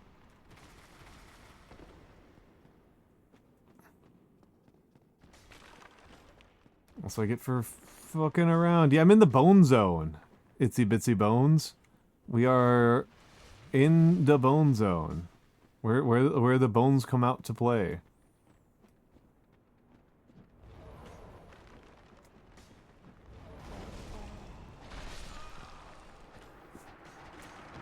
Where the bones come out to play. Well, not too surprising to me. The shield didn't help me there.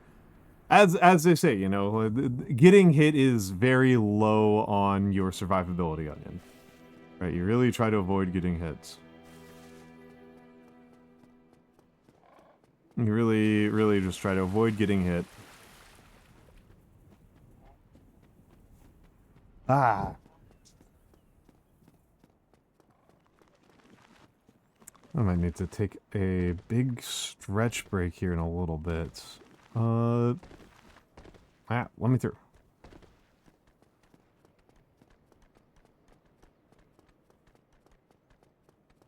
Probably after the next death, I'll want to stand up and...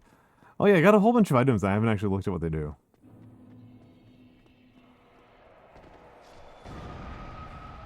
So the fact that there's a weapon called a Lucerne in this implies that Switzerland is canon in Dark Souls.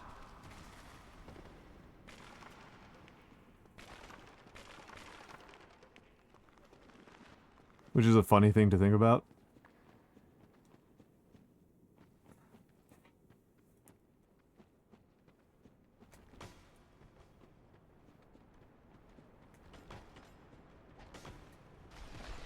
Let me through. Let me through.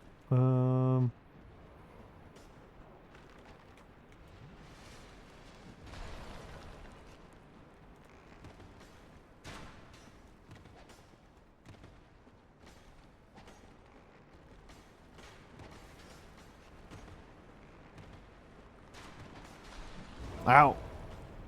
I'm getting rattled.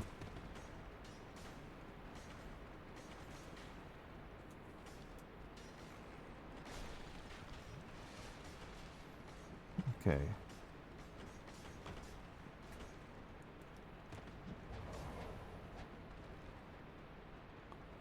Okay. Okay. They are chasing me.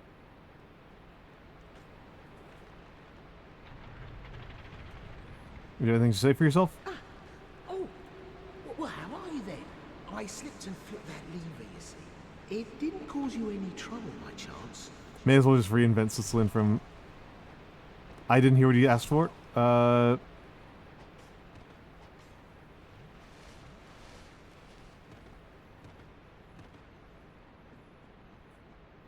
Let's go through.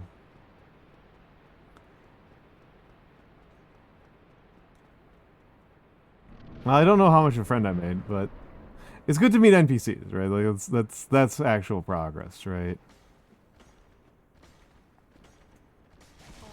Ow. Cocky of me.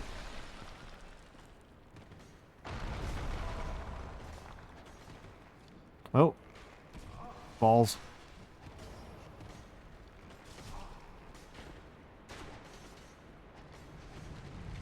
Ow! That's pretty funny. That's pretty funny. The good news is that I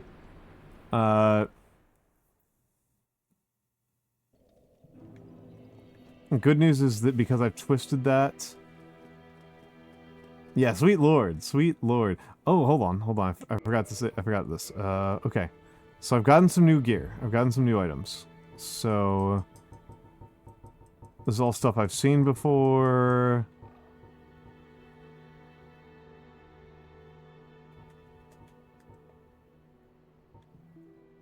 We've seen this before, and it doesn't make any sense to me. We've had all these keys so far.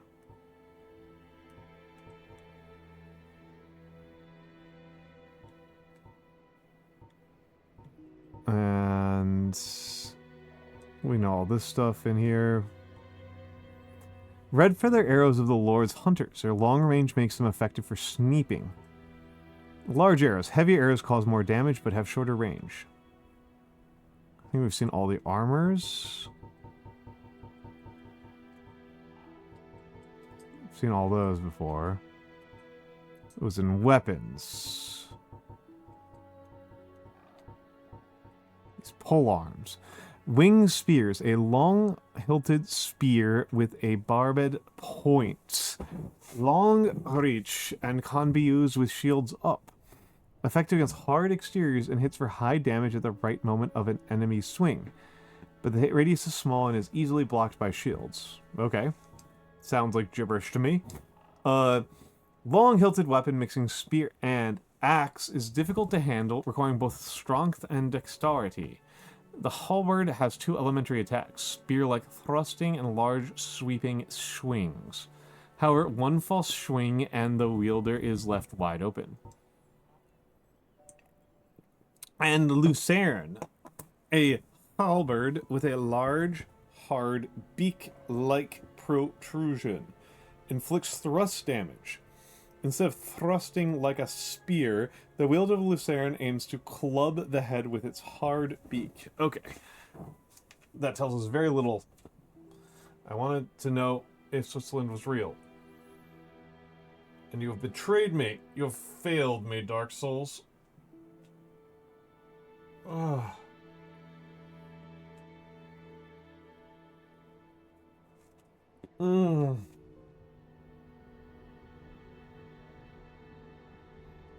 I'm getting up and taking a big stretch.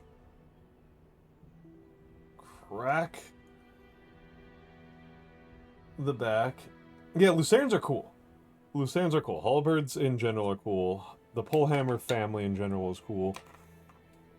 I'm gonna take a... Okay, leaning backwards, and I'm gonna fall forwards. Oh. Whoa.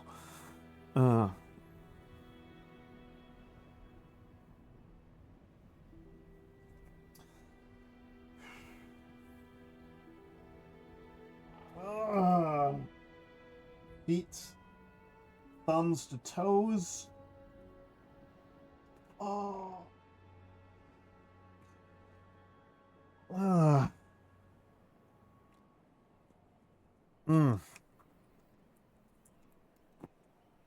Yeah, I think my head wasn't prepared for, my sinuses, I should say, were not prepared for being upside down. I can still do toe touches, but it doesn't actually matter that much. Like, for the issue I'm having right now, right? Where it's like my shoulders down to, like, my mid-scapulas are really stiff and feel pretty in pain. It's like rolling is helping. Like, shoulder rolls are helping. But...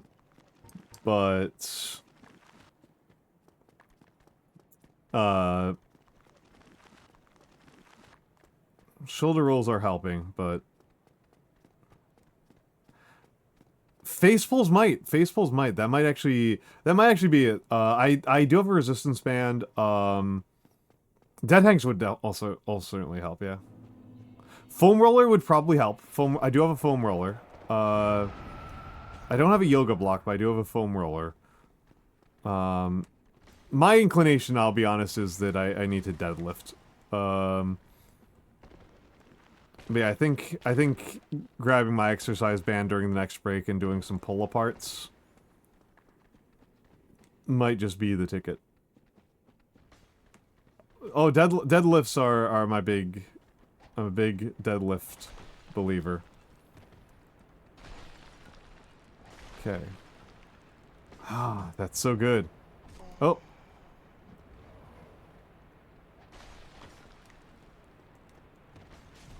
Ow. Ow.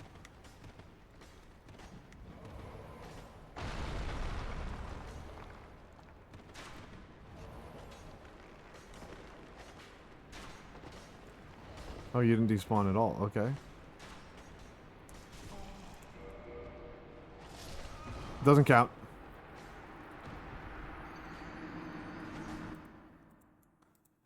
Doesn't count. Okay. Hmm.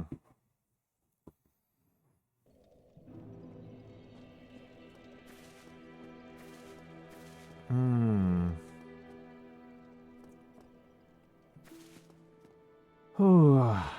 Let's think about this, right? Let's think about this. So, there's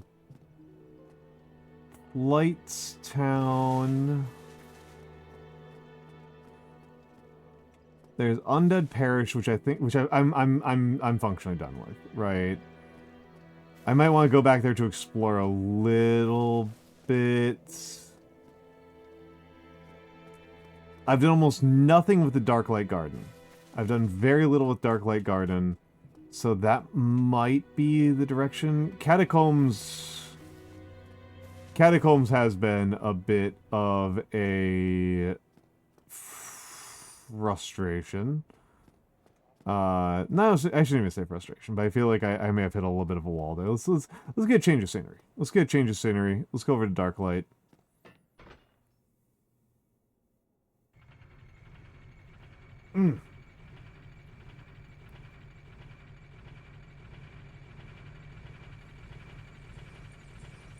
Yeah, I don't currently have like a pull-up bar set up, so I can't really do like hangs.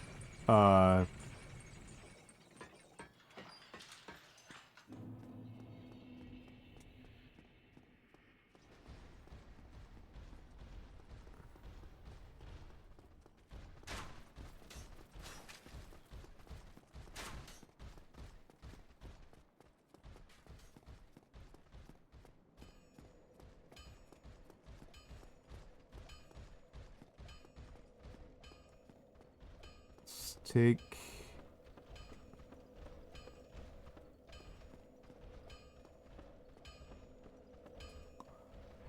a rest here. I was wondering if being at different locations would maybe change the level up cost or something like that, and like maybe there's some place where like the level up costs like decline so far that I don't know. I don't understand it.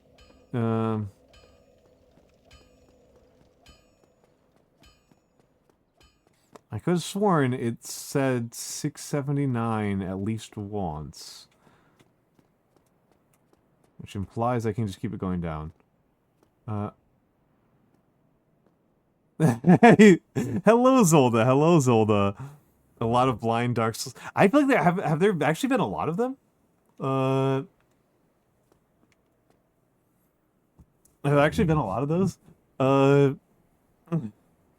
Yeah, just make fun of me for being bad at the game. That's fair. That is fair and good.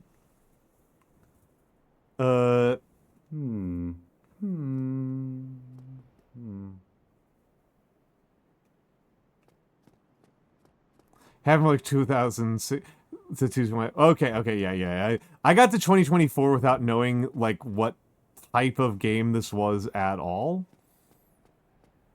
Yeah, I figured that was a transpose. I figured that was a transpose error.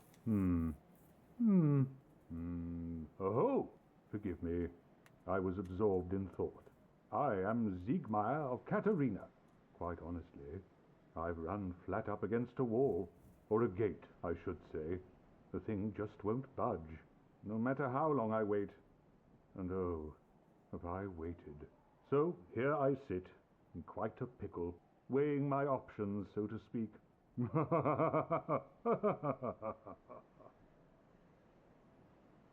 But yeah, this is a you know, yeah,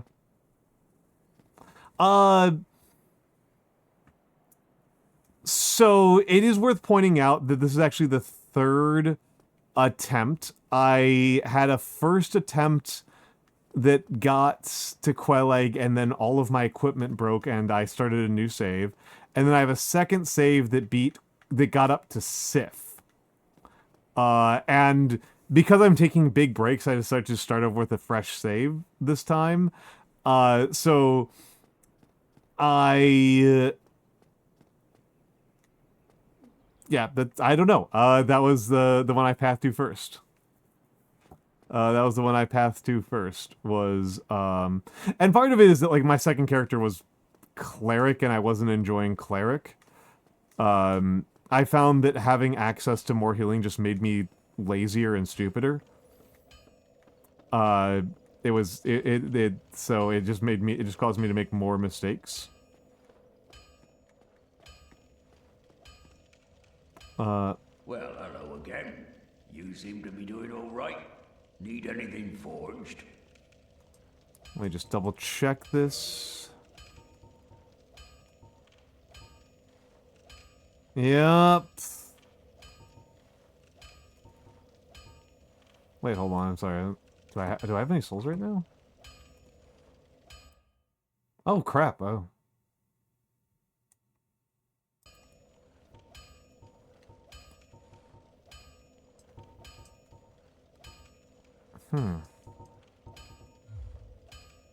I'll be seeing you then. Yep. Let's take a look down here.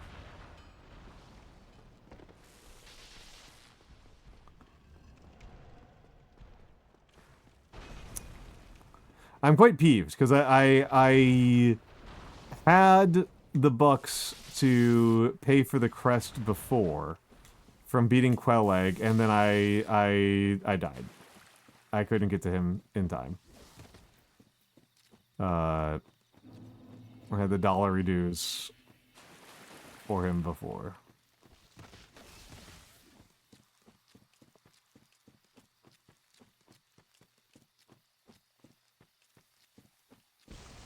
Oh, but yeah, Quelleg, on my first playthrough, Quelleg I died to over 300 times. So I developed I developed a certain affection. Locked by some contraption. That's a shame.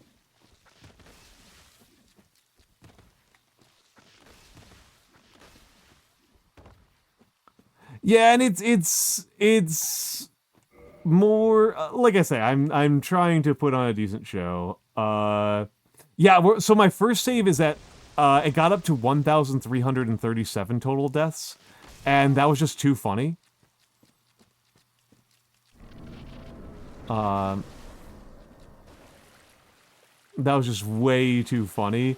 So I made a new save file. The second save file got to like 150 deaths, and here we are at 212. Gotta pay your respects. Ah, what? More junk.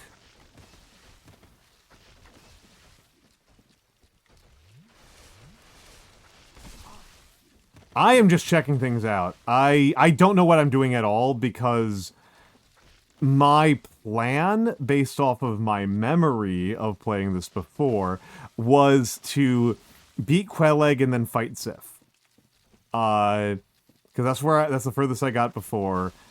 And now I'm kind of lost, because I don't have the ability to do that. Partisan. 213. But yeah, I do not... I really don't know where I'm going at this point. I am simply poking around to see what I can do. I'm simply poking around to see what I can do. Oh. Yeah, and I mean, it's, you know, it's kind of funny. I've never really played the, Elder Scrolls games. Like, I have more... Like, I never even... I got really annoyed at how over-tutorialized, Skyrim was, so I never got past the first, like, 10 minutes. But I did play a lot of Stalker. Oh. I did play a lot of Stalker. Didn't really play much... yeah, OG Stalker. I did not play a lot of Clear Sky. I don't even know if I ever actually played Clear Sky. I did play a lot of Call of Pripyat and Shadow of Chernobyl. And... I don't know, those games kind of left like a big impression on my mind. Like when I think about like what is an open world game. I mean, Oblivion produces really good clips. Like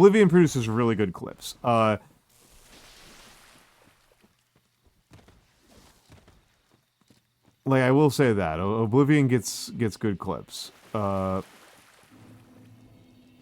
of Pripyat rocks. Hello, Adobot. Oh, you know, you've been here for a moment. No, I love Call of Pripyat. I love Call of Pripyat. Yeah, and it's that's what I'm really enjoying. That's what I'm really enjoying.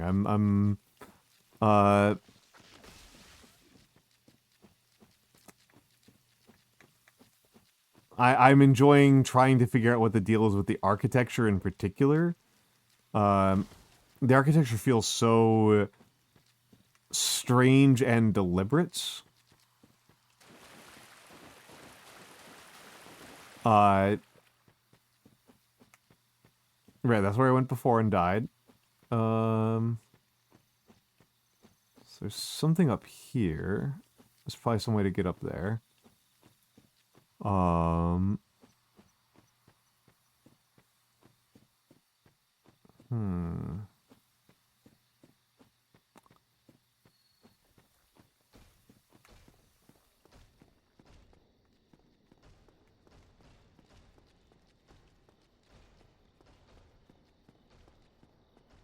Alright, I was thinking that there might be some way to jump off of the side of this. 'Cause I know at the top of this is the Moonlight Butterfly, and she's, one, going to kick my ass, and two, I'm pretty sure completely optional. I don't know. I think she's optional.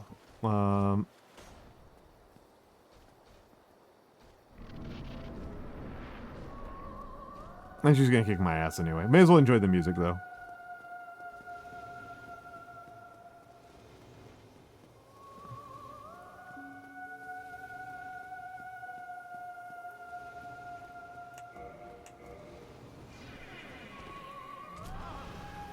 Yeah.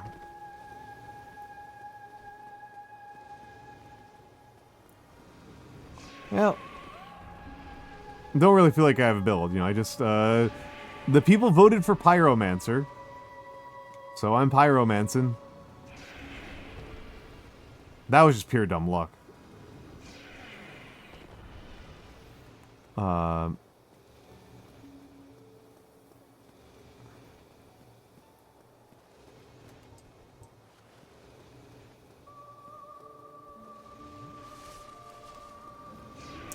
Yeah, I like being mobile. I like being mobile. Hello, Hakuya. Hello, Hakuya. How you doing, buddy?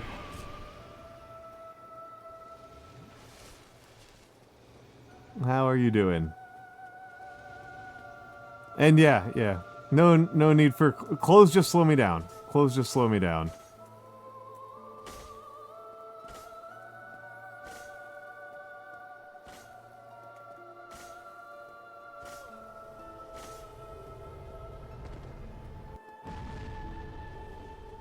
How did you enjoy it? How did you enjoy it? How did you enjoy it? How could you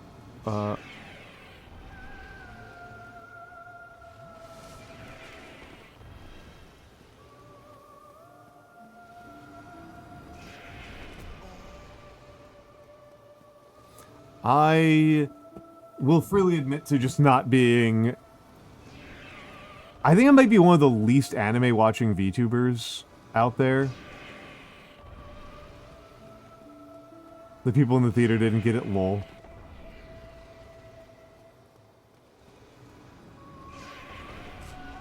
Ow.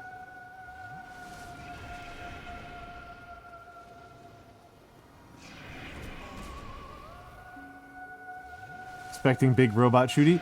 I mean, in fairness, that is kind of what you're primed to expect with a Gundam.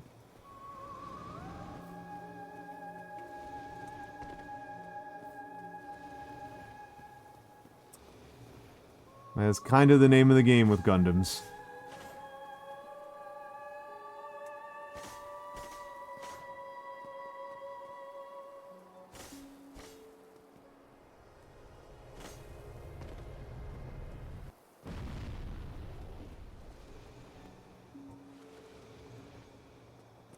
To me, Hathaway is just an actress, so I don't know what the dealio is.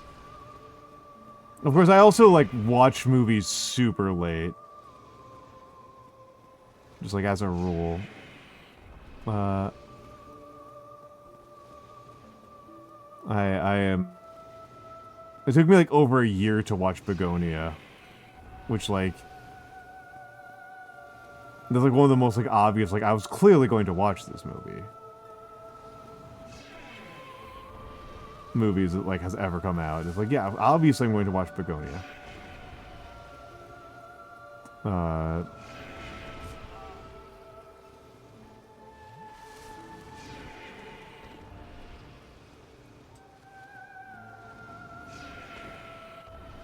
I didn't watch it until, like, this spring.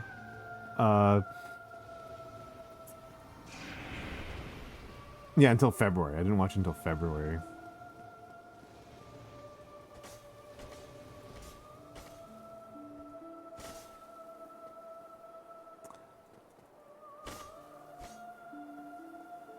Big chop.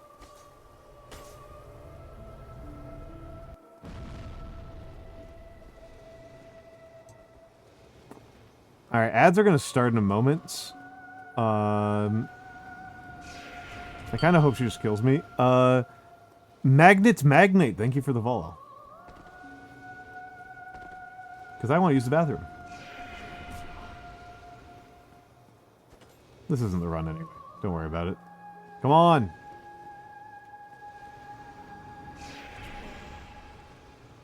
Are you serious? Alright, there we go. That one was a throw. I will admit that one was a throw. I'm not generally throwing in this, but that one's a throw. Alright. We're going to the commercials. I'll be back in a minute.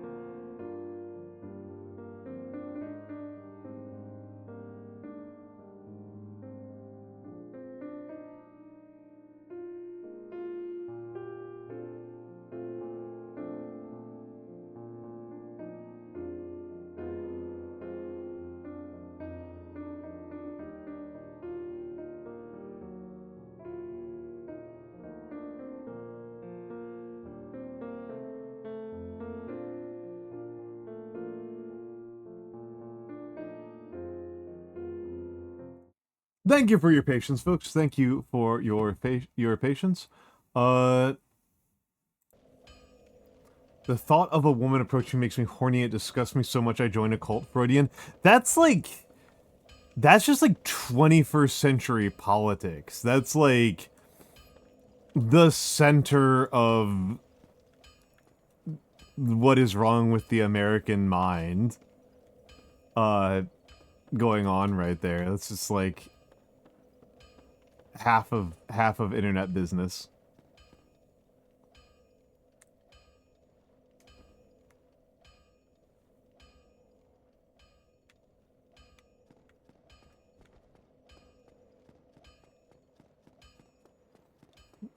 Let's take a look around up here.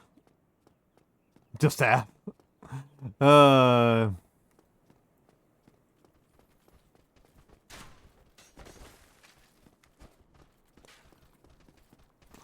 Good point, good point. I'm being crude with the numbers here.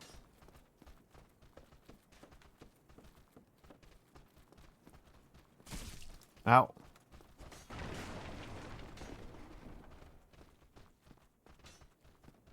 I don't want to be here. I've been here before and I didn't like it. I'll count it. Basement key. Oh! Oh ho ho! Key. That's the good stuff. That's the good stuff. Oh yeah, Zolda. That's like the thing that's kind of been like revelatory, right? Is that like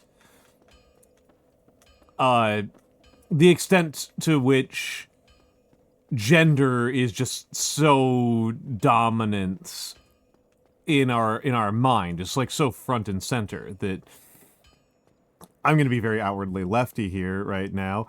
That like the entire process of the U.S. military adventurism today is a gender performance, right? It's you know, they're just doing gender and not like thinking through motivations or purpose. It's oh, we're going down here. There's no way. There's no way. There's no way.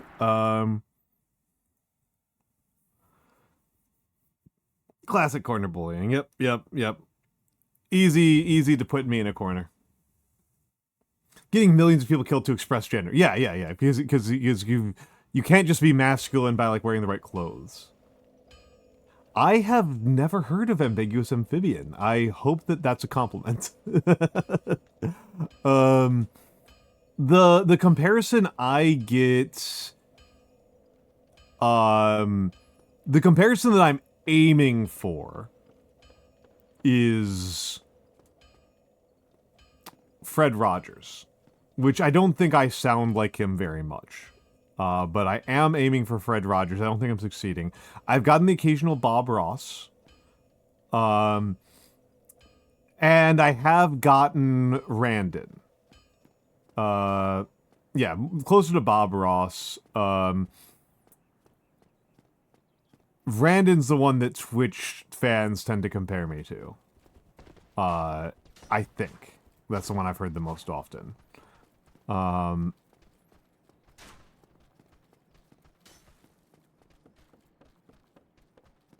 Old school PBS newsman vibe as well. I should probably start studying like I should probably start studying some Murrow tapes.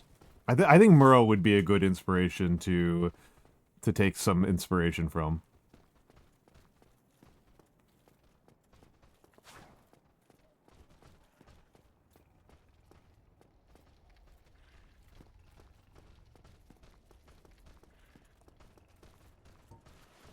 Oh.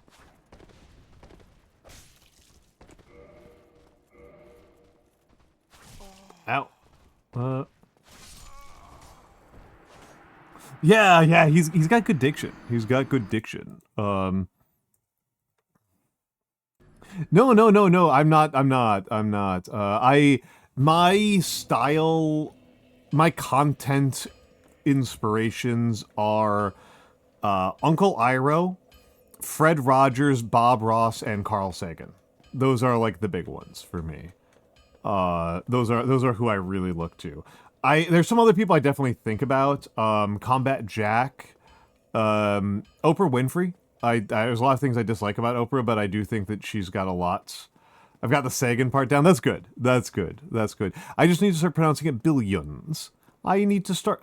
I don't really have his accent. He's a little bit Kermit the Frog in his enunciations. I have to pull my vocal sounds forward in my mouth to sound a little more like Carl Sagan. And certain slowdowns should be applied if I am to sound like that most famous of astronomers. Yeah, I'm a little bit throatier than him. Yeah, I do tend to do that. I think I also partially picked that up from Justin Rosniak. Is definitely a little bit in there. You know, yeah, yeah. There are some people who I listen to a lot who I don't think I'm imitating very much. I don't think I'm imitating Robert Evans very much, even though I listen to him a lot. You get some knowledge, some calligraphy, and some minis. This is true. It's true. It is really tend to just paint minis. Who's the other big inspiration? I heard you say Murrow.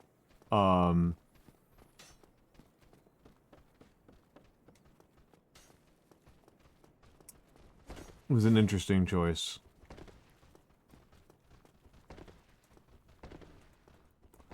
Spacey. Oh yeah, you've mentioned this before. Yeah, Spacey. You've mentioned the Spacey connection before. Yeah. Ow. Owned. Ah.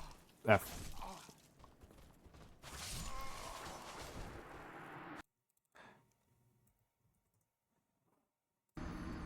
Yeah, Mix is understandably, I think, extremely.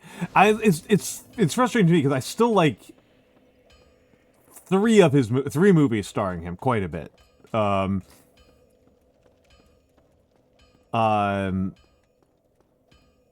I still really like. I don't really like Usual Suspects, but I think it's fun. I think it's a fun gimmick movie. I really like Moon. And I really like Baby Driver.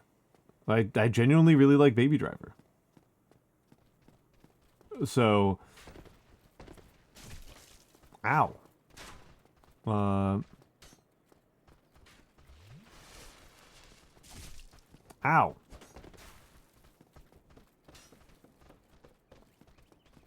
See if I've gone this way, maybe? Baby Driver is so good, and Spacey's really good in it, unfortunately. So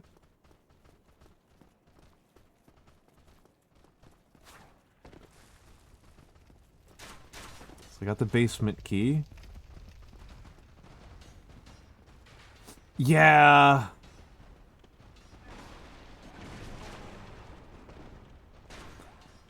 Yeah.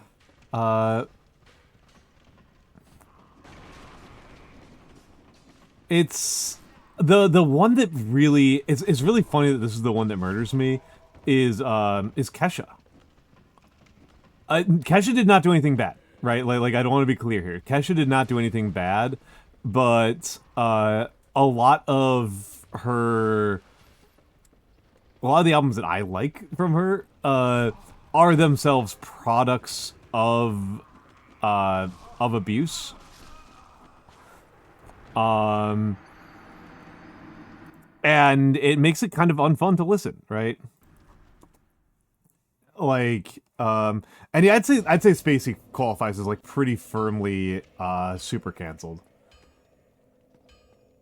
Yeah, that's kind of where I've landed on Gaiman. Gaiman, I got why a lot of people found Gaiman so important and impressive, But I only ever read American Gods, and I thought it was fine. Taints Good Omens. Yeah, I didn't read Good Omens, and now I guess I don't. It is actually rare to get canceled as Space G. That's quite true. That is quite true. In Spacey's case, like, right, like a non-trivial percentage of it is that he was just so belligerent about it. Oh god, yeah, Iced Earth. God, yeah. Yeah, Iced Earth.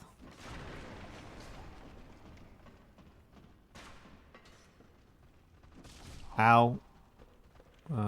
No! F me.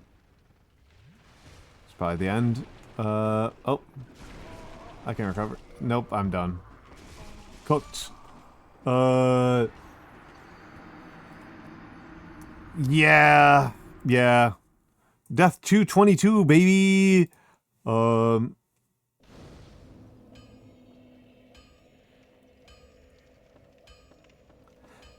And it's... I tend to feel like there's something of a spectrum to this, and that there's partially a matter of, like, time causes a bit of distancing. And...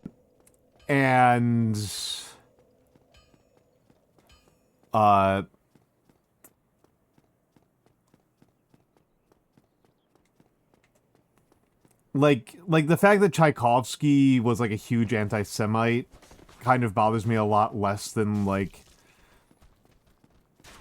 if somebody who's, like, currently alive is a huge anti-Semite, right? Like,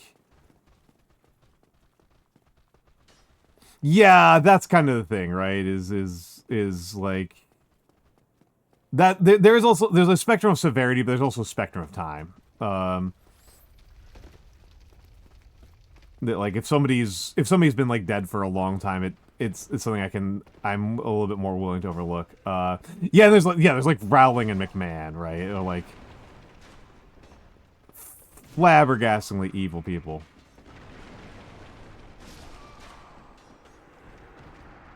Okay. Haven't figured out where to use the key. Yeah, being dead for over 100 years. Oh, he's the perfect heal. It's the literal death of the author. Yeah. People tend to over-apply the death of the author argument. In no small part because I think they misunderstand what Bartas was trying to accomplish with Mort d'Arthur, but it's but yeah, literal death of the author. Like in the case of, like, Rowling, it's just, like, so clear, right? Like,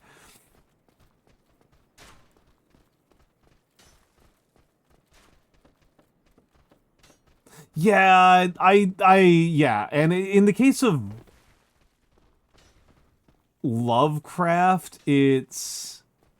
I mean, Wagner is a good case. Like Wagner winds up being a messier one because, like, Wagner was enough of an anti-Semite that, like, modern anti-Semites are capable of using Wagner as a, like, dog whistle for their crap. Whereas that's, like, not something that happens with Tchaikovsky, right?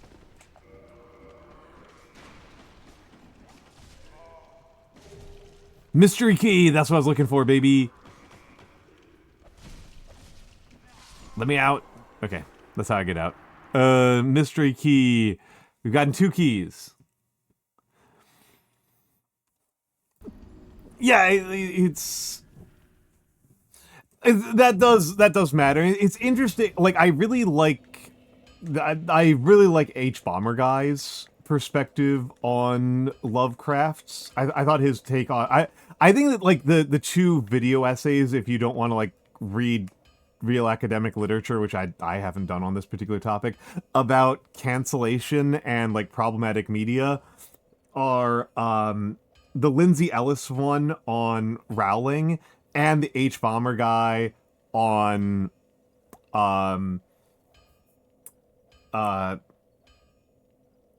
on Lovecraft. I'm actually kind of curious, like what is problematic about H Bomber Guy? Hello Jamie. Hello Jamie. Like other than being an Englishman who voluntarily moved to the United States.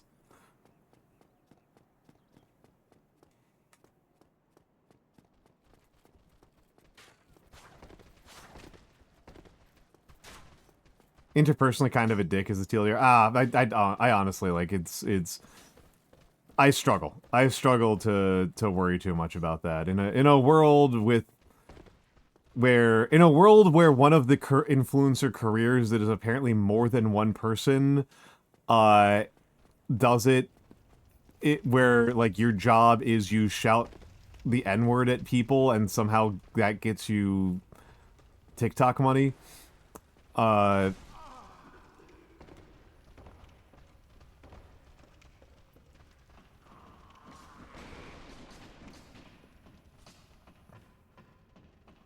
Yeah, he's I mean, there's the leftist shit side of it, right? Come on. No! Fuck. And hello, Emmerich. Hello, Emmerich Draws. Welcome in, welcome in.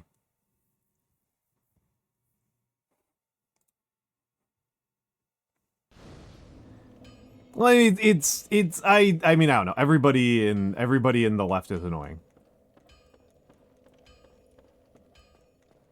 It's everybody in the left is annoying. Including me, right? Including me. I'm famously an annoying person. And that's just what it is. Just gotta live with it.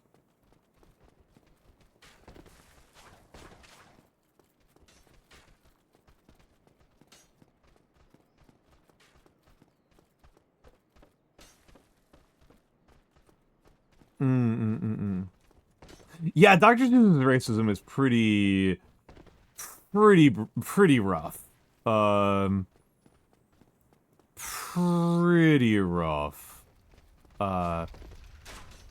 Yeah, I don't really worry too much about, like, other people not doing the things that I think are important, because I know for sure that there are people who very reasonably criticize me for doing boring, like, for doing stuff that's not, like, critical.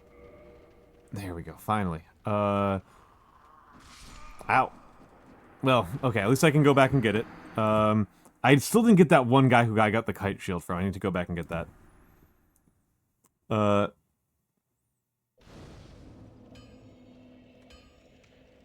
Yeah, no, it's yeah, being an online leftist is just the experience of being annoyed and being annoying. That is our brand. That is our brand. I think it's worth just, like, leaning into it and living with it rather than trying to evade it.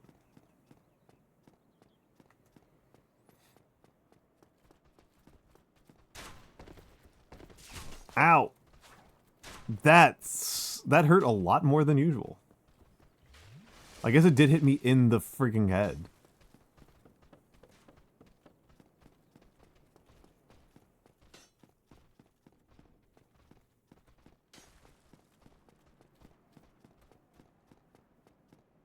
Ah, okay, okay. Yeah, this is your bugbear.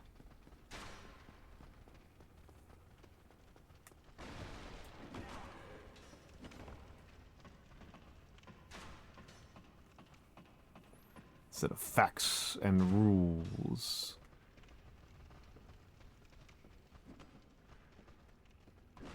Okay. Oh.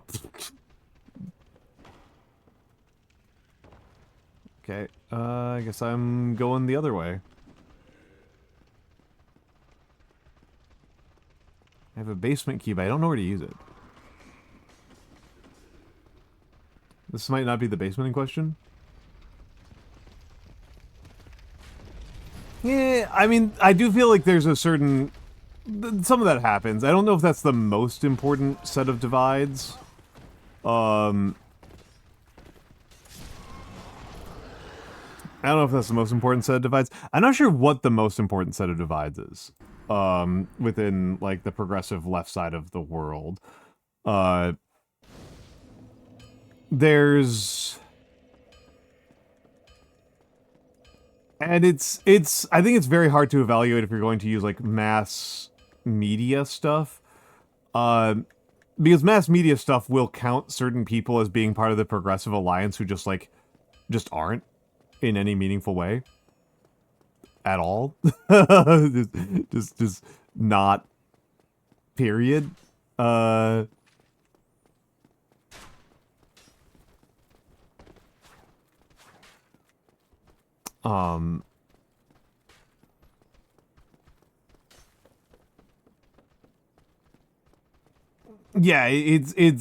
I'm specifically thinking like, you know, like, TERFs who speak at actual fascist rallies get counted as part of, like, the progressive movement, and it's like, that's madness.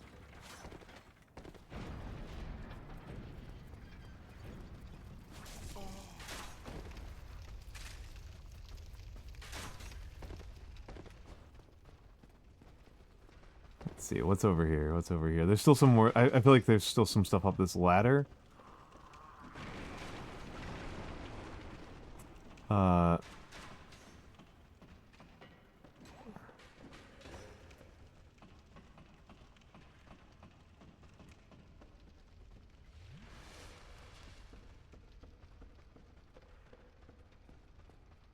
Oh, what's over here?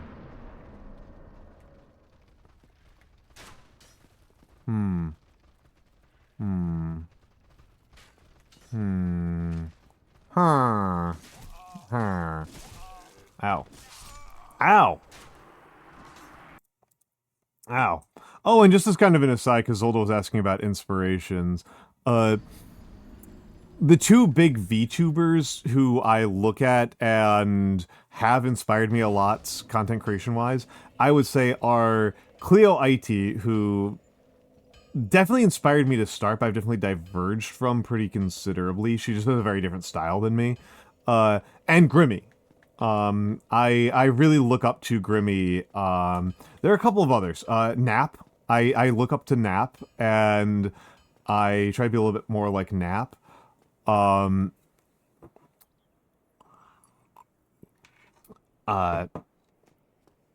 Grimmy's really good at it. Grimmy is really good at it. What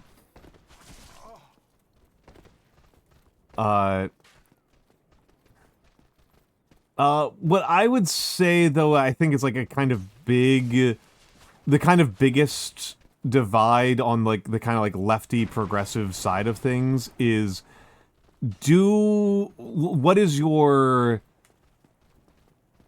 How much do you believe that, the structures that existing structures can be used for progressive ends?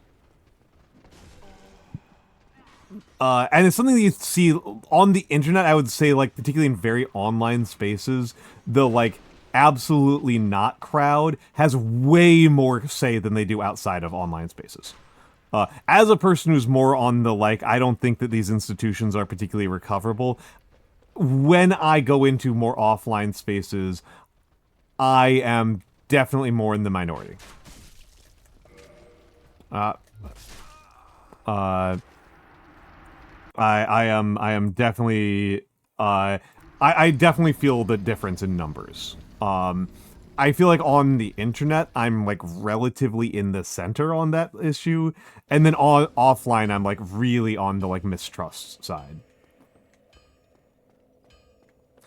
So it can be changed or can be managed. That's a good one. That's a good one. I do think that tends to be kind of abstract, but I do think it's a very important one, right? I think that's a very big one. And it's kind of interesting because the human condition, because I tend to think that there's a lot of things that can be changed and a lot of things that can be managed. So like death, right? Like, is death a solvable problem? And I'm like, I don't really think so. I don't think that death is one of those things that we're going to, like, engineer our way around. Do we want to solve death? Some people do. Some people do. Brian Johnson very clearly does, right? I'm just going for, like, a really extreme example, just because I like illustrating things from the extremes. Is it moral to solve death? Yeah, I mean, I mean, the fact that you're even asking is, like, shows that you have a certain alignment, right? Let's just chug twice while I'm up here.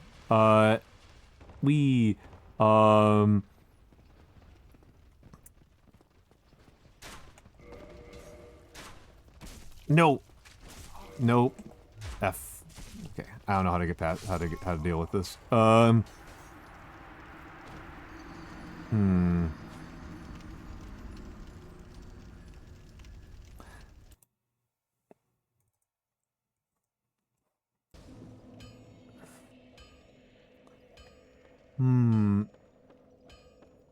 yeah,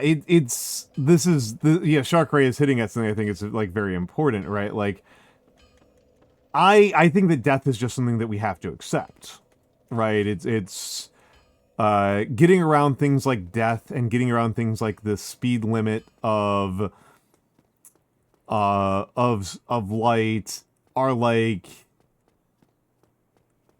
we just have to deal with that, right? We're not going to get FTL engines. That's just, like, that's just not gonna fucking happen. And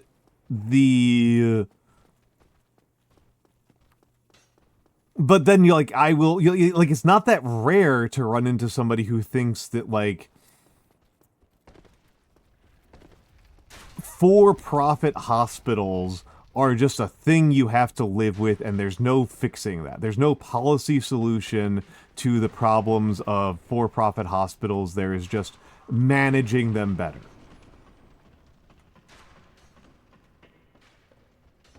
Which is, like, insane. To me, at least.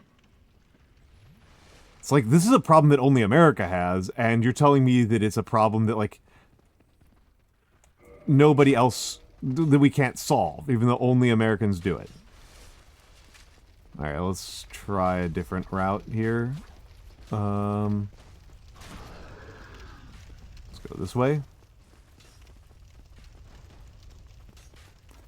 Yeah, Austria is, like, famously, like, the nicest country in the planet to live on. I'm quite envious. Okay, I'll take that. I'll take that. Ah, boo. I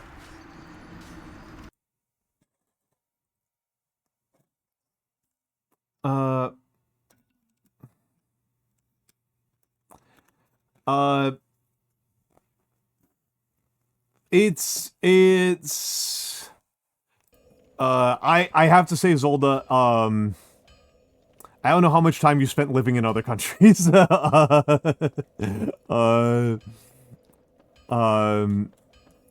are not the first Austrian I've had this conversation with, and it's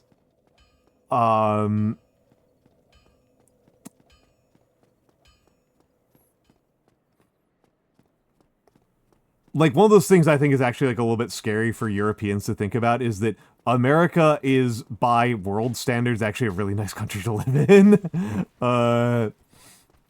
Like, even with all of the school shootings and medical bankruptcies and stuff, like,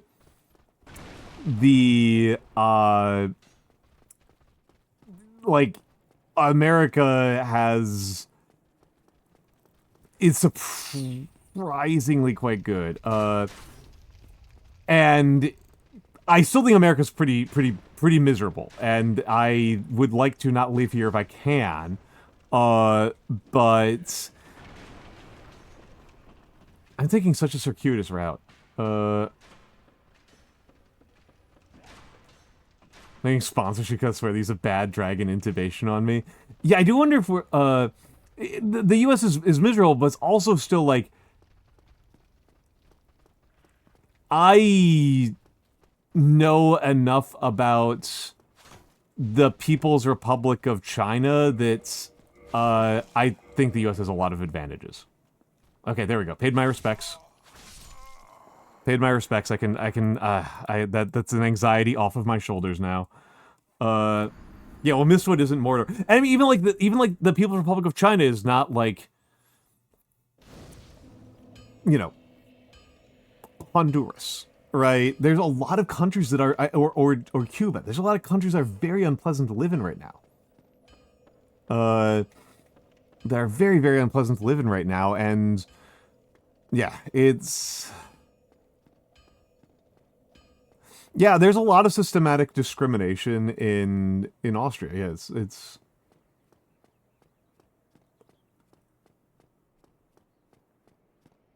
France, Netherlands, and Schweden. Myanmar, yeah, Myanmar, where people are like dying. I mean, Haiti would be the one that I'd like. Haiti would be like number one. I do not want to live here choice right now. But yeah, Myanmar's in an actual civil war. Yes, Sudan and South Sudan are having a lot of trouble. Ever since you gaslit people into believing you were just the... Yeah. No, nobody... I'm not saying that, like... I'm also not saying, that it's, like, morally... That, like, Austria's behavior is, like, a moral paragon. I just think that having actual public housing and public healthcare at the same time is quite good. That is actually where I'm going. So those are very sensible, reasonable policies that many more countries should implement. That's really the core of it. Okay, so I've already been up here. I've looped back around.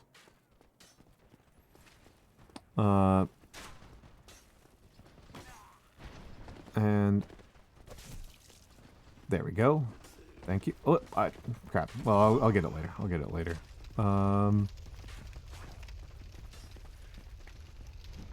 Let's see what's going on here.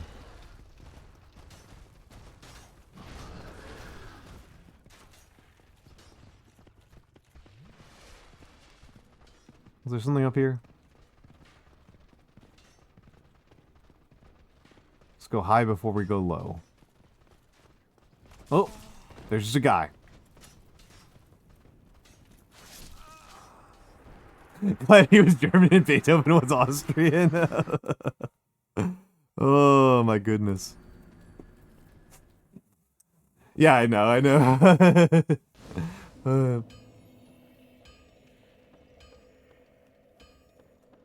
Yeah, the U.S. is relitigation, segregation of the 500th time. It's honestly one of those things that is, like, very spooky to think about. Of just, like, we can talk... I've talked to people who survived the Sri Lankan Civil War, right? And the gap between what the U.S. is experiencing in the Sri Lankan Civil War is just kind of, like, degree. Yeah, that's fair, Shark Ray. That, like... I honestly, when I talk with people who are less familiar with American politics, I always feel like the most important thing to understand about the United States is that it was founded as an alliance of convenience between people who found slavery repugnant but were willing to ignore it and work with slaveholders for, you know, a variety of reasons, much of which can be described as financial gain. And, like, it's very important, it's just so important to understand that, like, this is a country like, the question of, like, who gets to own people and who gets to be owned by other people is just, like, a major legal debate. Ow. Ow.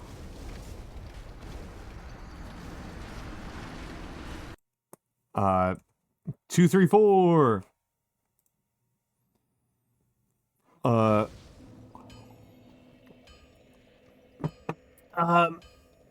Yeah, I mean, Canada's fundamental problems, one of those things, like, you really notice when you live in North America, and you, like, are surrounded by people who threaten to move to Canada every 2 years, is that Canadian politics is basically a race to be as conservative as possible without being more conservative than the United States. That is really what it looks like, is that the Liberal Party wants to be as right-wing as possible, and they just limit themselves to being less right-wing than the United States. Oh, yeah, the opioid crisis is nuts.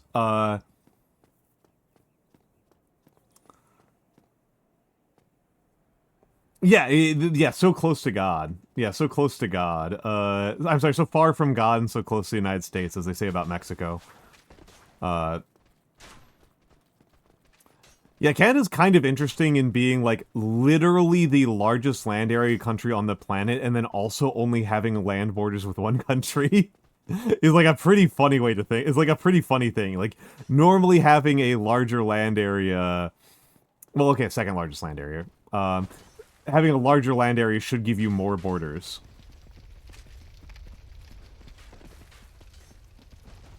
The cost of elevators being ruined. Yeah. Okay. Ow.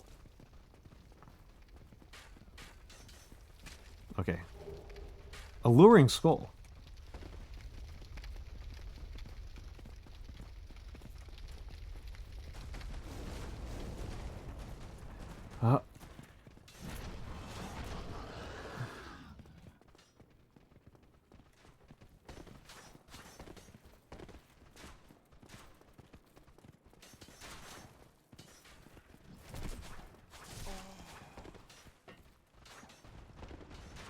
Oh, hello, rats. Where am I? Where am I? I think I know where I am, actually.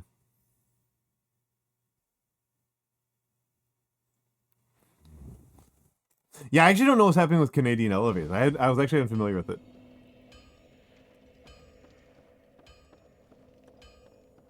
House in Toronto or literal European castle? Yeah. I mean, Mix and I have had extensive discussions about North American real estate prices. Upsetting.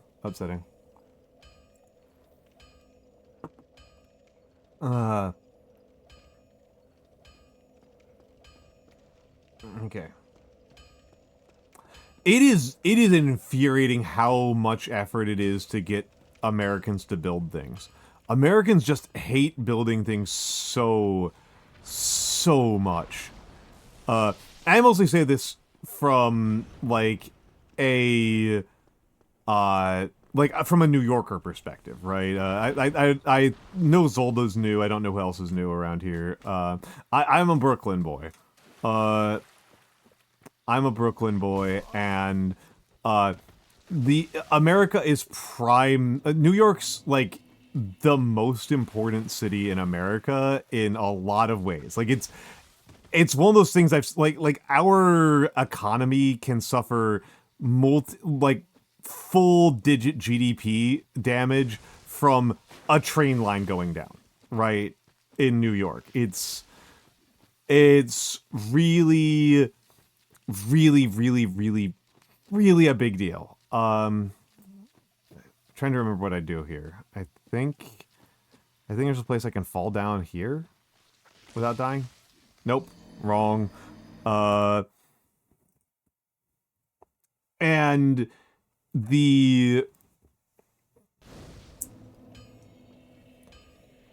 like, our subway system is really a product of, like, the 30s or 60s. Like, we spent 30 years actually building things, and now we just don't. Yeah, I'm good for them. Good for the Teamsters. Good for the Teamsters, like the conscience of America. Frankly, the super ego of America, the Teamsters Union.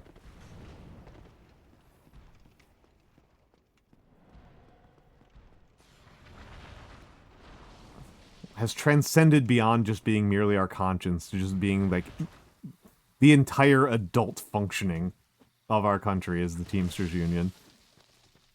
Yeah, I love Brooklyn. I love Brooklyn. It's the safest and nicest place I've ever lived. It's beautiful. It's amazing. Yeah, points to Behind the Bastards episode. Yeah. It's going to be such a shit show. I am glad that I don't. Oh, hello. I am glad that I don't commute for work anymore. Oh yeah, very, very lively culturally. Honestly, hot take. My hot take is that New York is actually better to live in than to visit. I think Brooklyn's actually amazing to live in. Having lived in quite a few parts of the United States, honestly, Zolda, I just cannot recommend visiting the United States at, like, just period. I even as an American, I prioritize not encountering ICE agents. Like, they have shown that they do not care about citizenship, and they do not care about any parts of the process of the law. They are just gangsters. I mean, I don't quite know what the timeline is going to be. I'm not willing to make that kind of prediction. I'm not willing to make that kind of prediction. I think of it as the fastest. There's a potential very fast way that things get handled, which is, if there is, you know, criminal prosecution. I knew it. If there's criminal prosecution for ICE agents, right? Like, whenever that happens, like, then the country will rapidly become safer.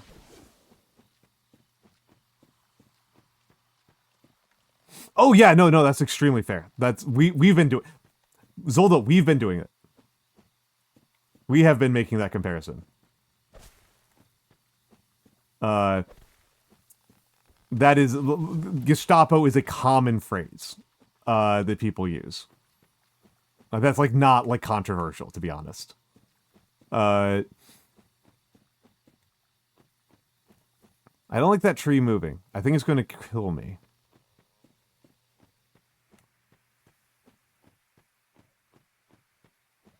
This is a new area, I think.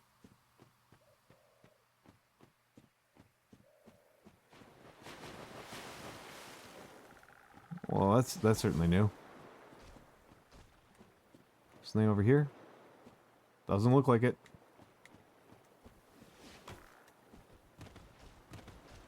Ah. Ow. Doesn't look like there's anything down here.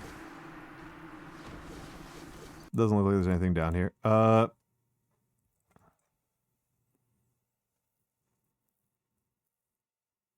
California high-speed rail. Hell yeah. Yeah, I think of more as brown shirts. That's pretty typical. That's pretty typical.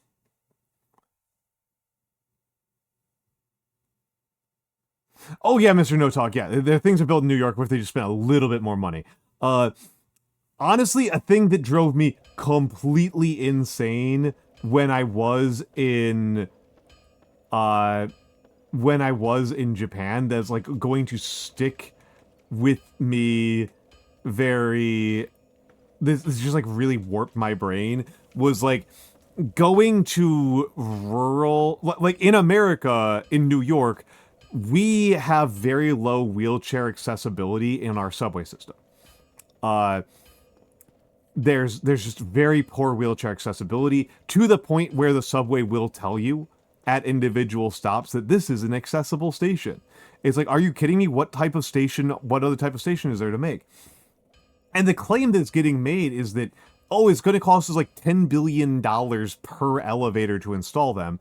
And then I go to Japan, and little podunk towns of 20,000 people that haven't had a positive population growth number since 1982. Those towns have level boarding and elevators and a tiny, but still present, museum in the station. Like, all of that. And it's like, they can afford a country that is substantially poorer than the United States. I spent a lot of time in Kyoto, and I was just so mad on the Kyoto Metro. I was coping and seething going through Kyoto Station on a daily basis. Like, and yeah, Japan has improved. It was not my first trip to Japan, and it was remarkable how much nicer it was in a lot of ways. That is sad. I did hear about that. Hokkaido, yeah, it's... Yeah, I'm very frustrated about that.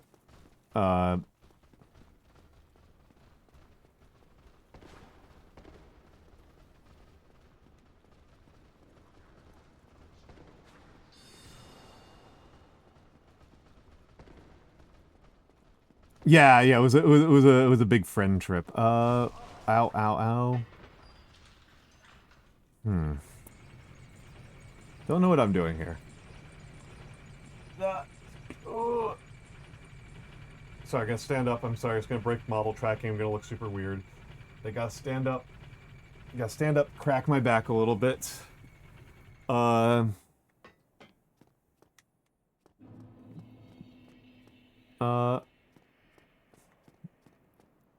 Crunch. I know more about, like, subway construction than elevators, unsurprisingly. And one of those things that's really fascinating is that Hong Kong is super expensive. Also, hello, Dr. Hidaka. Good to see you, buddy. Is that, well, still level 1.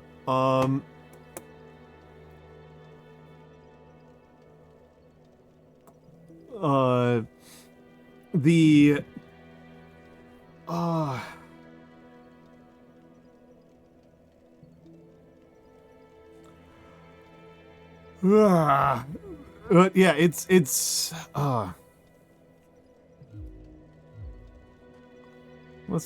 let's take a look at what I've got. Let's do a little bit of an audit. Unable.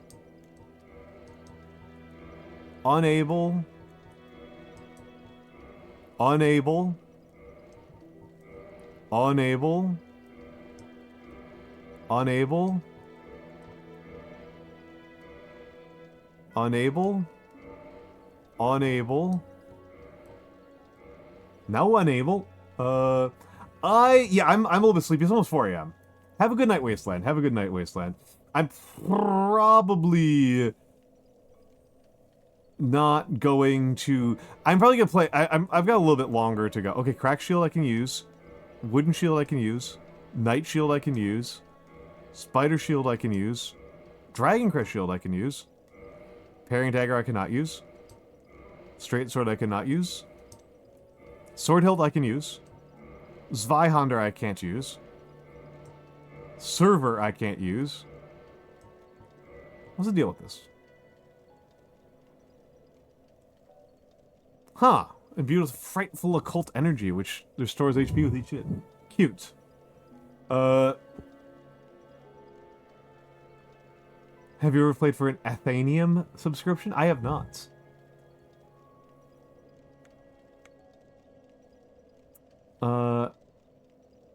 It's late or early, depending. But yeah, it's almost 4 a.m. for me.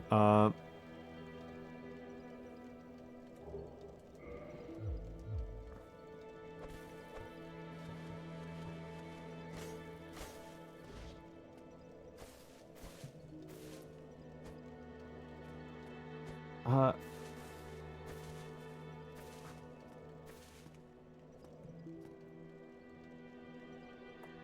yeah, yeah, and okay. We're going to the ad break. I will be back after the ad break, but don't expect to make it to another ad break after this. To be honest, Zolda, there's not that many tankers on the planet. I have encountered an unusual percentage of them, because I've done a lot of left-wing political activism in the U.S., and I think that a lot of them are goddamn CIA plants. And so they get to go to a lot of activism things. Yeah, yep. And they're just very, very loud. They're very loud online. They're very, very loud online. They're very, very loud online. Offline, they're loud and annoying, but they're very, yeah, like that's how it feels like to me. That's how it feels like to me. I think honestly, I think a non-trivial percentage of them are on CIA payroll. And I've more than once said to somebody, like, if you're not on the CIA payroll, that's just because you're bad at negotiating. Like, you should be, like, if you are doing this for free, that just makes you bad at applying to jobs.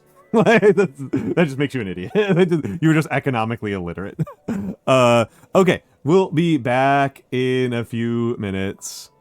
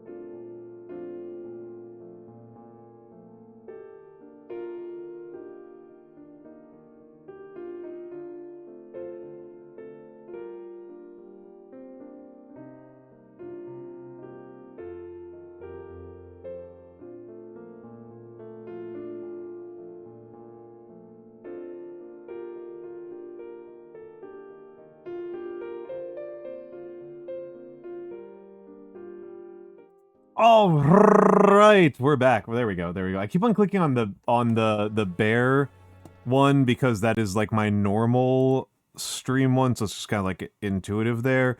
But no, we are using this one. We are using the frame source. Also, I'm just going to change a source over there on the bear one for a second. Okay, there we go. I'm back.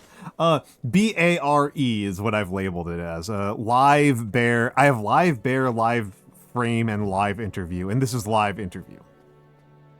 In case you're wondering. Yeah. This one is the bear one. This is the bear one, is what that is. It's just yeah. Oh, and I also have live chatting. Right? There's the live chatting one, live bear, and live framed. All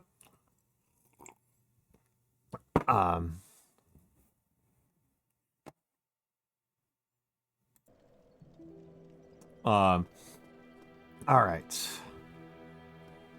Little bit lost on what to do. A little bit lost on what to do right now.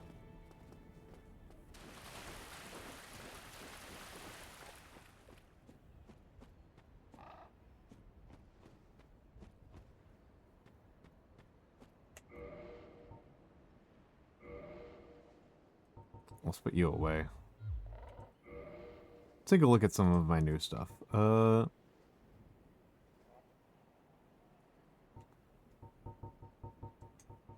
Alluring skulls. A skull with meekly lingering souls. Throw to shatter and spread souls to attract certain types of enemies. Souls are a concentration of life, and the life-starved hollows are lured by its power. Not effective for all enemies.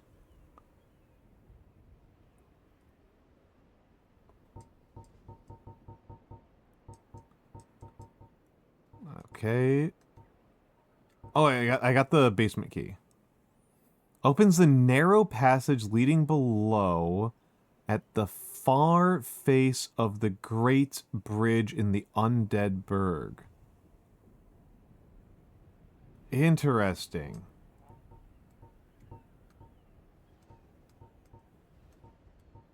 Oh, and we got these elite knight helms. Helm of a nameless knight, perhaps an elite knight of Astorga. Although he's loath to give up on his undead mission, he perished at the undead asylum and went hollow. Alright, alright.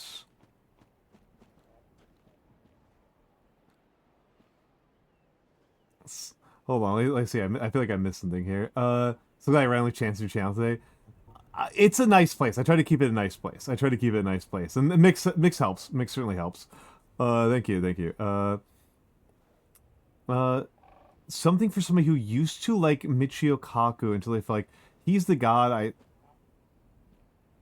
Wait, hold on. I'm gonna need you to clarify. He's the god I thought he was. I'm sorry, there's something that's not parsing to me there. He's not the god I thought I was. Okay.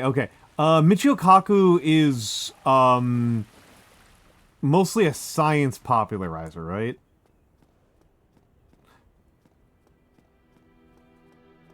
Yeah, it's a really good emote, Zolda.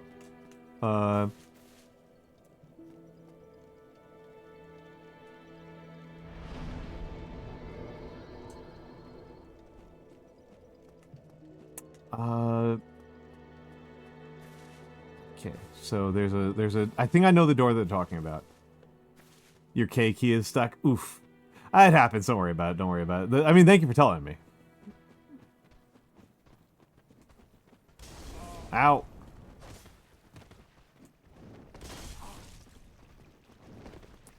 Can I get past this rat now? Let me through.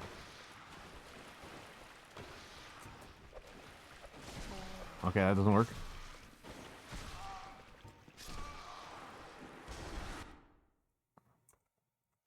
Okay.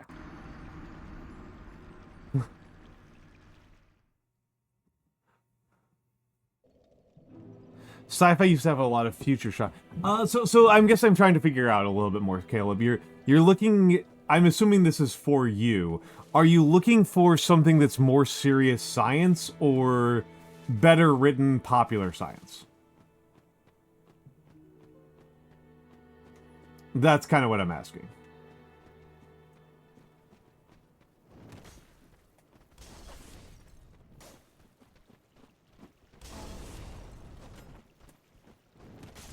Ow. Ow. I will also say I don't have a lot of recommendations that are like space specific, if that's what you're really looking for.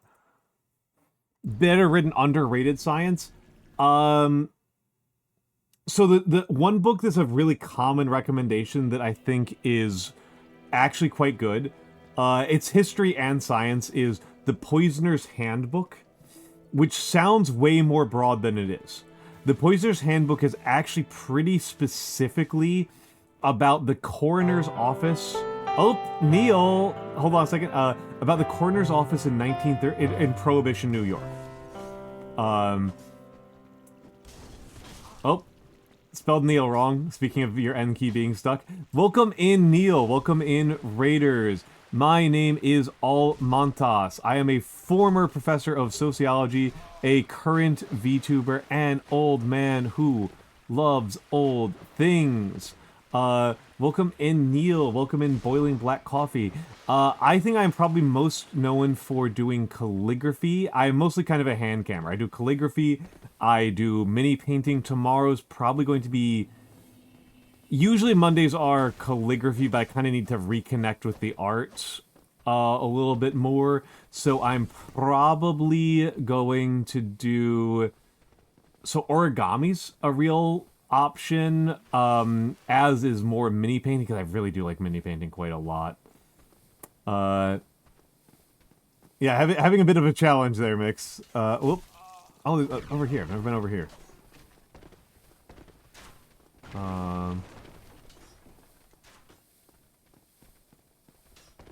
Okay, there's just some guys.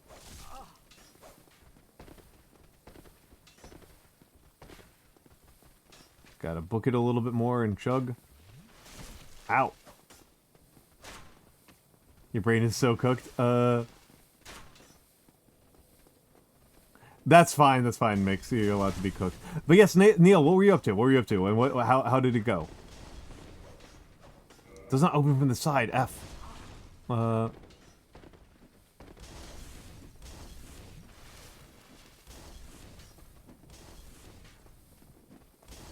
How do I get there? Whee. Slightly modded Terraria? And did you win the entire game, or did you like win a PvP match? PvP Terraria sounds very frustrating. Hello, Michan. The entire game, excellent. I've played a lot of Terraria, but not in a very long time. Oh, there's a guy down here who I've missed. Ow, he doesn't get stunned at all. I like to play it once a year, always a good time. I'm glad that you're enjoying it. I'm glad that you dropped your folks off here. I am doing a blind Dark Souls playthrough. I am a moron. I do not know what this game is supposed to be like or what people think. Oh my goodness. Okay. I will grab the manual invite. I'll grab the manual invite. And actually, you know what? I'm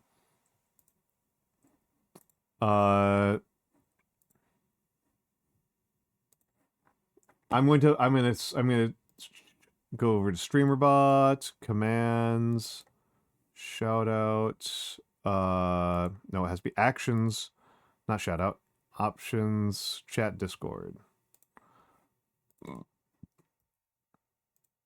Okay, there we go. There we go. I should do it. I am having a lot of fun, Neil. I'm having a lot of fun. I am having a lot of fun. Ow.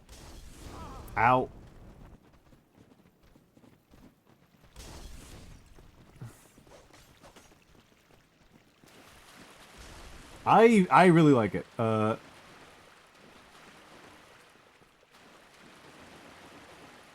Doesn't open from the side. Okay, at least this time I'm not poisoned. That dark soul of yours.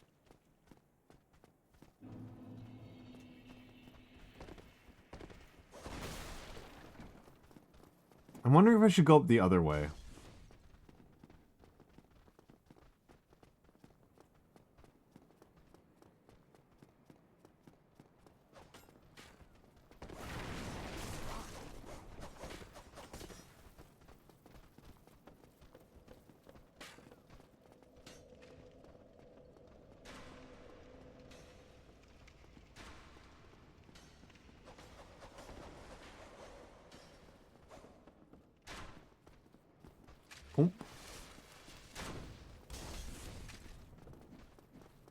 Yeah, I fixed the command. I fixed it at the command level. I should probably... Of all of the luxuries I should shell out for as a streamer that I haven't yet, I kind of think one of the more valuable ones is a permanent Discord link.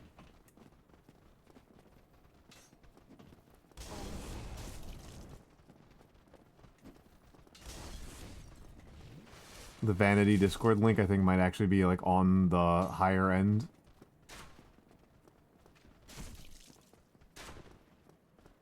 They're doing a pretty good job of winging me.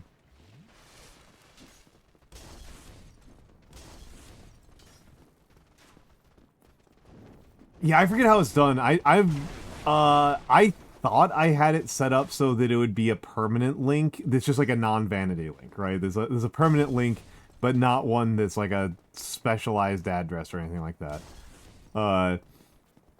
And apparently not.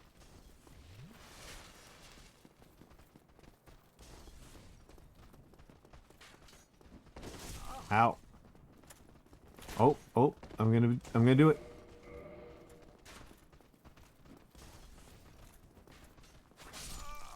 Ow. We can worry about it. I'm not gonna fuss about it right now because the temporary solution is fine, I think. Somehow the link that's in my about page doesn't expire, but whenever I use a link for the command, it always expires. I don't quite get what the deal is with that. Alright, let's see about... Is there some other way to do this? I think this might be the more efficient way.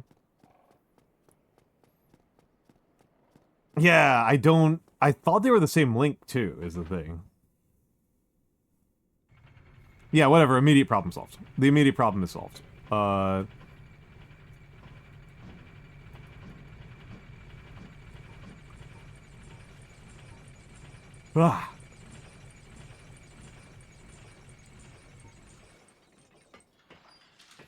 and I pretty much just want it to be permanent. Which is also a reminder, right? Which is also a reminder, guys, if you get mysterious DMs... just tell me. If somebody from my server is clearly like art spamming, is clearly like bot spamming you, just kill it. Just tell me and I'll kill him. I just kind of accept that it's just kind of part of the bargain I have made that it's just kind of part of the bargain I have made with the world that this is an open invite server, and people are going to join it and then get hacked. One of my old mods, one of my former mods, who's been in the server for literally 2.5 years, right? She literally joined the server when I was at like 2 viewers.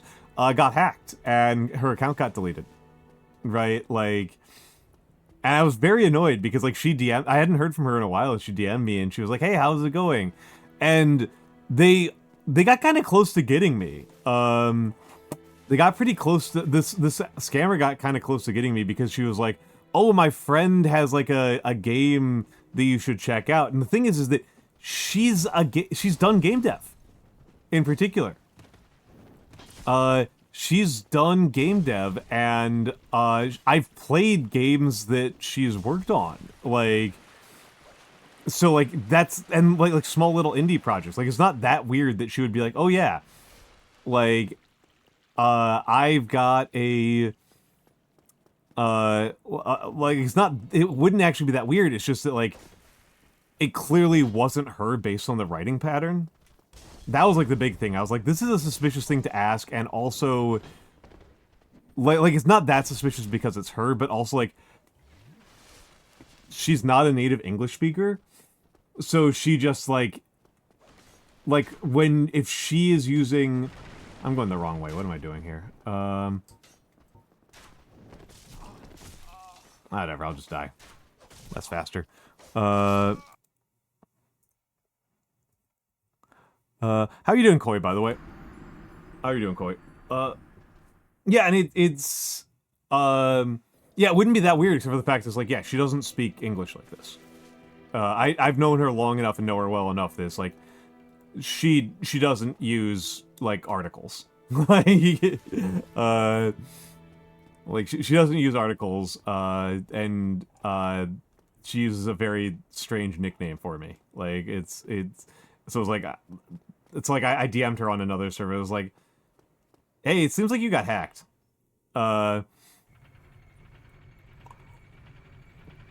So, like, that's, I just like the fact that, like, people who do that are going to be in my server is just a risk that I have accepted.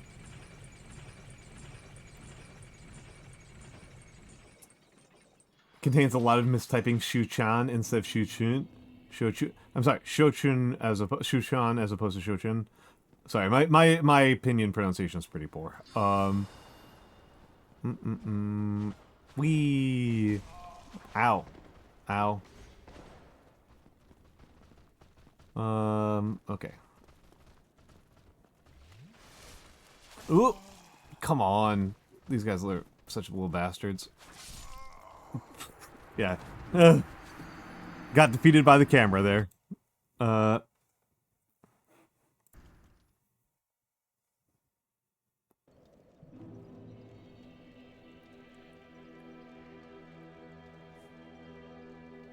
Japanese honorific, it's Chinese for beautiful spring. I mean, CHAN's in a permitted syllable in Chinese, right? Am I misremembering? Again, my Chinese is very poor. My Chinese is extremely poor.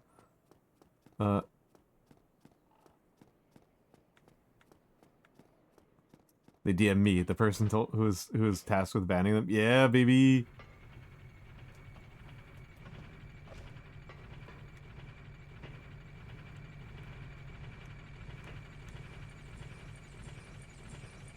Oh, mild corruption of Chun. Okay. Okay. Okay. I definitely don't know, like, the specific constraints on Chinese naming conventions. Well,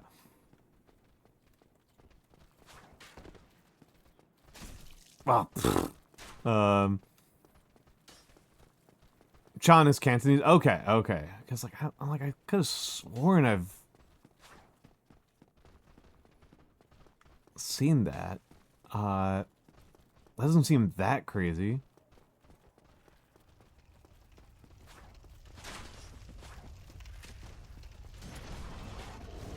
Ow, ow, ow. Oh. You snooze, you lose.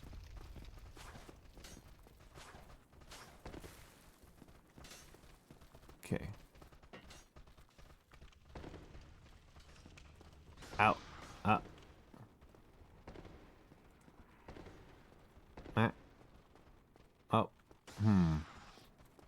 Let me through. Let me through. Oh. Okay. That's probably not where I want to go. There's probably not anything over there.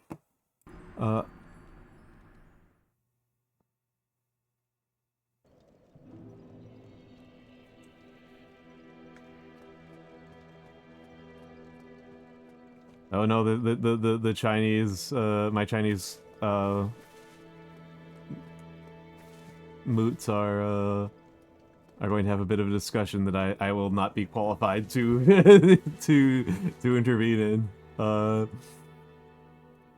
Yeah, the rats got me. I got rats. Okay. I got rats. Gonna be great in like 60 chapters. Ah, true web serial moments there. 60 chapters for the payoff. Make sure you set a calendar alert for 2 years from now. To remind yourself.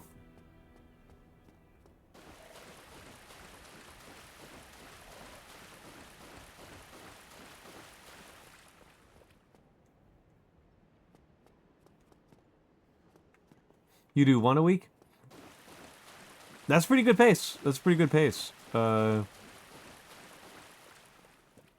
That's a crazy thing about fiction versus nonfiction, right? Like I do nonfiction. It's like 75% of more. I don't even know what percent. Almost the entirety of my writing time is fact checking. Like I just like the amount of time that is spent on actually producing prose is like less than 1%.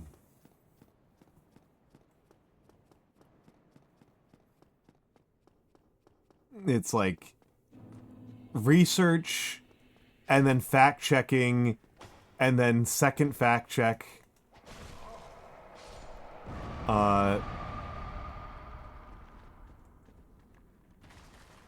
And editing takes up a lot. But like, yeah, like making sure that nobody's already. Yeah, sometimes the first source is lying. There's a lot of time spent on like.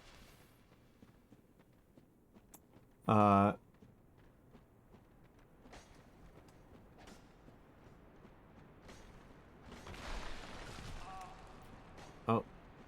see ya.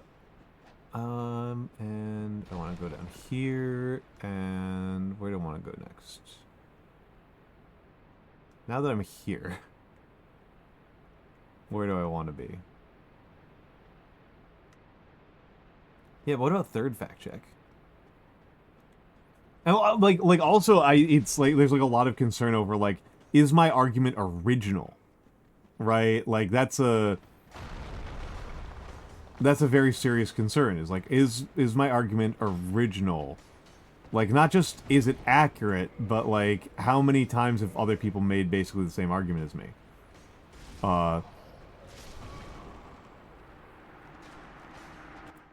Okay, I managed to get that one in.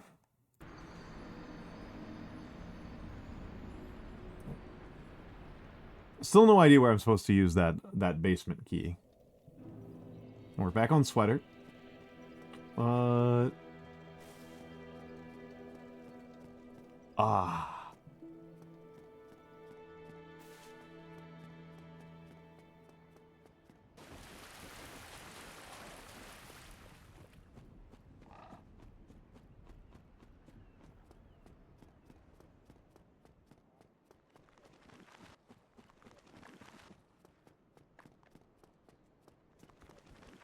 Also, hello, Malern. I said your name very strangely. Hello, Malern.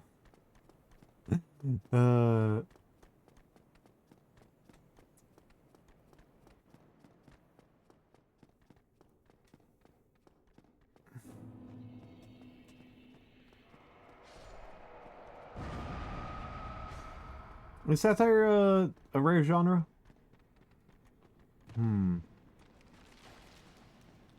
Yeah, well, I mean, originality is an interesting thing, right? Originality is an interesting thing because, like, there's a sweet spot in originality. It's a wide enough spot, but there is still a sweet spot where you need to be engaged with a conversation that's already happening,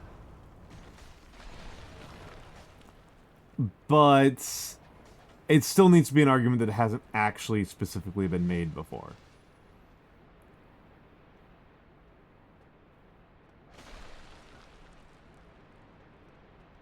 You thought they checked for originality and they missed one keyword? No. But also I don't really use keywords very much. Maybe I'm just very old school like that.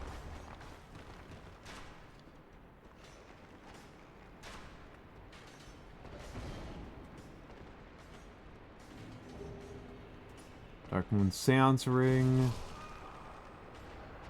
Okay.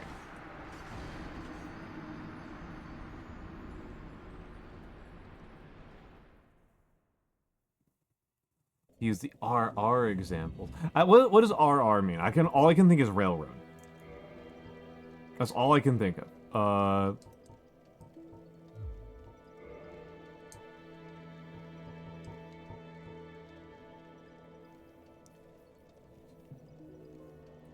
This ring is granted to adherents of Gwyndolin, Dark Moon deity, and the last-born of Gwyn, Lord of Sunlight.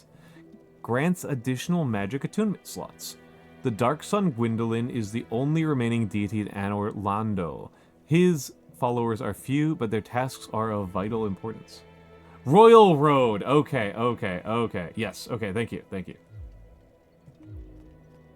You've talked about it before, it just wasn't clicking.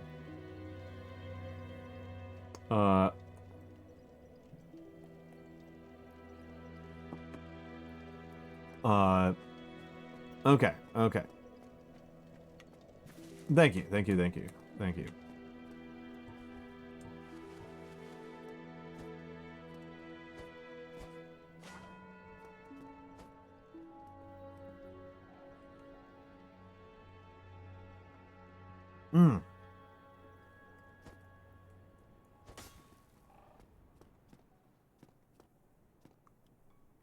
Alright, Sharkray, have a good night. We're probably not up for too much longer. I'm trying to figure out what I want to do. But yes, as ever, really lovely to have you here, Sharkray.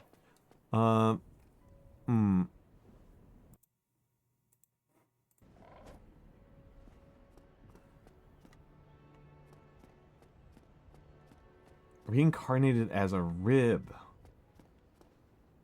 Surrealist. That's pretty good.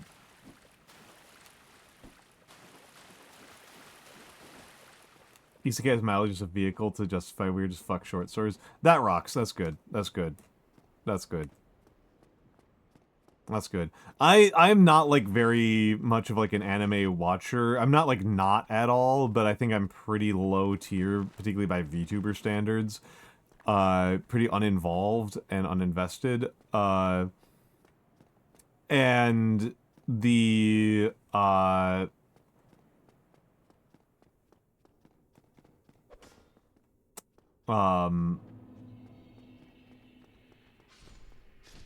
goodbye. The goofy isekai I watched some of was the vending machine anime, and I was genuinely kind of impressed by how boring it was.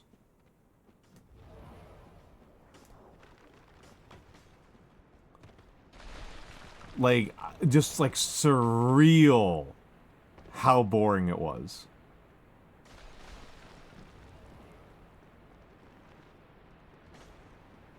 I don't know.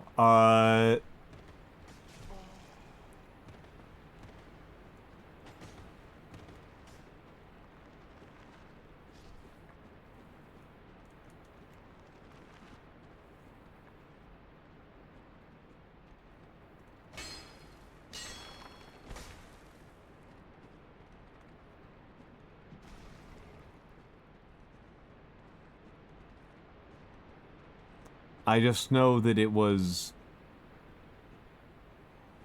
just nothing fucking happened.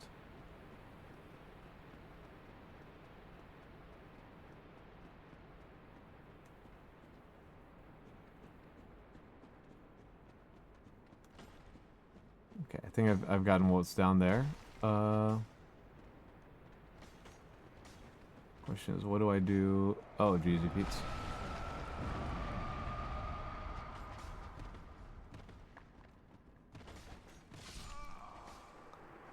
Alright. Alright. 31 episodes. 8 ran out of juice on like episode 4. Holy moly.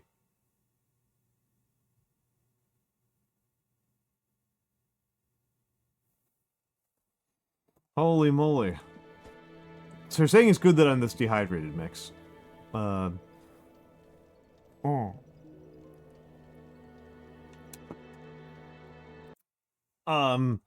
Oh, for me, my, I mean, my anime club has it on our watch list.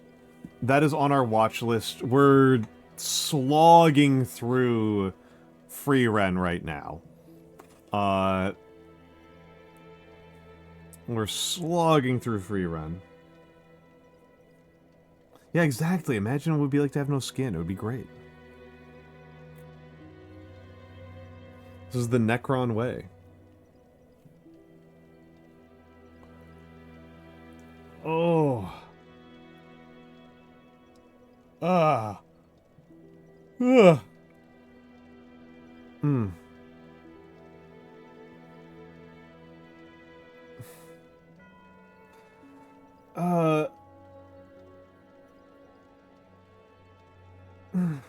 I don't think I am Free Ren's strongest hater, but I generally don't like it very much. I generally think it's pretty half-cooked.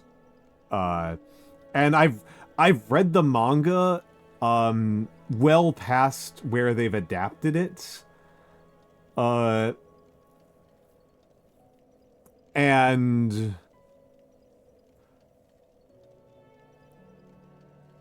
I don't like it.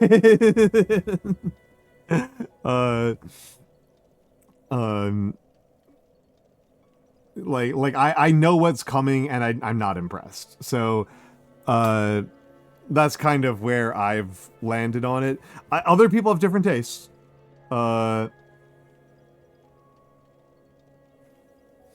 and it's I do care a lot about coherence. I also do care a lot about coherence. I don't think Free Ren's very coherent.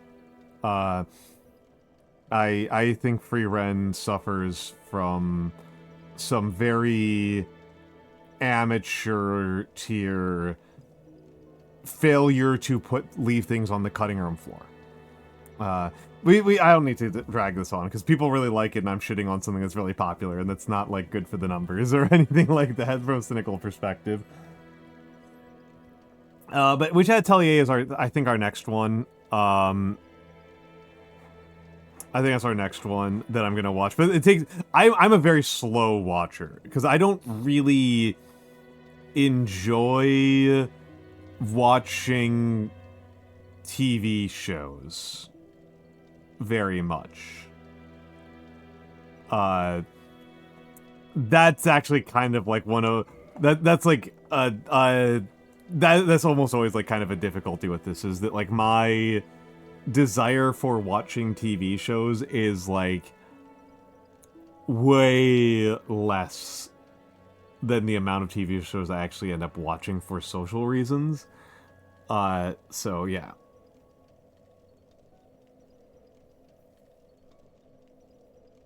I am wondering, Caleb, if part of it is just like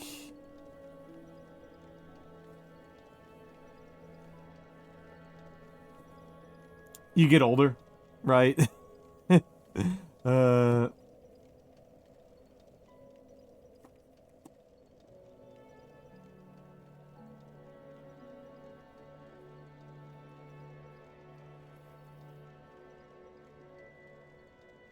Yeah.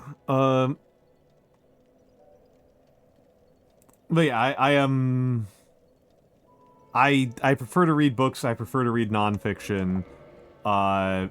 Those are my preferred forms of entertainment over manga and anime. And I kind of like my desired amount of anime to watch in a given week is like probably about 15 minutes, and any more than that, and it starts like get like irritating and overwhelming. For me, it's like being too full, right?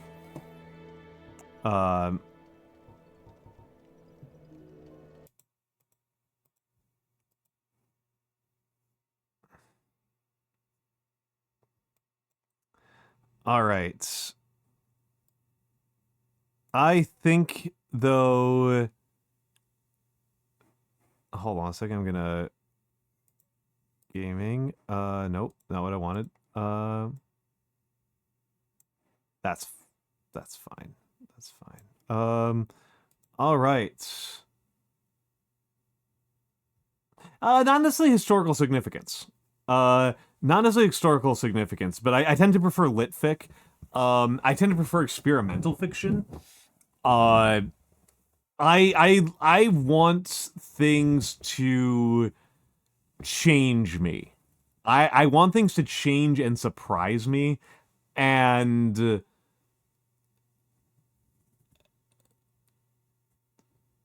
yeah, it's that's kind of how it feels to me. Oh, and see, Caleb, I'm old. I am an old, and so I am very much one of those people who's like, this YouTube video could have been an essay. I am a very much like, this YouTube video could have been an essay. I treat television like it's proto books. I treat television to me as like a degraded form of a book. Is a lesser, more debased form.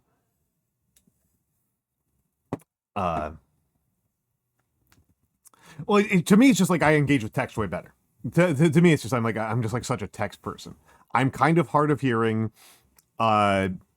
Text is very much how I inhabit the world. So like it's yeah. It's different. It's just different cognition. Just different cognition. Okay. Let's get out of here. Let's skedaddle. Let's skedaddle. Itsy Bitsy Bones, are you here? This art is by Itsy Bitsy Bones. I think it's very cute. Let's go over to this mode. I think it's very cute. Okay. This art's by Itsy Bitsy Bones. I think it's very cute. Check him out. Okay, so very full week this week. I usually only do 3 streams, sometimes 4. We're doing 5 this week. Wednesday is my 3rd anniversary. That's a significant component of here. I almost always take Wednesday off, but it is my 3rd anniversary, and one of my traditions is that I play the last spell on my anniversary because it was the first stream I ever did. It is not necessarily the best thing, but it feels emotionally right to me. Tomorrow's going to be some sort of hand cam. I haven't entirely decided what. It might be mini painting. It might be origami. Those are kind of my 2 main ideas. We'll get there when we get there. Maybe I'll knit. Maybe I'll try knitting again. Tuesday, I'll do some arbitrary gaming. It'll probably just be down to vibes. My most likely mentally is Helldivers.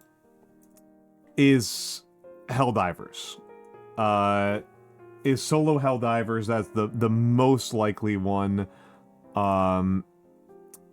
That doesn't mean that it's necessarily going to be solo Helldivers, but that is what I'm leaning towards.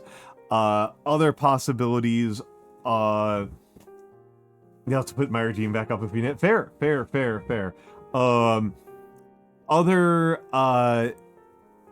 kind of want to do Regency Solitaire.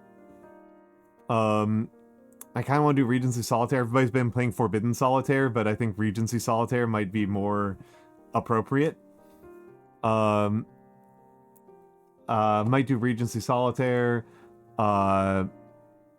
I got a lot of games installed. Got a lot of games as options. One of these days I should do Ape Out on stream. That seems like a good one to do on stream. Ape Out was really good. And Thursday is definitely gonna be mini painting. I love mini painting. I love mini painting. Okay. So on that note, let's raid out.